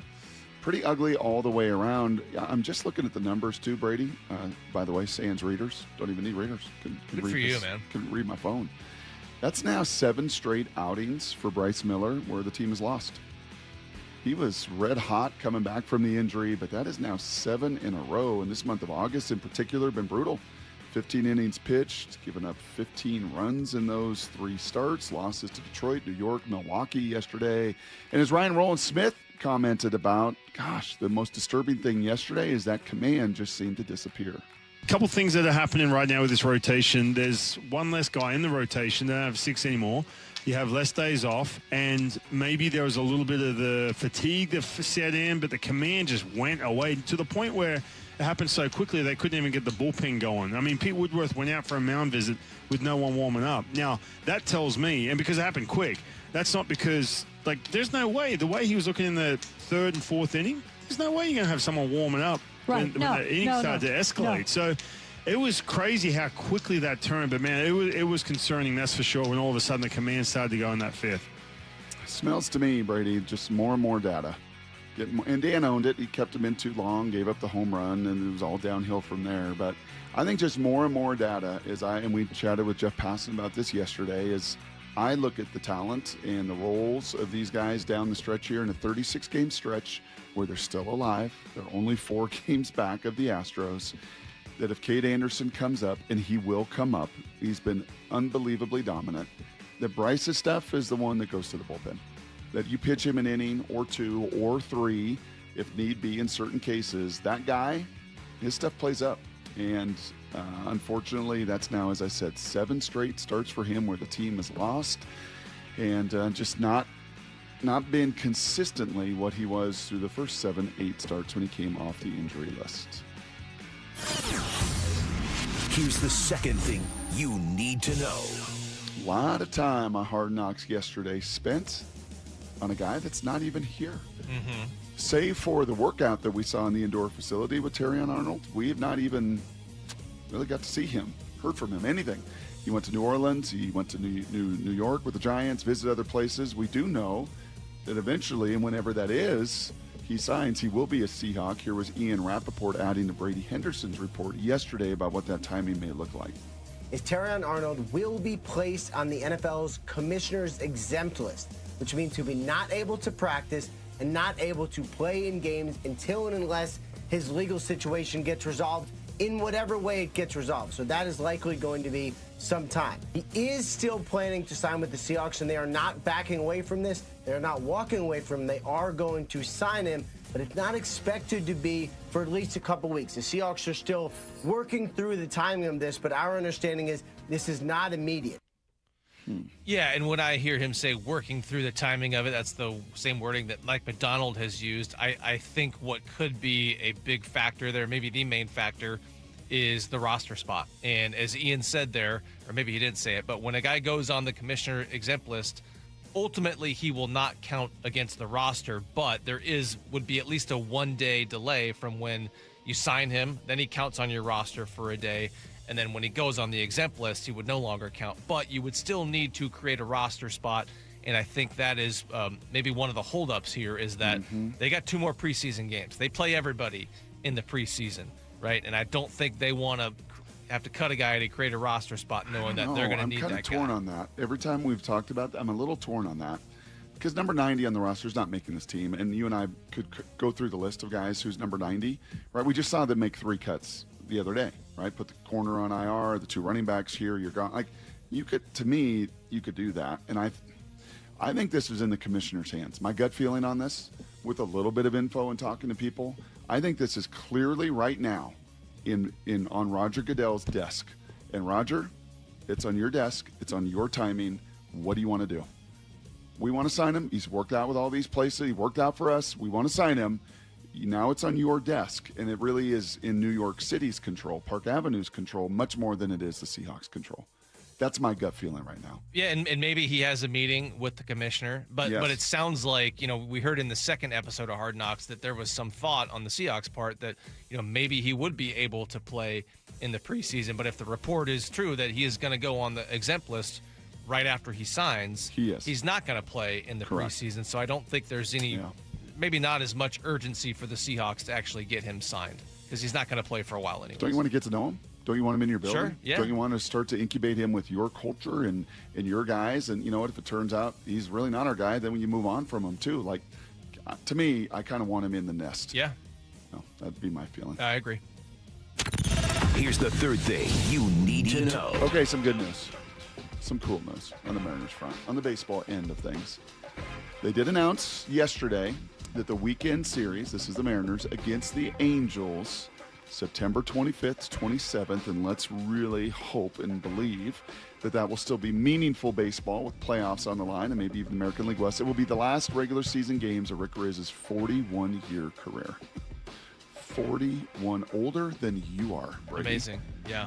Yeah, 41 years. Friday's going to be Rick Riz fireworks night. Saturday's Riz going to throw out the first pitch, and Sunday will be Rick Riz Celebration Day. Fans receiving placards as they enter T-Mobile Park. A salute to Rick as we get to celebrate all that he's meant to the game, and here in particular. And you talk about a guy that is just, I call him a steward, just an incredible steward of the organization, Brady, for 41 stinking years. Yeah, and legitimately maybe the nicest person I have met in sports media. And you know, when you're in this industry, you get a chance to meet a lot of people. I can honestly say he might be the kindest person I've ever met. You know, when I was back working here, he would come in, you know, to do different things, reads or whatever, and you know, introduce myself to him, and really just, I mean, you cannot imagine a nicer person. And you know, people who listen to Mariners games, you know, they hear it. You could sort of tell, but I'm here to tell you that just based on the limited interactions I've had with him, just what a kind man he is. Yeah, I would co-sign on that very strongly as well. That is everything you need to know. And yes, September 15th or September 25th to the 27th, the Angels, the lowly Angels, who did the Mariners a favor by beating Houston in Houston last night and keeping the Mariners just on some life support there. 4 games back in the American League West, even though they're, 8 games under 500. So Logan will get the ball today. First pitch will be 4:40. Pregame, as always, on Seattle Sports, the flagship of the Seattle Mariners, at 3:30. All right, little Hard Knocks. We get to hear that anthem once again. We found a clean version, from what I understand, Brady, a clean version of what the D-line room was singing. I didn't know that song. I don't know if you did, no, I did not. or not. Titus did. I don't know what that means, but Titus did as we were watching that last night. Found a fun, clean version of it. I got 8 or 9 different takeaways from Hard Knocks. I know you got a bunch as well, Brady. We will do that to wrap up this Wednesday show of Brock and Salk right here on Seattle Sports and the Seattle Sports app. Stick around for Bump and Stacy. Trademark pending. That's right. Coming up next at 10. I feel like I'd solved a crime. You did. Wow. Your defense, playing like trash, allowed the Seahawks to claw their way back into the game. When I read about it and I start to break it down, it's about your overall team. And I think that's the way people have to look at it, because there was nothing offensively that felt dominant. Bump and Stacy next at 10 on Seattle Sports. This might be the most surprising statistic I've shared in decades of doing local news. More than 75% of commuters will be involved in a car accident at some point. JP Pendergast of Pendergast Law with more. What makes it more surprising? The average person will be involved in 3 to 4 collisions in their lifetime. With accidents unbelievably prevalent, what are some safety tips if it happens to you? Safety first. Secondary collisions are not uncommon while awaiting help. Turn on those hazards and remain in a safe place. If a bystander witnessed the accident, capture their information and encourage them to remain at the scene. Seek medical attention immediately if needed, as delaying can be a costly mistake. Lastly, remember that statements made to police and insurance adjusters can affect your case. Collisions are more common than we'd like to think. If you find yourself in one, follow these helpful tips and then call my friends at Pendergast Law. If you or a loved one's injured in a car accident, call Pendergast Law. We can help. PendergastLaw.com. Hey everyone, Rick Witters with Cressy Door. At Cressy Door, we offer top-of-the-line garage doors, garage door service, and garage door repairs. Residential or commercial, please consider Cressy Door for all of your garage door needs. Cressy Door. Hey Seattle, Jake Bobo from Techline Roofing. Are you in the market for a new roof? With the strongest workmanship warranty in the business, Techline Roofing has you covered. Take advantage of our easy financing and our summer special. Trust Techline. If it's blocking your view, keeping your yard dark or shaded, or impossible to mow around, get rid of that tree or stump this summer with P&D Tree Service. They'll do it safely and quickly, cleaning up your yard in the process. P&D Tree turns multi-day jobs into a few hours, saving you time and money. One tree or land clearing, they have the tools and expertise for the job. They specialize in large tree removal. Ever seen a tree removed by crane? P&DTreeservice.com. Sleep Number's new collections are designed to adapt to the changing nature of your life and your sleep needs. Whether it's the personalized comfort of the Comfort Mode mattress, the targeted pressure relief of the Comfort Next mattress, or the Climate Collection that actively cools or warms to help you fall asleep and stay asleep. And now, all beds are on sale during our biggest sale of the year. Save 25% on the new Comfort Next Luxe, plus free delivery on any mattress. Ends Monday, only at a Sleep Number store or sleepnumber.com. Tired of hearing scary radio ads about the IRS? Tax Relief Advocates is different. TRA is here to tell you that if you owe money to the IRS, whether it's $5,000 or $500,000, we have a solution. TRA can eliminate or reduce what you owe to the IRS with zero risk to you. We have over 1,000 5-star reviews on Google and an A+ with a BBB. End your tax nightmare today by visiting TRA.com or call 800-583-6681. That's 800-583-6681. It's WFC 199 World Fighting Championship at Emerald Queen Casino Event Center. Saturday night, October 17th. Experience the thrill and excitement of high-energy professional mixed martial arts. Tickets at emeraldqueen.com. Don't miss this amazing mixed martial arts event. WFC 199 World Fighting Championship, October 17th at Emerald Queen Casino. Always entertaining. 21 and older. Need gambling help? Call 800-547-6133 or visit emeraldqueen.com. Nobody gets you closer to the action at Seahawks training camp than the home of the Seahawks. I see you, boy! Seattle Sports. When you see this in your kitchen, The stainless steel fridge is covered in fingerprints. you hear this. Leslie, people are going to think you were raised in a barn or by wolves or raised in a barn by wolves. Fortunately, Wyman Stainless Steel 3-in-1 cleans, shines, and protects to give you the best shine. A spray and a wipe will have your fridge shining like a mirror. Wow, my fridge looks brand new. Your fridge looks amazing, Leslie. Sorry, I was being a little dramatic earlier. Your kitchen says a lot about you. Let it brag with Wyman. Get in the zone, AutoZone. John's day is off to a slow start. So he heads to AutoZone, where he can get a battery for under $100. Lonnie, a local AutoZoner, tests his battery for free. Looks like he just needs a charge, and Lonnie does that for free too. In no time at all, John is back on the road, ready to finish the day strong. Free battery testing and charging at every store. No hassles, just help. Get in the zone, AutoZone. Restrictions apply. Here's the deal. The government is over $38 trillion in debt, which means the IRS isn't slowing down. And the tax code is complex and unforgiving. So it's not surprising if you're one of the millions of Americans that owe back taxes to the IRS. Unfortunately, they're the world's most powerful collection agency, with the ability to garnish your wages, seize your bank accounts, and even take your home or business. But don't be stressed or worried any longer. We're Optima Tax Relief, America's most trusted tax resolution firm. We have resolved over $3 billion in tax debt for our clients. Our award-winning professionals deal with the IRS every single day, protecting our clients and preparing them for the best possible resolution. For tax help you need, for tax help you can trust, give Optima a call today. Call 800-343-6460. 800-343-6460. 800-343-6460. Optima Tax Relief. Some restrictions apply. For complete details, please visit OptimaTaxRelief.com. From the Quantum Fiber Studio, you're listening to Brock and Salk. Weekdays 6 to 10. On Seattle Sports and 97.3 FM HD2. Come on, say it. Come on, man. Say it, man. You look like you don't know the song. Run DMC? Come on. I don't think it's Run DMC. Oh. No.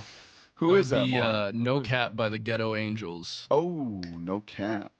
No Cap right there. Kind of a cool little scene, old D-line room. It's pretty. I think the song is Ghetto Angels. The artist is No Cap. Oh, the artist is No Cap. Sorry. Yeah, The artist. Bad. My goodness gracious. Why don't you shut your mouth, Heward, and stick to what you try to think A little bit of Cap out of Heward here, you could say. Yeah, that's exactly what that was. You know what's going to be No Cap? Our Hard Knocks Takeaways, sponsored by Harborstone Credit Union. No Cap here. Yeah. Get those goosebumps going. They hooked me right away. All 3 episodes have hooked you, right? That's what good TV, hopefully a good tease, a good radio segment will do. It'll hook you in. I got to stick around for this. I got to watch this. I got to listen to this. Played the sound earlier in the first need to know, but it was right from the jump. It was the first sound we hear in that meeting room of Mike Macdonald talking about freedom over fear. My words, not his, but this was pretty awesome. So one thing that I've really shifted my mindset on, earlier in my career, especially calling plays, I called it not to lose the game. If I'm really honest with myself, I did that too often. And we lost leads. And like our first year here, I still feel like I had that mentality. I really felt like, hey, how do we just not screw this up? Like my life was kind of like a hedge, because it's like, I'm a guy that hasn't really, do I really deserve to be here? I'm trying not to lose it. Like I'm a player now. I'm in the building. I'm trying not to lose my spot, At some point last year, it shifted to how are we going to call and manage this game to go win the game? There's a difference, right? But then it's so much easier to call games now and to manage these situations because I just trust you guys. My point is like, what's the mindset I want to take when we go take the field on Saturday? Let's look at it through a lens of opportunity to go put your best foot forward no matter the circumstance. That's a coach I want to play for. That's a mindset. That's a culture that I want to be a part of. And when these guys have been other places and DeMarcus Lawrence and these veterans come in here, that's what they sink their teeth to. There's no phoniness, man. You're vulnerable. You're real and transparent at times when you have played in fear or called games in fear or whatever. That's the guy I want to play for, Brady. That's the guy that I want to put the gear on for. That's the guy that I wish I could have been when I was a Seattle Seahawk and Indianapolis Colt, frankly. Because what my mindset was? Don't screw it up. Mm-hmm. Don't screw it up. Do it the way they want you to do it. Do it the way Coach Holmgren wants you to do it. Don't screw it up. Don't mess it up. Don't throw an interception. Don't screw it. That was too often my mindset. And it flushed me right out of the league. Unfortunately, it flushes guys with talent out of the league because you can't make it. You won't survive. You got to play in freedom and not fear. And I just, right from the jump, because that speaks to me and all of my failures and all of my, just weaknesses as an athlete at the pro level and seeped in a little bit my last year in college. That was me too often. And exactly what we preach and certainly want to encourage my son not to be.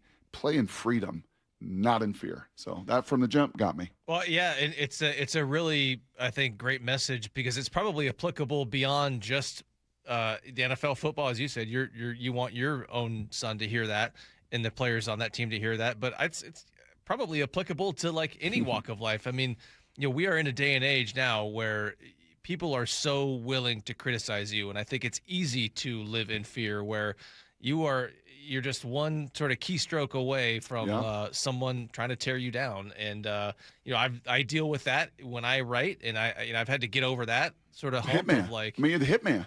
Yeah.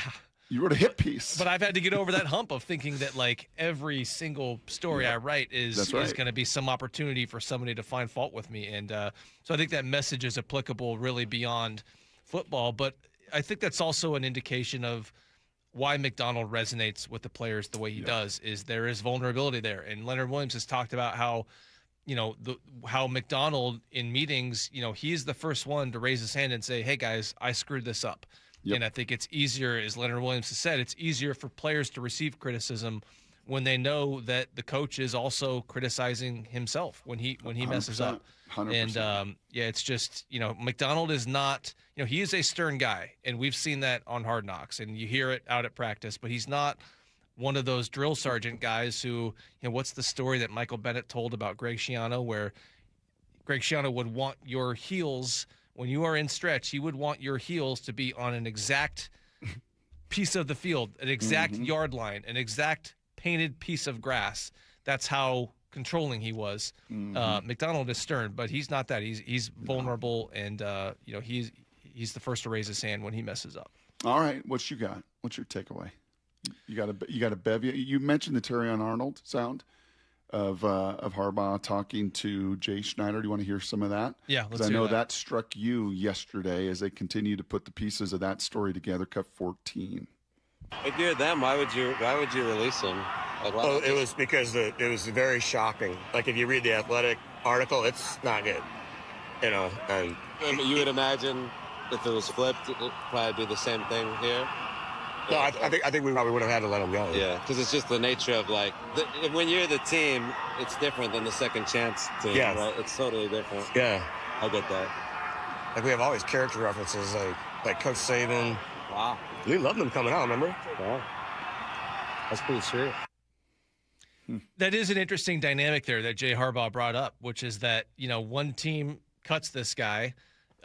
It's not like the story has changed, but another team is giving him a chance. And I think part of that is, look, the guy is going to he's going to lose something. He's not going to be on the same contract he was in Detroit. He's not going to be available to play for what sounds like it could be quite a while. Mm-hmm. And, like I mentioned from the jump of the show, they did not shy away from the seriousness. Maybe kind of danced around it in that second show, the second episode, the show did. Mm-hmm. But they acknowledged it more so in this episode. And I think that is, to me, this is just one man's opinion here. If you're going to, agree to a deal with the guy who's facing the kind of allegations he's facing, I think at bare minimum, you've got to acknowledge to people who might not agree with this decision, you got to at least say, hey, there is an understanding of how serious this situation is. And they did that in episode 3. Brady, from your life experience, one thing that's very different of you and I in the reporter role that you're in and the writing role, the journalistic role that you're in, you talk to kind of all sides. Like I don't talk to agents. Like that's never been really for information or the other side or background or whatever. I don't think I've, really chatted with an agent that way since my own agent, Marvin Demoff, and that ended in 2004. Is you heard the agent conversation, Terion's agent, with John Schneider? Did anything resonate, stand out to you in that? Because it did to Titus. Titus, is that how agents talk to general manager? Is it that candid and that back and forth? From your life experience and all the time you've spent talking to agents, how would you characterize that back and forth? Yeah, I think it is like that when there is a good relationship between the agent and the GM. And, there are a lot of agents out there, a lot of certified agents. And there's a sort of a small number of agents that have a big percentage of the client. So maybe that conversation, wouldn't be the same if it's an agent that John Schneider hasn't had as much experience as he has with Nicole Lynn, who represents quite a few players, represents players that, have been with the Seahawks and that have had chances to be with the Seahawks. And so there is a relationship there. And yet it stood out to me something she said, and I wrote down the quote. This was Nicole Lynn talking to John Schneider. I feel really good about this situation from a human development point.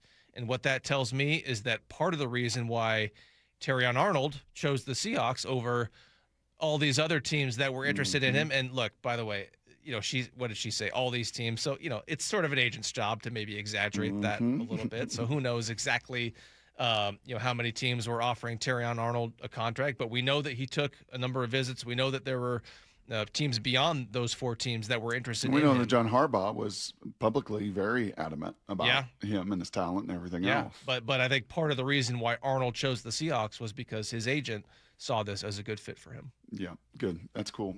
Just kind of neat to unpack this stuff and get these little snippets. It's why every Wednesday after these Tuesday night shows, and thanks to Harborstone Credit Union, we're going to give you some of our takeaways. Give me, if you wouldn't mind, Miss Mora, cut number 15 here.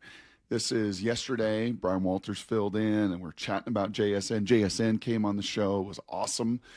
Just really, really cool details from him on Cooper Kupp and route running. Here were a couple of his teammates last night, in particular Drew Lock, Julian Love, and Mike McDonald talking about JSN. The way he's able to, get in and out of cuts. I feel like he's never really up or down. He's just fluid. You never know when he's going to change speed. Never know when he's going to change directions. Jack's just one of those guys who can run full speed and cut full speed and stay at the same level. It's a superpower. His style is very unassuming if you're watching from the sideline.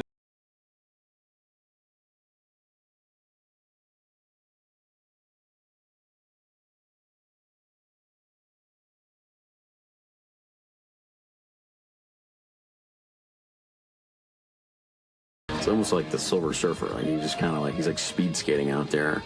And so out of all of his stems, he can break all the different directions.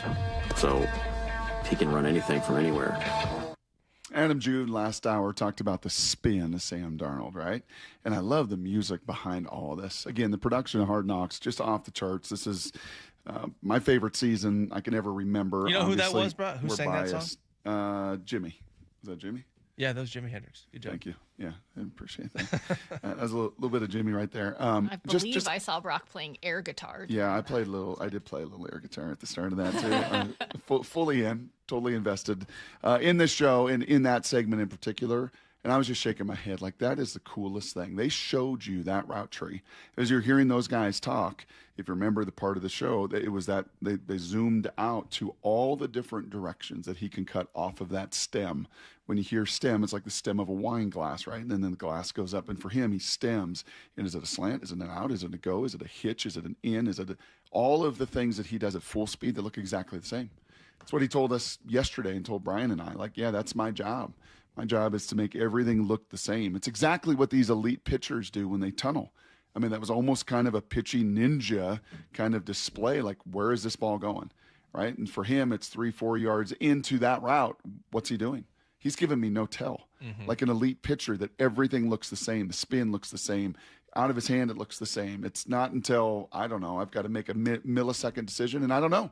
I don't know if it's going right or left or up or down. And it's the same thing trying to defend and guard him. He's a nightmare. And unassuming is right, because he's not 6'2". He's not 6'3". He doesn't run 4'3". He's not DK Metcalf. He's not anywhere near any of that. But man, is he the craftiest and the best in the game. And Brady, I was geeking out over that last night. I thought that was such a cool teaching tape and picture for why this guy's capable of doing what he's doing. Yeah, I like that segment too. And it's cool that Hard Knocks is showing not just the sort of personalities, and they showing the sort of Terion Arnold situation and the guys fighting for roster spots. It's show some of the tricks of the trade for these elite players. It's kind of like with the Sam Darnold spin rate. Show me why Jackson Smith-Njigba is as great as he is. And a big reason is just how fluid he is, and that's the word that comes to mind when you see him run routes. Is there's just a fluidity to the way that he moves that you don't see with other players. I mean, some guys are really herky-jerky with the way that they run, and it's very upright, and he just stays on a level plane as he runs, and he can it's just the fluidity is the word that comes to mind. So very good. You had mentioned Jalen Milroe earlier in the show, the conversation. We played the sound already of Mike McDonald talking to him and wanting more cowbell. It's interesting when I watch Milroe because I obviously couldn't run. So you play the same position on paper, but it's totally different game when you've got the superpower he does. The other thing that's interesting for me, Brady, is just fundamentally. I think there's some real areas there. I think I said this to you out at the training camp or mandatory camp practice. Like, you'll watch him, you know what he is? He's real toesy. And you don't want to be as a quarterback, especially in this day and age with all that they're teaching. You want to be grounded. And so often he's like up on his toes. And it just, as they were talking through that and all of that. And when you get up on your toes, think of a golf swing, right? That's the analogy I always use. You want to be planted in your golf swing, right? It's a rotational move, and everything now you're teaching is rotational. You don't want to be up on your toes. You would never hit a golf ball or a baseball or anything standing up on your toes, right? And there's a difference. You want to be kind of on the balls of your feet, but you don't want to be on your toes. And when I look at Jalen, there's just some things there. His release is so good. He's so quick. Yeah, I think you were talking about the other day. He just snapped that ball off so fast. But some of the other things from the ground level and just fundamentally, there's still definitely a work in progress. Yeah, and I thought it was interesting how much they showed, and Mike McDonald and really John Schneider as well talked about this on Saturday, but how much they are encouraging him to take off and run. And that is his superpower. Now, beyond that, the takeaway for me in that segment is how involved Mike McDonald, how much more involved he seems to be with the offense. It's not like he's in there and he's just popping in to say something to Sam Darnold. No. He's in there encouraging the number 3 quarterback to do something differently. And this is a guy, by the way, in Jalen Milroe, who they might be thinking that this guy might not play much at all this season because it doesn't look like he's going to overtake Drew Lock.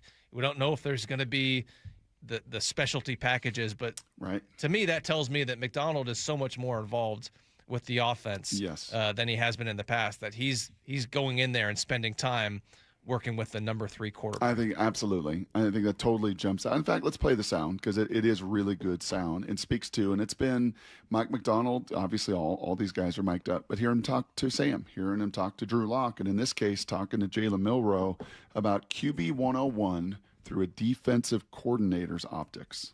What does that say right there? Love 21-yard gains. Yes. They're the best. I love 21-yard gains. Those are the best gains. Check this one out. Like, how many times have we seen Jalen just rip a throw right here on his first hitch? A million times, right? Dude, that's Mike McDonald right there. Make Mike McDonald miss and go score. And then the real Mike McDonald will be his pants on the sideline. Now saying, okay, what if he throws the ball? Now we're screwed. Now, if he doesn't throw the ball, we're probably even more screwed. It's like cowbell. We want more cowbell. Yeah, and pretty cool. And, when you play man-to-man coverage, right, that's a nightmare for defense coordinators. Because if I play man-to-man, I got backs turned to the quarterback. I got, all those guys are running with their guys, and maybe I got a free linebacker or a lurking safety, but this guy's so fast, and he beats him, and it's a big play. And then what I think, he's learning, and Jalen's like, well, if you play zone, I got to be able to pick you apart there. So I got to basically make you not right. And Mike's saying, you've got the skill set with the legs. Let's maximize this. Let's bring all this to life. Give you more confidence, gain more trust, just endear yourself more to your teammates by doing that. And then, we'll take the rest of it as it comes and continue to grow and develop in the pocket. Yesterday, Brian Walters wanted more bubble guys. He wanted those stories. I want the guy on the fringe. For Brian, he knew that life. He knew what that day was like. Is my phone going to ring? Am I going to make this team as a bubble guy? And I don't think there's any bigger bubble guy right now than Montori Foster Jr., maybe Uso with him. And those were the two that were highlighted yesterday. Pretty good sound. Cut number 16. Speaking of endearing yourself to teammates, and Montori Foster Jr. sure seems like it with both an offensive guard, a defensive coach, a wide receiver coach, all weighing in on this Montori Foster Jr. Damn, dude, that's Montori guy. One-hand snag again. Make sure you take this little 87 and put his ass in the dirt. Like this right here, this little at 87, his ass should be in the ground. He's winning. He got a plus on this grade sheet. Montori has consistently showed up this entire camp thus far. He's stayed on the trajectory that he's been on. He's still ascending, physical as hell in the run game. For him, he just had to eliminate 2 or 3, like what the type plays. He'll have 3 splash plays and then 2, what the hell you doing on that play. And that's Gray Zabel, that's Josh Bynes, and that's Frisman Jackson, the last voice you hear there, the wide receiver coach. So talk to me, Brady. Is it him and Torrey Horton? Because I do the math, and you obviously know it's Cup and Shaheed and JSN, period, end of story. Jake Bobo, they match that offer, and all he does in special teams and his unique gift as a blocker and everything that you're going to want. He's kind of part tight end, part fullback, part receiver, part special teamer. So I think those 4 are absolute locks. So now you get to 5 and 6, and you get to the Cody Whites, and you get to the Torrey Hortons, and you get to some of the others. Is there a shot for Montori Foster to make the opening day roster? Well, I think it's tougher than you're saying there because there's really 5 receivers that I see as locks. You've got JSN, obviously, Cooper Kupp, Rashid Shaheed, Torrey Horton, who's healthy right now. Do you think he's a lock? Torrey Horton? Yeah. Why would he not be? Well, is he healthy? Did he practice yesterday? No, he didn't. Yeah, that he has been out the last couple days, but I mean, by and large, he's been healthy. He's been there. But he missed so a unless lot of this time. recent thing is something that would require him to go on IR. And you don't even know what he has, Brady. You don't even know what's going on with Torrey Horton because they don't share a lot of details. Yeah, but I would say unless this recent thing with Torrey Horton is something way bigger than it appears to be, those are your 5 guys right there, and they paid Jake Bobo some money, so he is going to be one of those 5. So they would have to be a case where they keep 6 receivers, and frankly, in that case, I think Cody White would also be in that mix because of what he can do on special teams and the return game. And you've seen him make plays when he has gotten his opportunity. Had a touchdown in the Washington game, had a couple big plays, I think, against the Rams the season before that. So I think it'll be tough. I'm not ruling it out because, as you heard Frisman Jackson say, he is on this ascent, this trajectory that is going to make it hard for them. And it's, it might make it hard for them to get him through waivers if they do decide to waive him and try to get him on their practice squad. But this guy's going to be on an NFL team in some capacity, in some place. I think ideally for the Seahawks, their ideal situation would be that he's probably on their practice squad. And if you're Torrey Horton, man, like this gets real. Like this is the way it works. When you're injured, he certainly flashed. He's unbelievable talent. He showed that last year as a receiver, as a returner, all those things he can do. But he's also shown for a number of years he's brittle, and that ability to stay healthy and stay available. And when you don't, you open the door of opportunity for somebody behind you. And this guy's got a lot of skill set. He's kind of JSN light. He's unassuming. He's not the biggest. He's not the fastest. He's not the strongest, but he's got that same body control and movement skills and ability to make some tough contested catches and then a willingness to stick his face in there and block people too. So that will be I'm going to guess a fun little bubble conversation over the weeks ahead and the number of reps he's going to get in these games. And by the way, Brock, really quickly. Yes. Another touchdown catch for Montorie Foster yesterday in practice. This guy makes at least a play Where's a day. that? Was that in your notepad? Where was that? Yeah, it's in the notepad right here, buddy. Can you read that? Huh? Can you read my chicken scratch? I can. Another touchdown yesterday? Lock to Foster, corner, TD, between 28 and 9. That's my note. Well, what you want to do if you're Montorie Foster Jr., and he already knows this and it's already happened, you want people talking about you. You want Gray Zabel. You want the linebacker coach. You want your receiver coach. You want all of that. Just a last couple in the final 30 seconds here. Rip off a few other ones. Cooper Kupp in the QB meetings. I talked about that earlier. It's insane. It really never seen anything quite like that. The Pacific Northwest in August. My goodness gracious. Yeah. It's Hard Knocks just taking advantage of every drone shot, everything they could possibly do. The Brady Russell story with his baby, just awesome. And then lastly, I wrote down these 3 words because Mike was quoted saying it in the second half of that game Saturday night in Seattle. Quote, got no juice. Yeah. We got no juice. Got no juice. And that's got to change. And it will change Friday in the joint practice with the Titans, and certainly I think Sunday as well. And really quickly, Brock, can I just tell you my favorite part of the episode? It was the part where they did the montage of Seattle, and they are playing a guitar over that. Yes. And it is, I know you don't know Jimi Hendrix from Jimmy Lake or Jimmy Stewart, but that was a Jimi Hendrix guitar tone. And it was playing the Hard Knocks. The riff that guitar was playing was the Hard Knocks theme song. So good. My hat is off to whoever thought of that idea and whoever made that happen. Well done. My hat's off to you. Thank you for 2 days this week.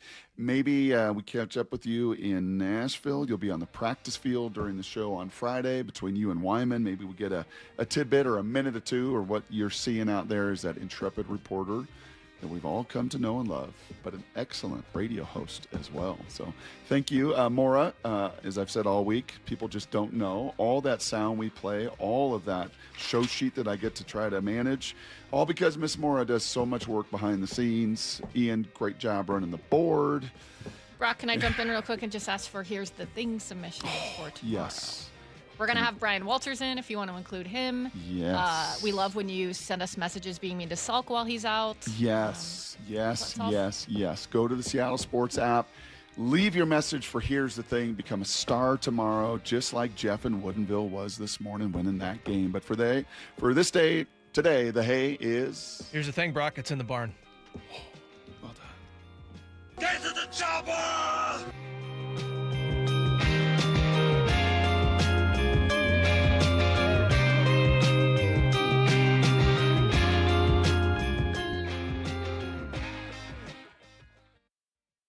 Stick around for Bumpin' Stacy. Trademark pending. That's right. Coming up next at 10. I feel like I've solved a crime. You did. Wow.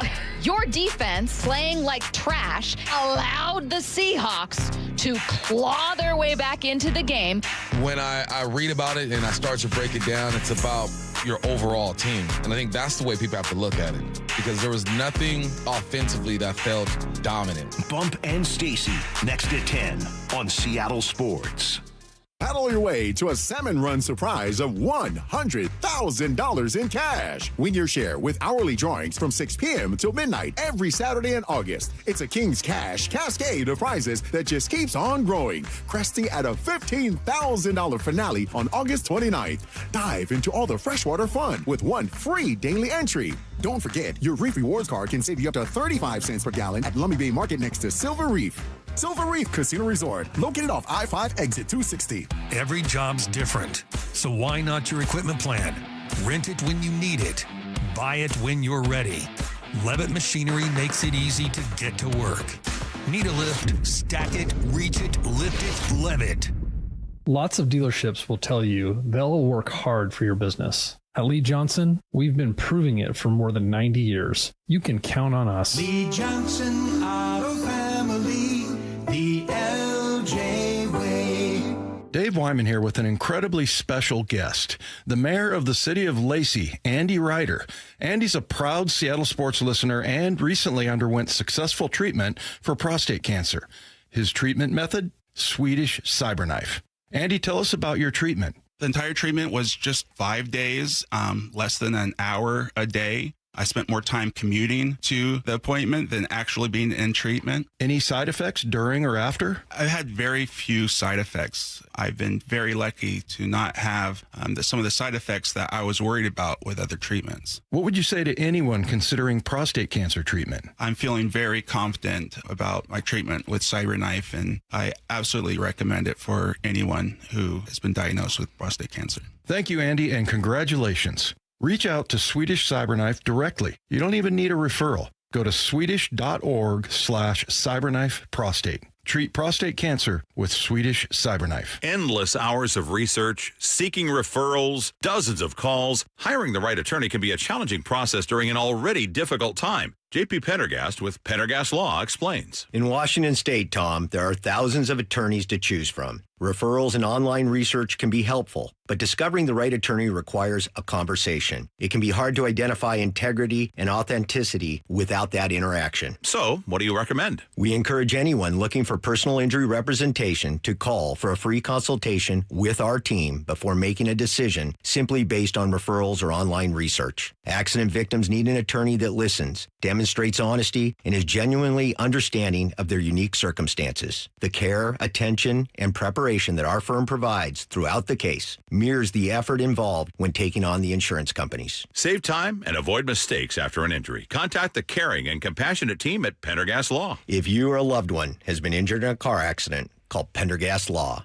We can help. Hey, I know something you probably haven't done in a while. Climb into your crawl space or your attic. Yeah, me neither. Mike Salk here. And most homeowners avoid those areas for good reason. But it's important to check on them regularly, especially here in the Northwest, where groundwater can wreak havoc and many homes lack the proper insulation in these spaces. So when it's hot in the summer, your house gets even hotter. And guess what? When it's cold in the winter, your house gets even colder because you don't have enough insulation. The good news, you don't have to crawl into those dingy areas because Crawl Pros will do it. They go where you don't want to. That's what they did at my house. They found a little rodent intrusion and they found the insulation problem. So yeah, they can help you get it all fixed just like they did with me. And if you need any work done, local utility companies offer rebates that could save you thousands on your project. Don't just assume that your crawl space and attic are in great condition. Do what I did. Call Crawl Pros today. Schedule a free corner-to-corner inspection at crawlpros.com.